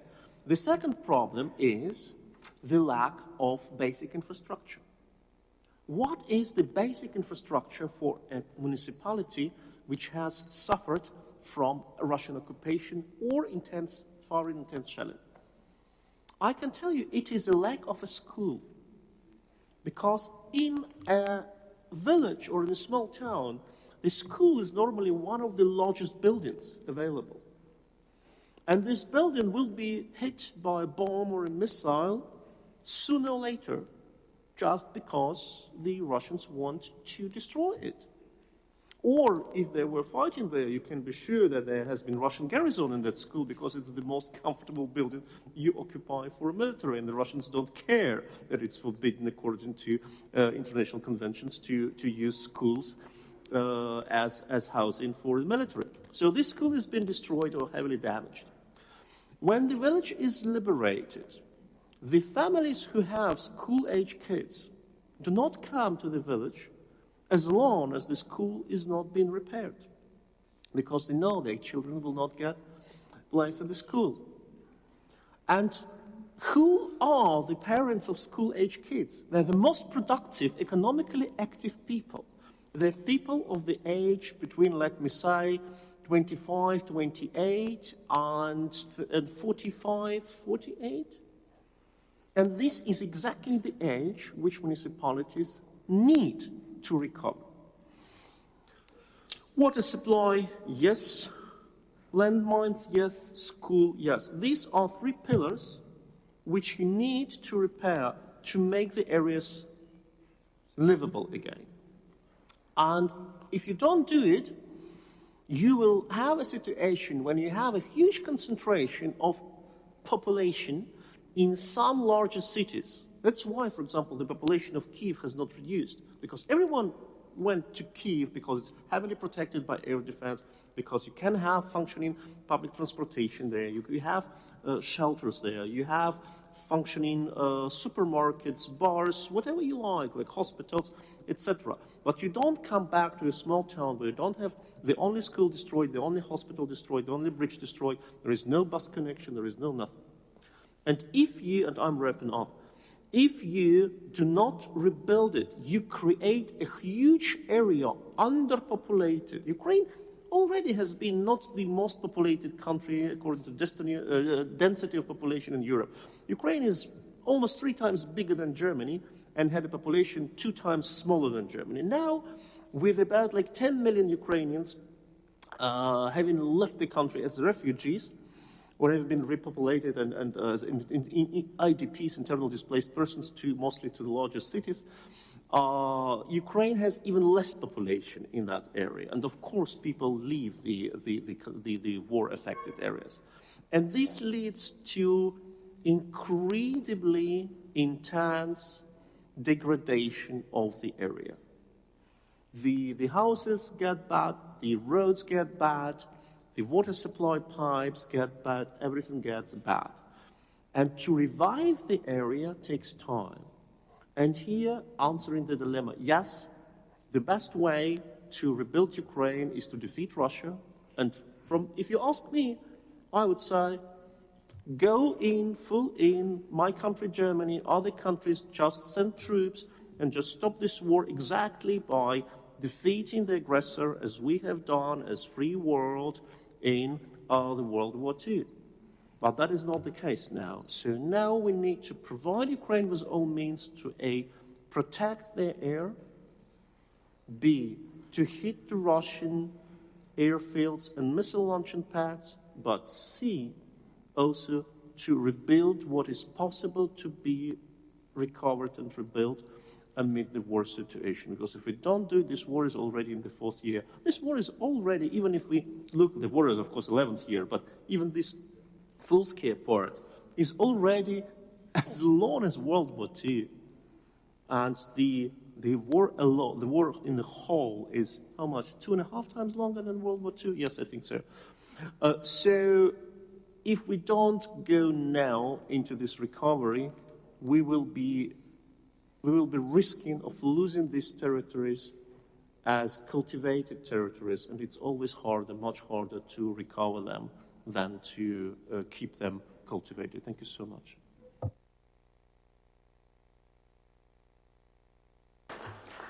Thank you so much, Mr. Somlani, for your great speech and for all your support for Ukraine. Indeed, we have to prioritize what we are recovering. Like, of course, it's not time to build Disneyland in Ukraine, but key needs have to be recovered as soon as possible, because I'm always saying we might win the war, but we might lose Ukraine, because the population is leaving Ukraine, and we should take care of recovery to keep people in Ukraine. Last but not least, we will return to academia. I'm inviting Mr. Mihai Sebe, the lecturer at the University of Bucharest. Thank you very much for your kind invitation. I like just a short disclaimer. The opinions are only my own. And also, I'm aware of the fact that I'm the last speaker before the coffee break, so I'll try to be as short as possible.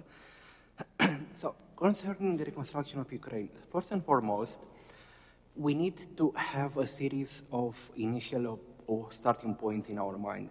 Any security arrangement must be completed by a plan of reconstruction. We cannot speak about security, cannot speak about just peace without having in mind the aspect concerning reconstruction.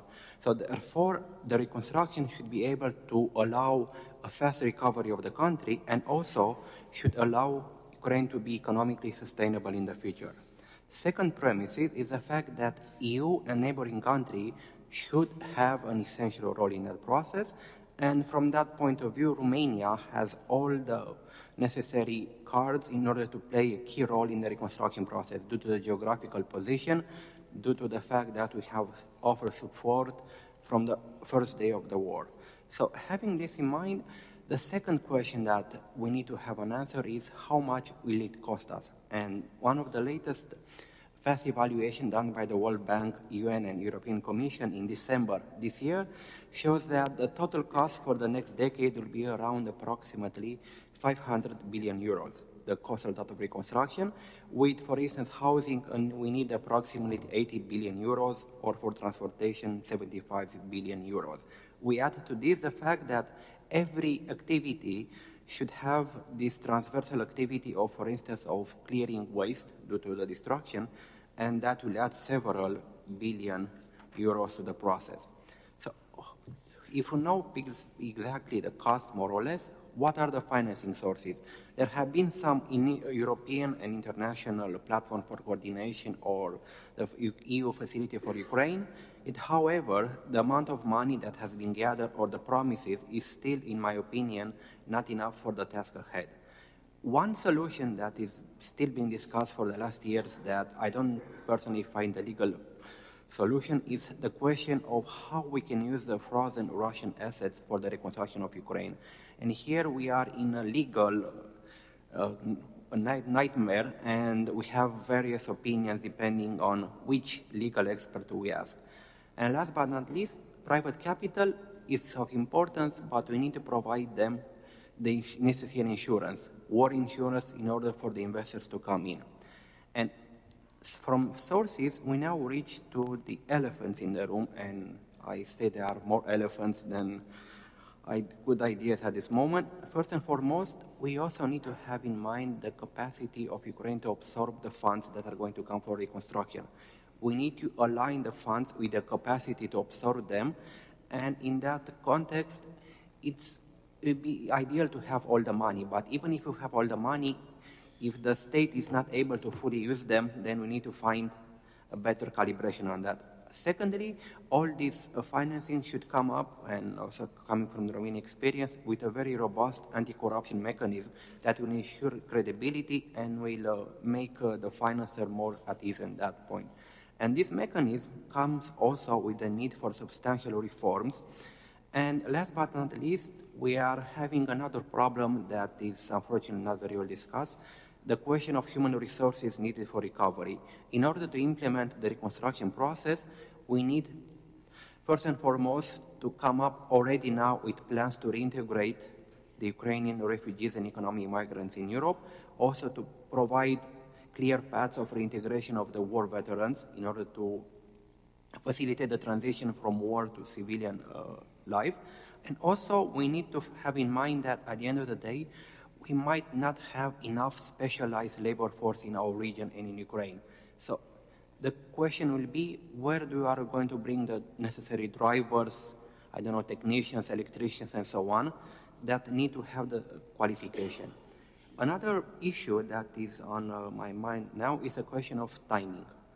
When do you start reconstruction? I mean, there are many voices saying that we should do it already, but this comes up with a very complicated dilemma. Okay, we are going to rebuild the bridge, but who guarantees that the next day is not going to be destroyed by a missile? So if we are going to build now, we need to have in mind also the security cost associated with it, which only increase the problem of reconstruction, and also the need to consolidate the critical infrastructure of Ukraine. And when about reconstruction, in most of the specialty literature, it's about post-conflict reconstruction. But even this, after the conflict reconstruction, and will bring a very important topic that my previous colleague mentioned, the question of demining of the territory for that. We have in front of us a colossal task from the point of view of resources and coordination, and that also leads us to the capacity of project management needed to rebuild at such scale. Luckily, we have, in my opinion, a natural superposition between the necessary reforms for Ukraine needed to join the EU and also the question of reconstruction. So mixing them together, avoiding the overlapping, and using this process of enlargement and of negotiation as also as a tool for reconstruction might just do the trick. And for instance, one problem that will be rather fast in the agenda from the EU point of view, in my opinion, is the question of the autonomous trade measures, which are about to expire in June 2025.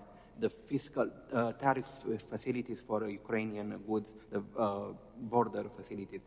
What will happen in June? Are going to have automatic prolongation, or we are going to see in our member states some negotiation process and so on about the topic of these autonomous trade measures? Then, last but not least, is the question of values in the process of reconstruction and priorities. And what I like to underline also is the need to use in a creative manner the regional cooperation formulas that we already have.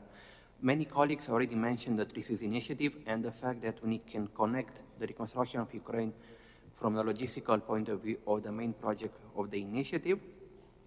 And also, from a Romanian perspective, I think we should push to better use the existing trilateral formats such as Republic of Moldova, Ukraine, Romania, trilateral, and the fact that in all this logistical process, a lot of the goods will have to pass to Republic of Moldova, and we need to find and better integrate the infrastructure of Republic of Moldova in the process of sending goods from one part of the other. Also, security matters, and perhaps extending the B9 to B12 format might do the trick in the region. And we need to finally have as much compatibility with all the EU needed reforms, and to have in mind that in this process that we need to have a just peace for all, because whatever solution that is not accepted by the population will only lead to internal tension that will affect the reconstruction process as such and only generate frustration. And in the end, I just like to have a quote that I really like from a Frenchman, Jean Monnet, concerning the role of institutions.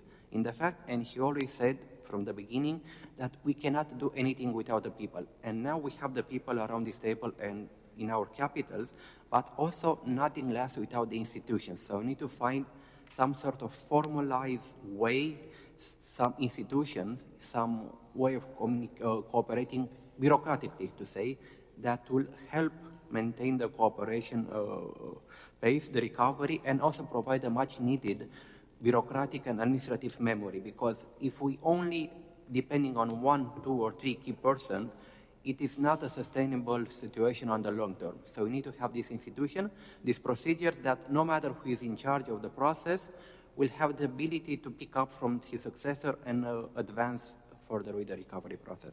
Thank you so much. Thank you so much, Mr. Sebe, for these very practical ideas and recommendations. I have 2 news from organizers. The bad news, they have decided to postpone the coffee break until the end of the event. The good news, they have decided to give floor to questions. So if you have any comments and questions, please raise your hand now, and we'll be able to respond to them, if anyone. If not, we are moving to conclusions and to the next session. To conclude, I would say, we can see that quite often many private companies, investors are coming to Ukraine for a kind of reconnaissance, to invest after the war ends, to be first in the line. I will have to disappoint those people because the line is already very huge. And people, investors who think strategically, they should be investing already in Ukraine and think about investment in independent Ichkeria, Ingria, Pskov, Republic, and so on in the future. This is the strategic approach. I did, and I talked to Oleg about this, instead of presentations, which would take us into the night, what I'm going to do is to pose some questions, a few questions, and then turn to the panelists to start a discussion. I think it's going to be more interesting for everybody anyway. And that way, if you want to contribute, fine. If you don't, like Juraj maybe doesn't, now I'll ask you, Juraj, to contribute. However much you want to say, I'll let you speak. So I think that's the best way, then you can respond to each other. So, that said, let me begin with a question I don't think has been raised, although it was in passing mentioned, I suppose. Let me begin with Moscow. Given what we've seen between Trump and Putin in the past few weeks, I suppose, and following the new Trump National Security Team's visit to Europe a few weeks ago and what they said, let me pose this question. That at some point, whether during or after the so-called peace talks with Ukraine, the Kremlin may try to test Trump, test his commitments to Europe, test his commitments to NATO, by staging some initially limited attack on or nearby a NATO member, or some sort of provocative action. For instance, this could include trying to place a puppet regime in Moldova, which they've already done before. Maybe they'll become more emboldened with a bit more military muscle. Placing Russian troops along Romania's borders, on the Moldovan side, or even, if they're successful, on the Ukrainian side. Or capturing some towns in Estonia or Latvia with a sizable Russian population and claiming that these are traditionally Russian territories, as they've done with, a third of Ukraine, which they claim to have annexed already. So I don't think any state has really developed full contingency plans for such an eventuality, and I don't think any state knows exactly how their neighbors would react, or how, if there is a collective NATO reaction to that sort of provocation. So the question I have is, what should be the preparation and response to a potential Russian provocation in or close to a border of a NATO state? So who would like to start? Who'd like to tackle this, please?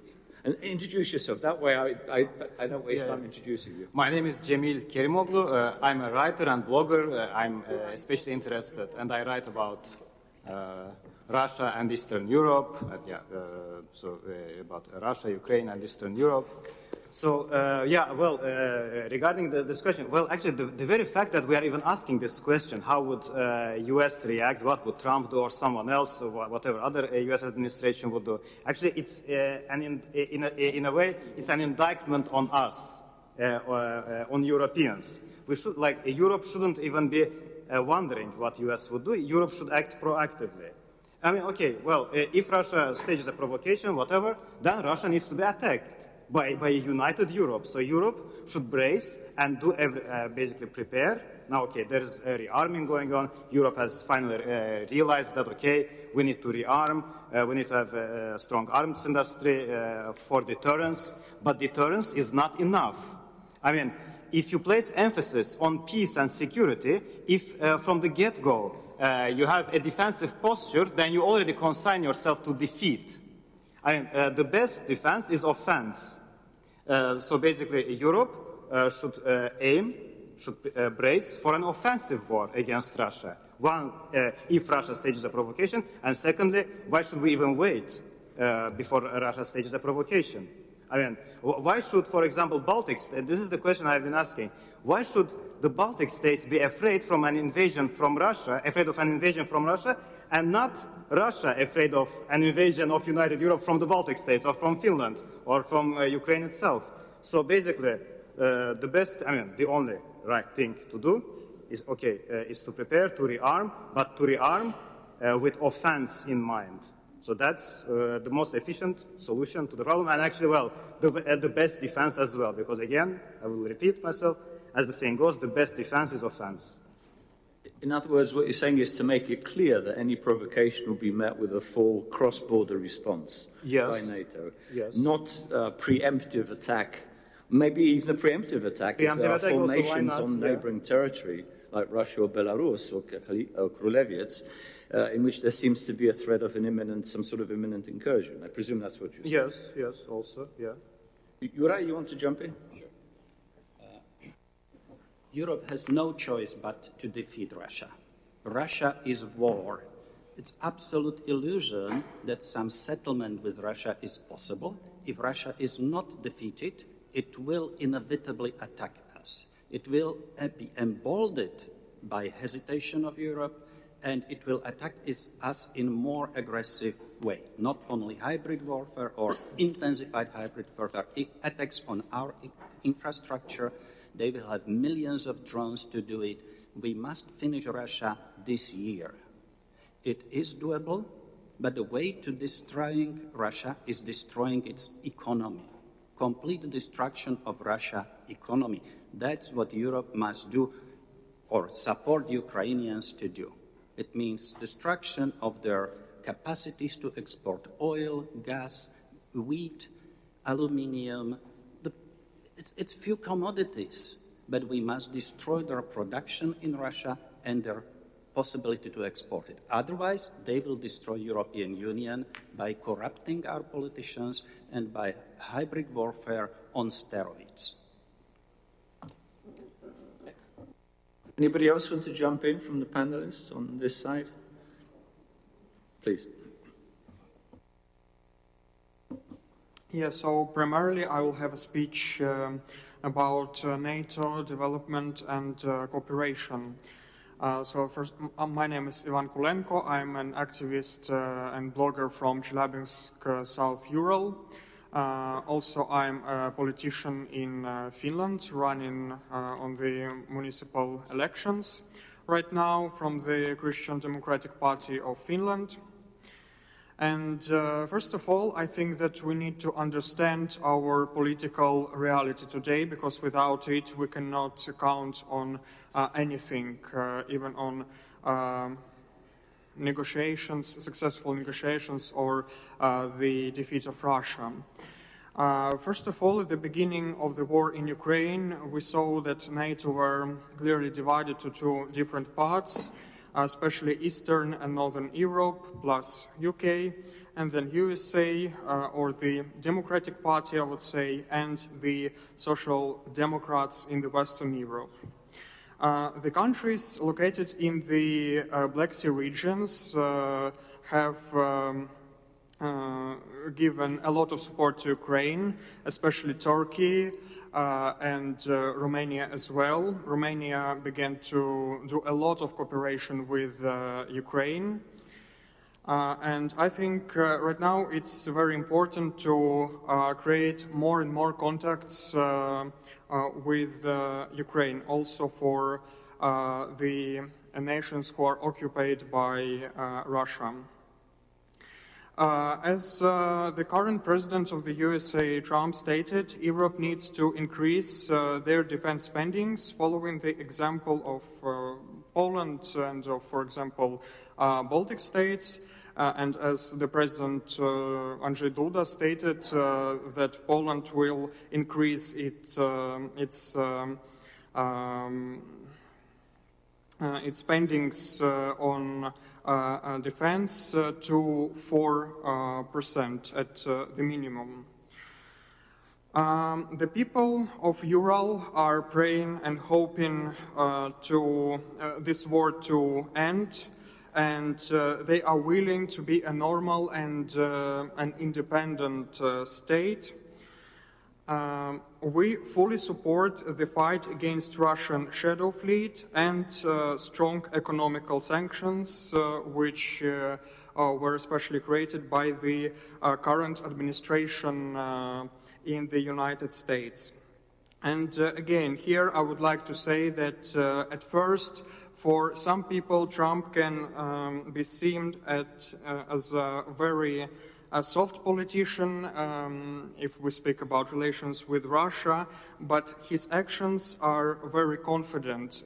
And I really hope that if Putin will not agree to conditions of Trump, and if he will require recognizing the occupied territories of Ukraine as Russian territories, so Trump has all opportunities to fight Russia, and Russia will be defeated at the end. And yeah, actually, it was all. Thank you for listening, everyone. Okay, thank you for that. Let me go on back to the question, what to do to prevent or preclude a Russian attack on NATO territory or on the territory of any other state. Would anybody else like to, please? I would like to add just one sentence here. We cannot forget about the local partnership and the local cooperation.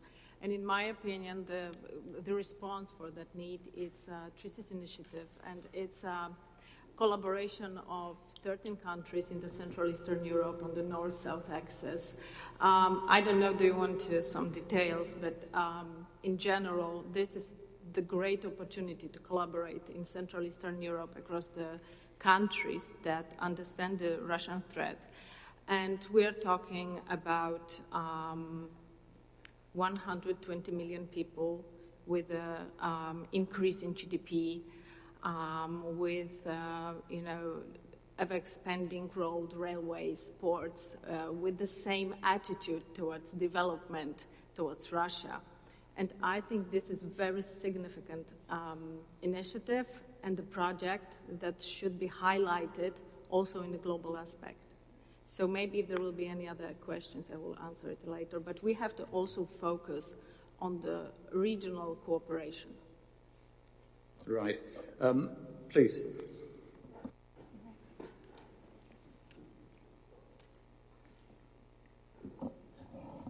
Hello, everyone. Thank you very much for inviting me here. My name is Marcia Mungecano. I'm the Secretary General of an organization called UNPO, Unrepresented Nations and Peoples Organization. I'm not an expert on war. I'm an expert on peace building. One thing that surprised me a little bit about the question is that I do think that Russia has already started going not only repressing their people and engaging in war within their borders, and we see some nations here that have been affected by war for many years.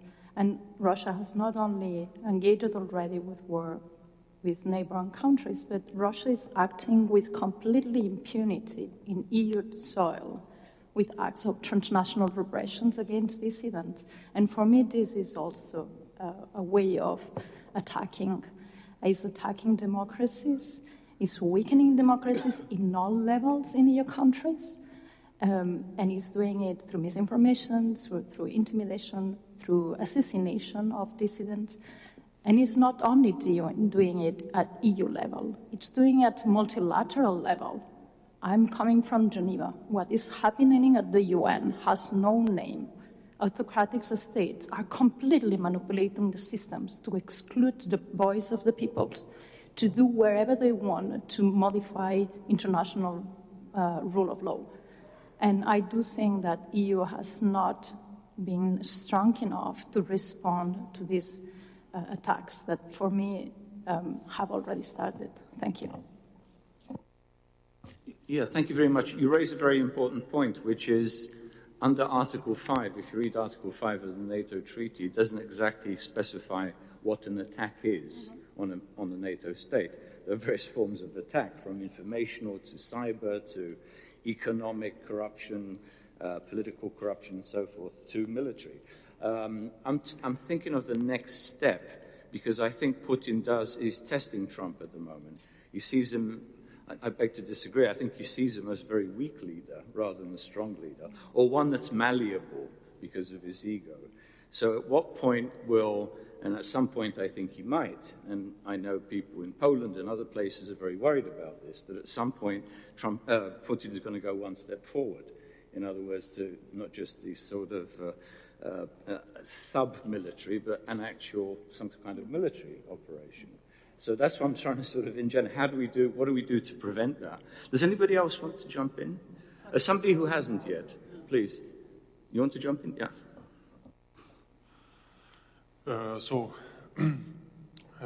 My name is Artem Tarasov. I represent one of the captive regions, Pskov region. I'm also the legal researcher and humanitarian aid worker. I work with Ukrainian refugees in Germany, and the topic of European security is very important for me.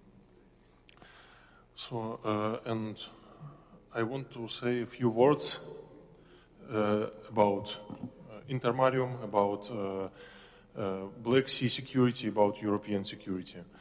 The Black Sea region is more than just geographic area.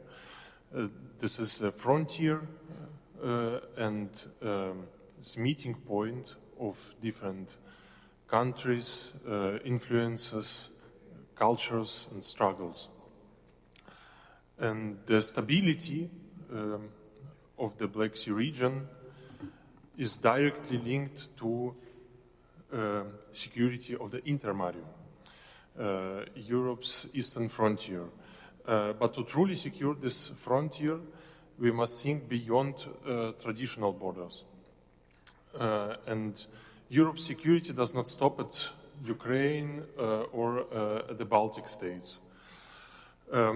It must also address the role of Russia's or post-Russia's Western regions, which have historically been part of the Europe, of the European space, of the European trade system.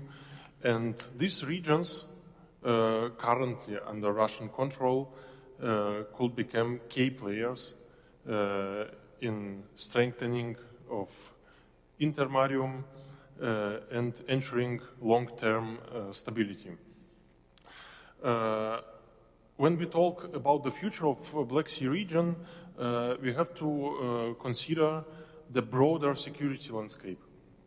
The stability of the Black Sea and other European spaces depends on the strength of Europe's entire eastern frontier. This includes, as I said, the western regions of Russia, Ingria, Pskov region, Smolensk region, the other regions. And many of these regions will regain, I'm sure they will regain their independence and There are several strategic benefits in this case. First of all, reducing Russian military pressure. These areas are key to Moscow's ability to threaten NATO, to threaten European Union's eastern states, and their reintegration, of these regions into the European space will shift the regional balance of power in Eastern Europe. Secondly, strengthening economic and trade links. So many of these regions, for example, Smolensk, are crucial transit hubs for goods between Europe and Russia now. And a shift in control would realign trade routes toward European markets. And expanding the intermarium's strategic area. A strong intermarium relies on a stable eastern frontier.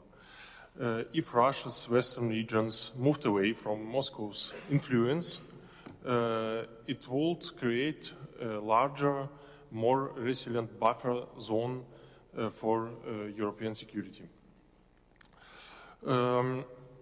The Baltic Sea region and the Intermarium are part of the same strategic reality. The threats facing Ukraine, Romania, Poland are the same threats that impact the Baltic states and even Russians, post-Russians, Western regions. The more we secure Europe's eastern border, the more stable the Black Sea region will become. We should remember that history is full of examples where change seemed impossible until it happened. The Baltic states, Ukraine, and other countries were once seen as permanently under Russian influence and Russian control. Today, they are reclaiming their European identity, and the same could happen for post-Russia states or regions. The future of the Black Sea region depends on how Europe defines its borders and its security strategy. We have not to limit our vision to the exciting borders of the European Union and NATO. Instead, we must think about the long-term future of the entire eastern side. If Europe is to be strong, united and secure, we must recognize that our security does not stop at Kyiv and at Warsaw or Bucharest. And as conclusion, I want to say that empires fall and borders shift, but European unity and security must remain our priority. And for that, we must think beyond today's maps and focus on the bigger picture of a secure and stable Europe for future generations. Thank you. Okay, thanks for that, Artem. It's going to take me very nicely to the next question, but you wanted to jump in very briefly? Yeah, I'm sorry. I just wanted to add one thing. We are talking here like very round words and everything, but the most significant thing that would be resilient toward Russia is connectivity. When we look at the eastern flank, we see how much problems we've got with road, railways, airports, maritime ports. And this is the critical issue. Do you know that according to European Commission, roads and rails traffic in Central Eastern Europe takes 2 to 4 times more than comparable travel in the rest of EU. So we saw that when the full-scale invasion started at the Ukraine and Russia attacked Ukraine. Do you know what was the main transportation hub for Ukraine? It was a very small Polish airport nearby Rzeszów, Jesionka. I think that our Ukrainian friends know what I'm talking about. Believe me, this airport was like in the middle of nowhere, you know, in the middle of the field. And in 2 months, we needed to build an airport that be able to bring a lot of armor, equipment, military equipment. We have to focus on road and railways to deploy the military equipment. That would be the best answer. We've got problems with deployment of armor to Baltic states. Have you seen the roads, the railways that connects Baltics with Poland? Have you seen it? Just take a Google map and take a look. We have to start to build infrastructure. And after that, that would be the greatest response. That would be the greatest response. And then we can talk about the details. Thank you. Very good points, Małgorzata. Let me just say, I've been working closely with General Hodges, who's developed this military Schengen. The idea of, it's not just lack of roads, it's also the bureaucracy in getting troops across Europe. You're absolutely right. That is key in showing the Russians that we can move quickly, we can move to the border, and we can move effectively. You wanted to say a few words? Yes, something along the lines that Juraj and Mercer mentioned. So basically, Russia's destructive effect on Europe, on Western civilization in general, extends beyond its ability, it extends beyond its perceived ability to attack. So even if Russia doesn't attack physically, it will continue to subvert our societies from within, demoralize, sow confusion, and essentially, the very presence of Russia, it rots our soul. The very presence of Russia is an act of terror. The very presence of Russia is terrorism. So basically, it needs to be destroyed, disintegrated, regardless, and also as a response, either as a preemptive response or as a response to a provocation. Now, Ukrainian drones are swarming Russian territory. Now, even Ukrainian missiles started flying onto Russian territory. But imagine if drones would be swarming Russian territory not only from Ukraine, but also from Finland, from Poland, from the Baltic states. Wouldn't that be amazing? Russia wouldn't have any recourse to that. They can't protect all that territory. So that would be, the very first step, and in fact, the easiest step to implement. Russia must understand that none of its borders, not even a square centimeter of its borders is safe. Yeah. Okay, thank you. Please, you want to say a few words? Yes, I'm Laszlo Vasa from Hungary, and thank you very much for the invitation. I will go back to the issue mentioned by Mrs. Samoyedny regarding the connectivity. So how we can provide more safety for the region? We have to make it more important. Now the Black Sea is obviously useless in terms of transportation. I am sure that you know that originally the Middle Corridor would cross not only one sea, but two, literally. Not only the Caspian Sea, or sometimes I say Caspian Lake, in fact, but the Black Sea as well, from Batumi to 3 directions, Odessa, Constanza, Varna. Right now, for sure, it is crossing the pass by Istanbul, but via train and via Turkish territory. For sure, there is a competition, but the Middle Corridor is working, gaining importance, and if we can support it, not only between Europe and China, but why not to connect Southeast Asia or South Asia, the Indian plans, with our plans. Right now, Indians are planning to make the connection via Trieste, for sure, because the major markets are there and the wealthy markets. But why not to find a geopolitical reason for a good ally, India, to bring their transportation and their services via these corridors. So, strengthening the Black Sea transportation can be an option in case if the situation is consolidated. For sure, in wartime, we cannot do it. But it is a well-built and well-established alternative to the current one, and we know very well that even Turkey has problems with delivering the goods. That is why the Zangezur corridor is so important for them, to have another alternative. Thank you. Thanks very much. I wanted to give Pavel, so the question is this, how can we permanently constrain or even eliminate Russia's imperialism or Muscovite imperialism? And I believe one important or neglected focus in Western Europe and in North America, in my country, is an activist neo-Promethean strategy. I mean, for those of you that don't know the original Promethean movement in interwar Poland and actually in Ukraine as well, the idea was to support the unrepresented nations, the nations without a state, enabling them to form states out of the Russian Empire.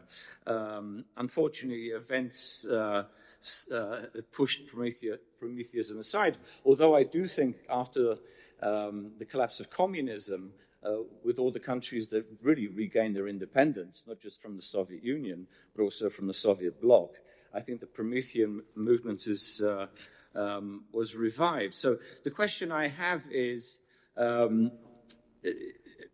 what else can be done? How can constructive relations be established with aspiring entities, independent entities, nations and regions in the current Russian Federation or Empire?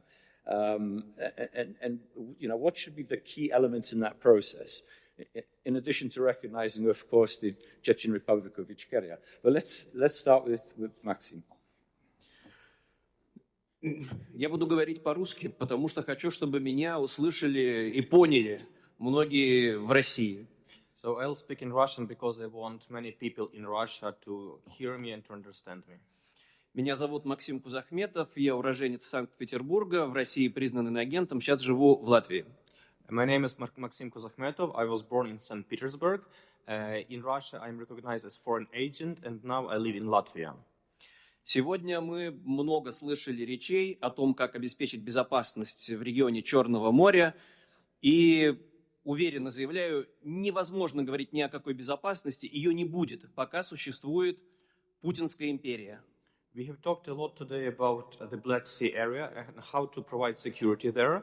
And I can definitely say there is no chance we can have security in the Black Sea region as long as Putin's Russia exists. Поясню. Мой родной регион до начала XVIII века был частью Швеции. Это была шведская провинция Ингерманландия. Но Петр I без всякого повода напал на эту территорию, захватил ее, и в современных учебниках, и последние 300 лет его хвалят. Он все сделал правильно. России нужен был выход к морю. And I can explain why I am telling this. In the 18th century, my region in Ingermanlandia was part of Sweden. And Peter I, he took control over, basically he occupied my region without explaining why, without any justification, because, well, we can understand they needed access to sea. Получив порт, построив Санкт-Петербург, империя не успокоилась. Была захвачена вся территория Балтии, Финляндия, позднее уже Польша, потому что всегда мало, всегда нужно больше портов, больше побережья, и это продолжается вечно. Having taken control over the port and having built the St. Petersburg city, it was not enough for Russia. It has decided to take control over the entire region, the Baltic countries, as well as Finland and Poland, because when the tyranny tries to take control over some regions, it's never enough. They try to conquer more and more. На Дальнем Востоке у Российской империи 1000 километров побережья Тихого океана. Но и этого было мало. В конце XIX века была захвачена часть территории Китая, чтобы построить там еще один порт, порт Артур, потому что нужен незамерзающий порт.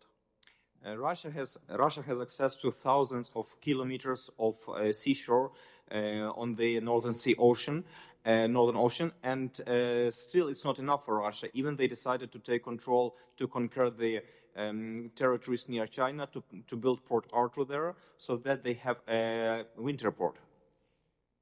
Весь вот этот выход к морю подразумевает, наверное, что нужна была торговля. Нет, везде строились огромные военно-морские базы. У нас это Санкт-Петербург, Кронштадт, на севере это, соответственно, Мурманск, на Дальнем Востоке Владивосток, и в Крыму это Севастополь, тоже огромная военная база. Это не торговый флот.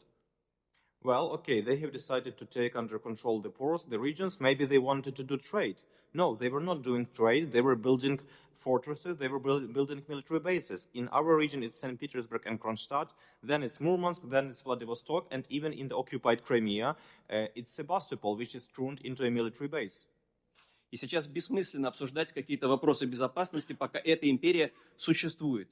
Все равно может нарушить любой договор, может воспользоваться любой ситуацией для вторжения. Вот мы находимся в Румынии. Румыния в свое время потеряла часть территории, современная Молдова, просто потому, что так захотелось в Москве.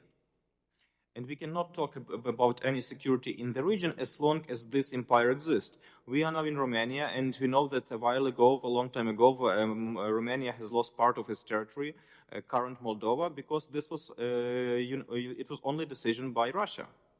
Сейчас Россия ведет чудовищную войну против Украины. Но Украина защищает не себя, Украина защищает от этого монстра всю Европу.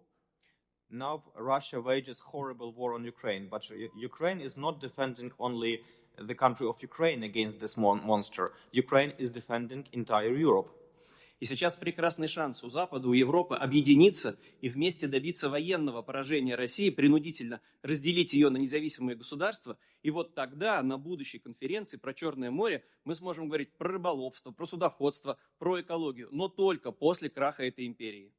And now there is perfect time for Ukraine and the entire Europe to unite, to defeat Russia, to dissolve Russia in several countries, and only afterwards we'll be able to get together at the conference like this and talk about security on the Black Sea and talk about fishing, shipping, ecology on Black Sea.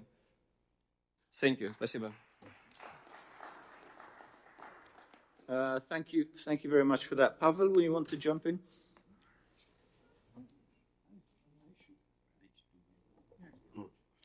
Thank you very much. Very shortly, to continue, my friend and colleague Maxim Puzachmetov. I'm Pavel Mizevin. I'm political science specialist from St. Petersburg, also like Maxim. Many years I live in political immigration in the European Union. Before in St. Petersburg, I was opposition politic, and I know what is Russian politic. And after, I was, during some years, political science specialist, political consultant in Ukraine and Moldova.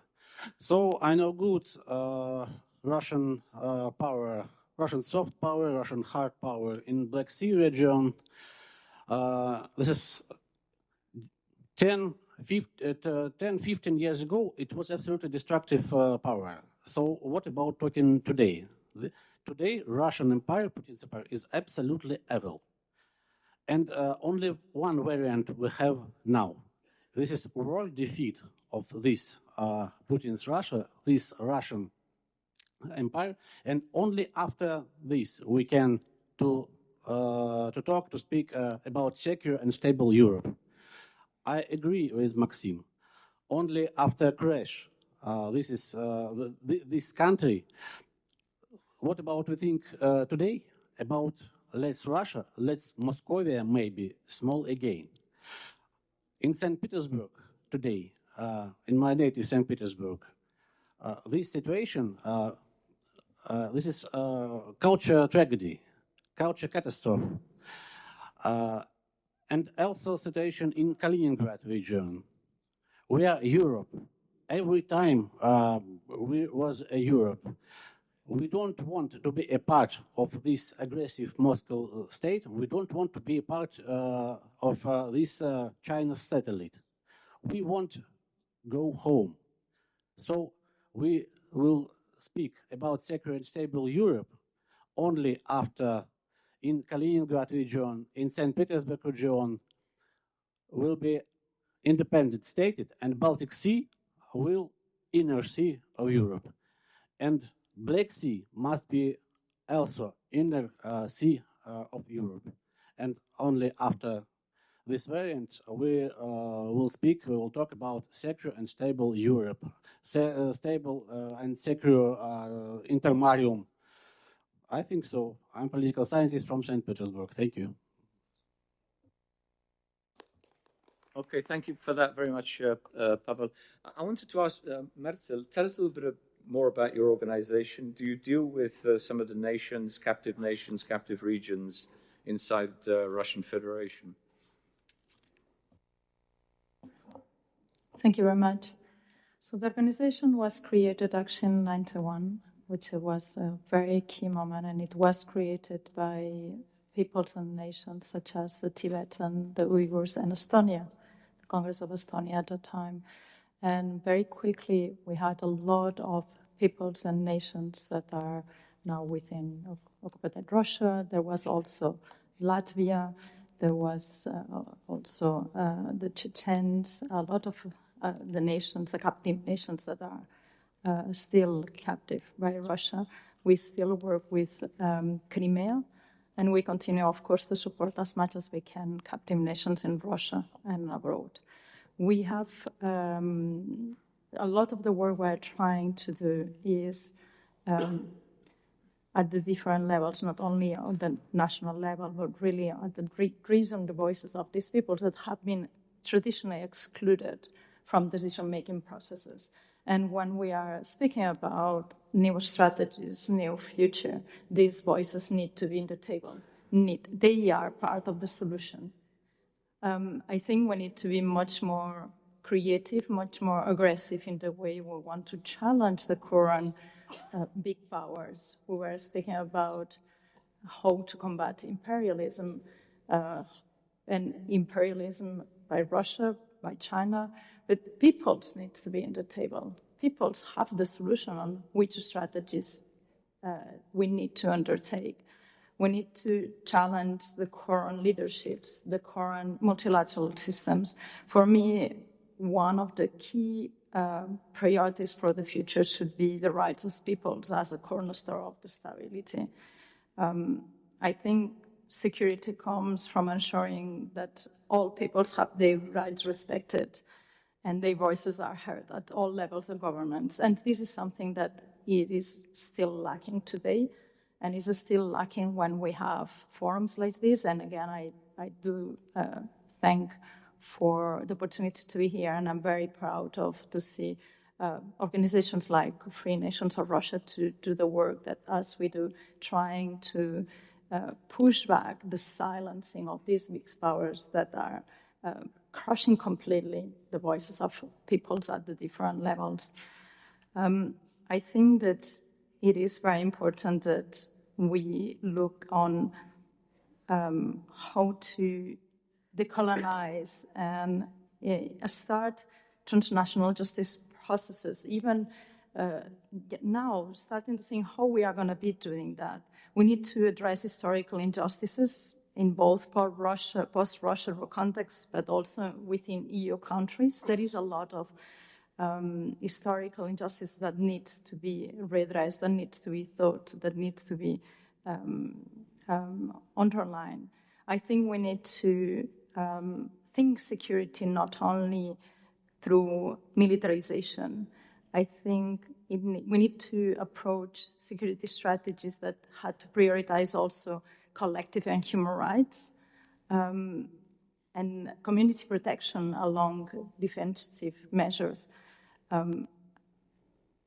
Again, I think what our organization tried to do is put people back to the center.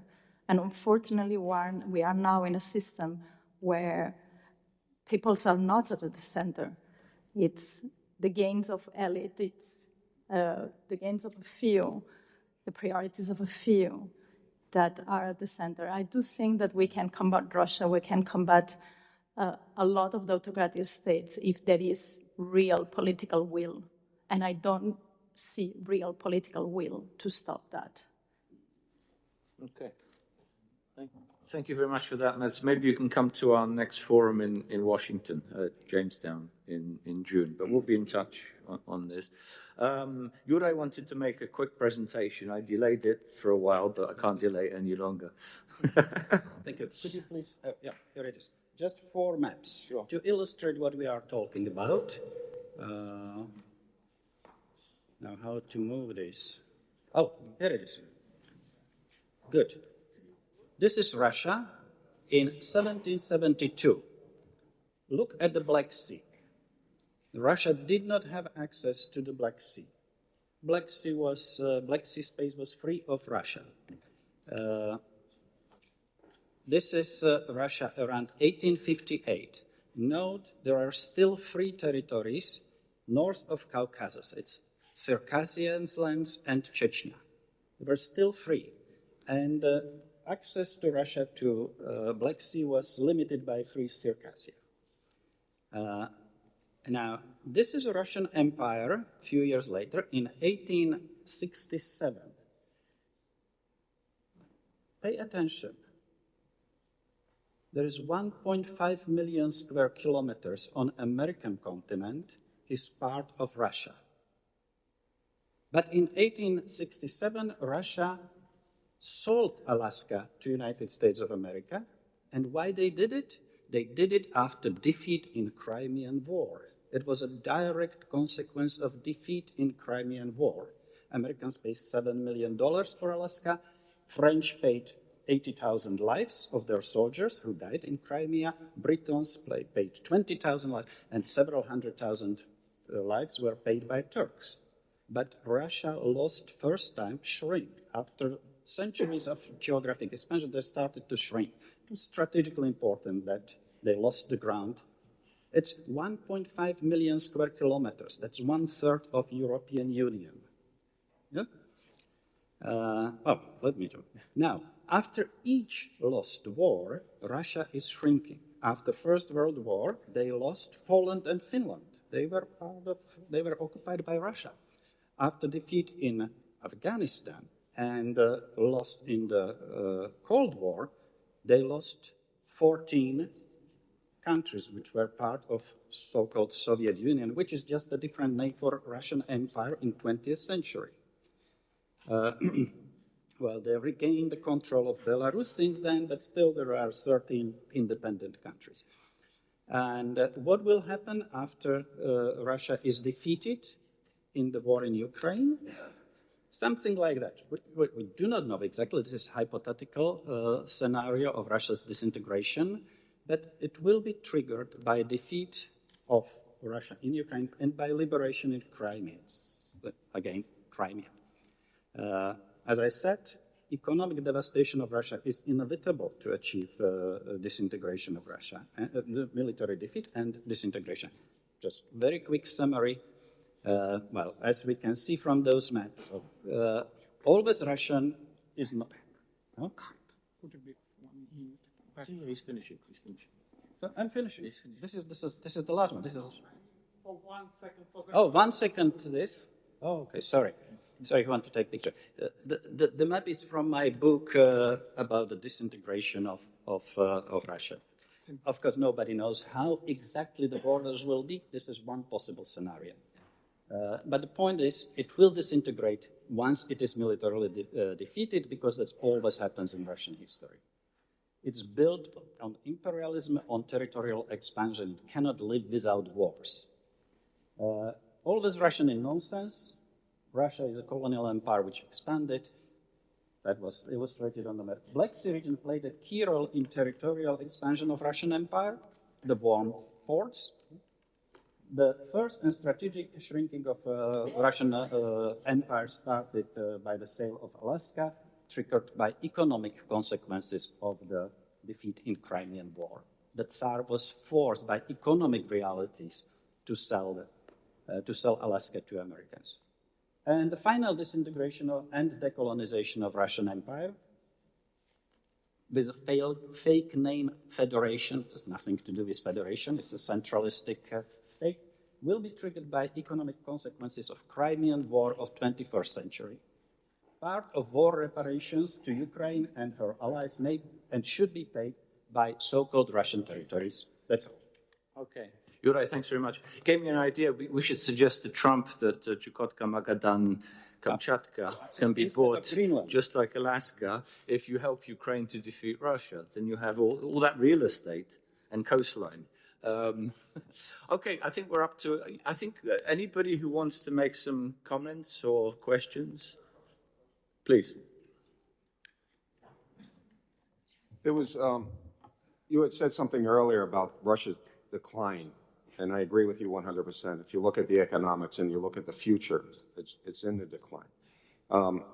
As many people has mentioned, if you go on the offensive for a good defensive, if it was attacked, back to your map, maybe some views on who would occupy the land that's there now and how would you rebuild it?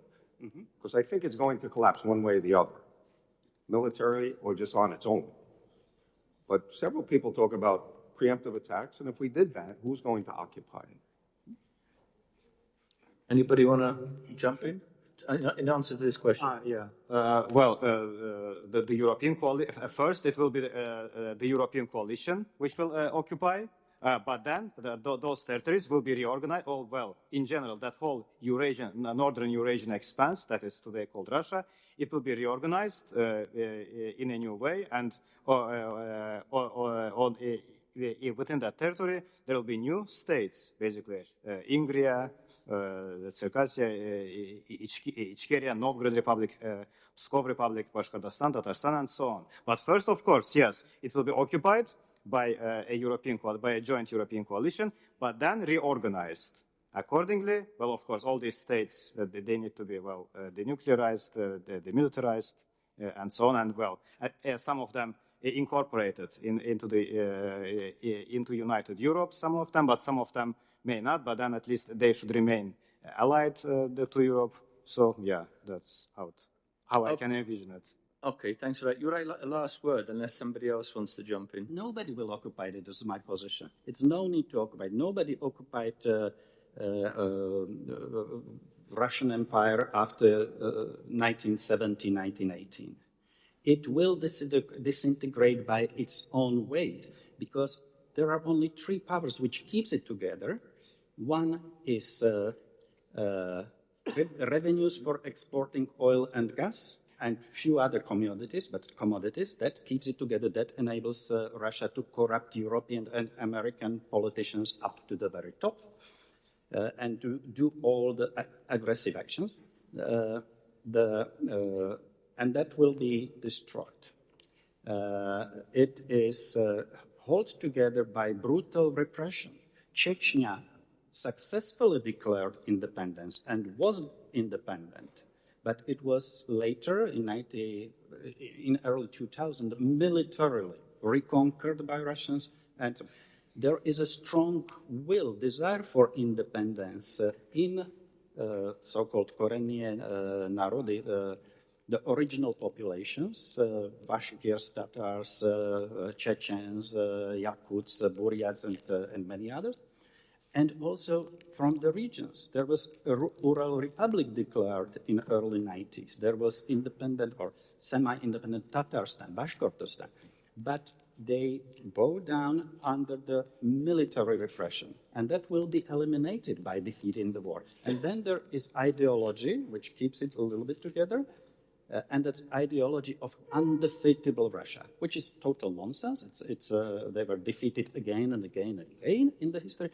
but the part of population believes that they are undefeatable. No occupation will be needed. What will be needed is denuclearization of Russia, but that's a different topic to discuss. But we have historical experience of successful denuclearization. Ukraine had the second largest arsenal of nuclear arms, denuclearized. Kazakhstan was denuclearized. Belarus was denuclearized. And we will denuclearize some 15 post-Russia states that have some nuclear facilities. Okay, Juraj, thank you very much for that. Oleg, I don't know if you want to say anything, or should I read that declaration? Yeah, probably someone else wanted to have comments. Friends? No, I think everybody's exhausted. Yeah, Margaret, so my last word, just one word. I'm so sorry. Maybe I talked too much, but due to this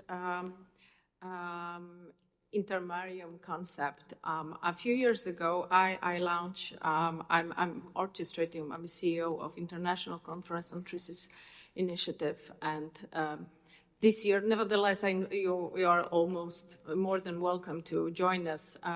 We have, like in Warsaw, on 29th of April, there is a Treaties Initiative, a summit. and due to intermarium, like a few years ago, one of my edition of my conference has a subtitle which was towards new intermarium. This is quite surprising because our Ukrainian friends were very reluctant towards this idea because they recognize it as some kind of new post-Jagiellonian approach to post-Polish imperial ideology. Well, it wasn't. That's why I highlight the Treaties Initiative, because first of all, it covers geographically the intermarium. Secondly, this is the concept that is within EU, so it can use EU funds, EU money to develop infrastructure, as cybersecurity, energy security. And the second thing, it also covers the eastern flank, so we can involve our NATO allies to get involved into the project. The brand is quite good recognizable in the political aspect and the economical aspect with our partners. So I think that it's, in my opinion, it's better to focus on the formats that already exist, has a good reputation, this is a brand, than to build something new. Małgorzata, thanks very much for that. And it's a nice segue. I was going to mention, in fact, I forgot to mention, my new book on Poland. It's called Pivotal Poland. I have a whole chapter on intermarium, 3 Cs and many other initiatives. But I also have a big section on neo-Prometheism, in which I think Poland and Ukraine can collaborate, and other countries. Ukraine is already very active.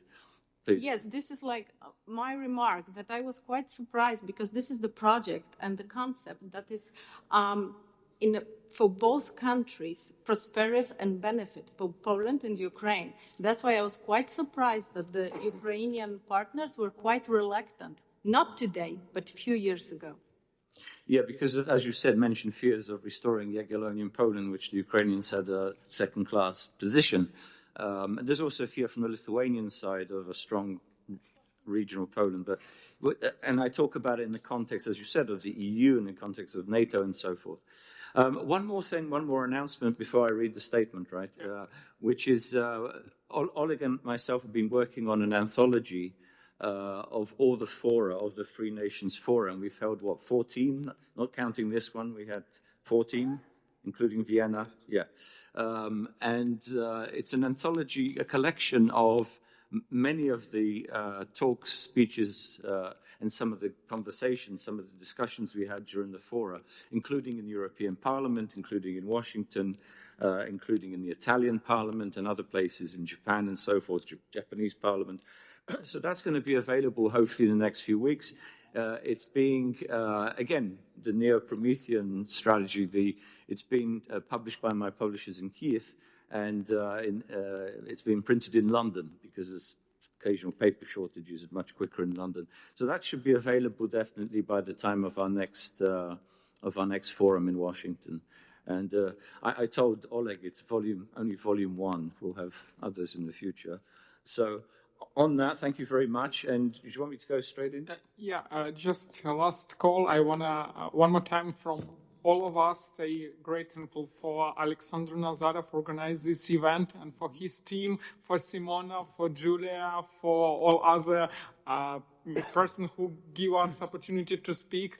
And you're welcome to come to Washington, D.C. on our next event where Jamestown Foundation will be the local partner. And we hope to see people from Paneuropa, Austria, Paneuropa, Romania, and probably from other pan-European movement, Albania, Bulgaria, in D.C., because we need to show united Europe for our American partners who forgot what is it Europe is. Janusz have edited the summary of our event, and he will read it. And my just last few words is we should make Moscow small again, because without this, there won't be the sustainable peace in Black Sea region, in Intermarium region. We should include not only Poland, Ukraine, and do not have the street for Ukraine, Lithuania, or some other countries. It should include Romania as well, Bulgaria as well, Albania as well, Denmark, Sweden, Finland. So it should be like the Central European initiative. And thank you, everybody. And Janusz, your floor is yours. By the way, just to say, Paneuropa is a perfect description of what one is trying to achieve, because it's not just European Union. It's all the countries that belong to NATO. It's all the countries that aspire to belong to the European Union and NATO. And it's the new emerging nations and countries from post-Russia. So that is really pan-Europe. There's also going to be a pan-Asia, or somewhere in the East, but that's for another day. Okay. Bucharest post-Russia roadmaps, and this is the declaration. We always, after each forum, make a statement. So this is our statement this time. Let me have I have a bit of a sore throat at the moment. Fewer words and more concrete actions are needed.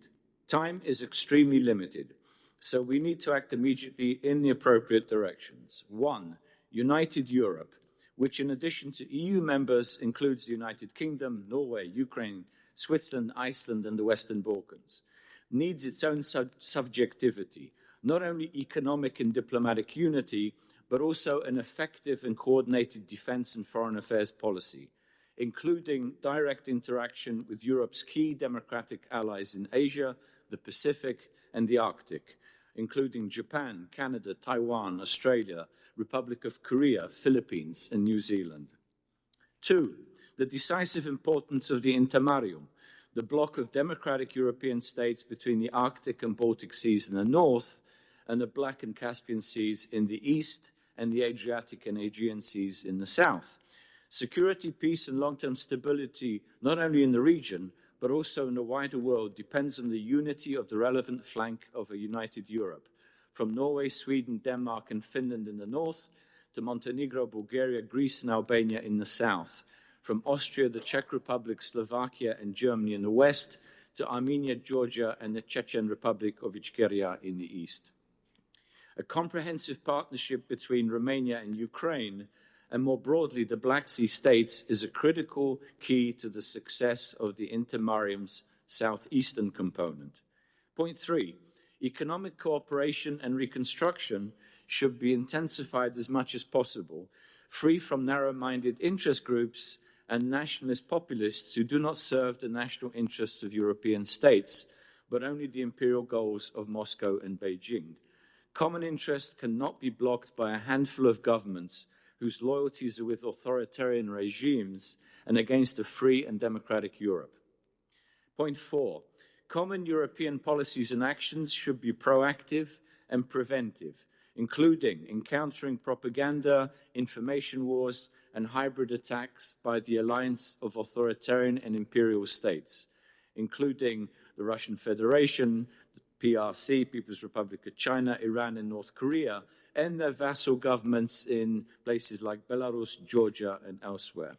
Systematic, asymmetric, and offensive actions are needed to defeat the enemies of international law, freedom, and peace, and eliminate the Kremlin scenarios to provoke division and conflict among Western states.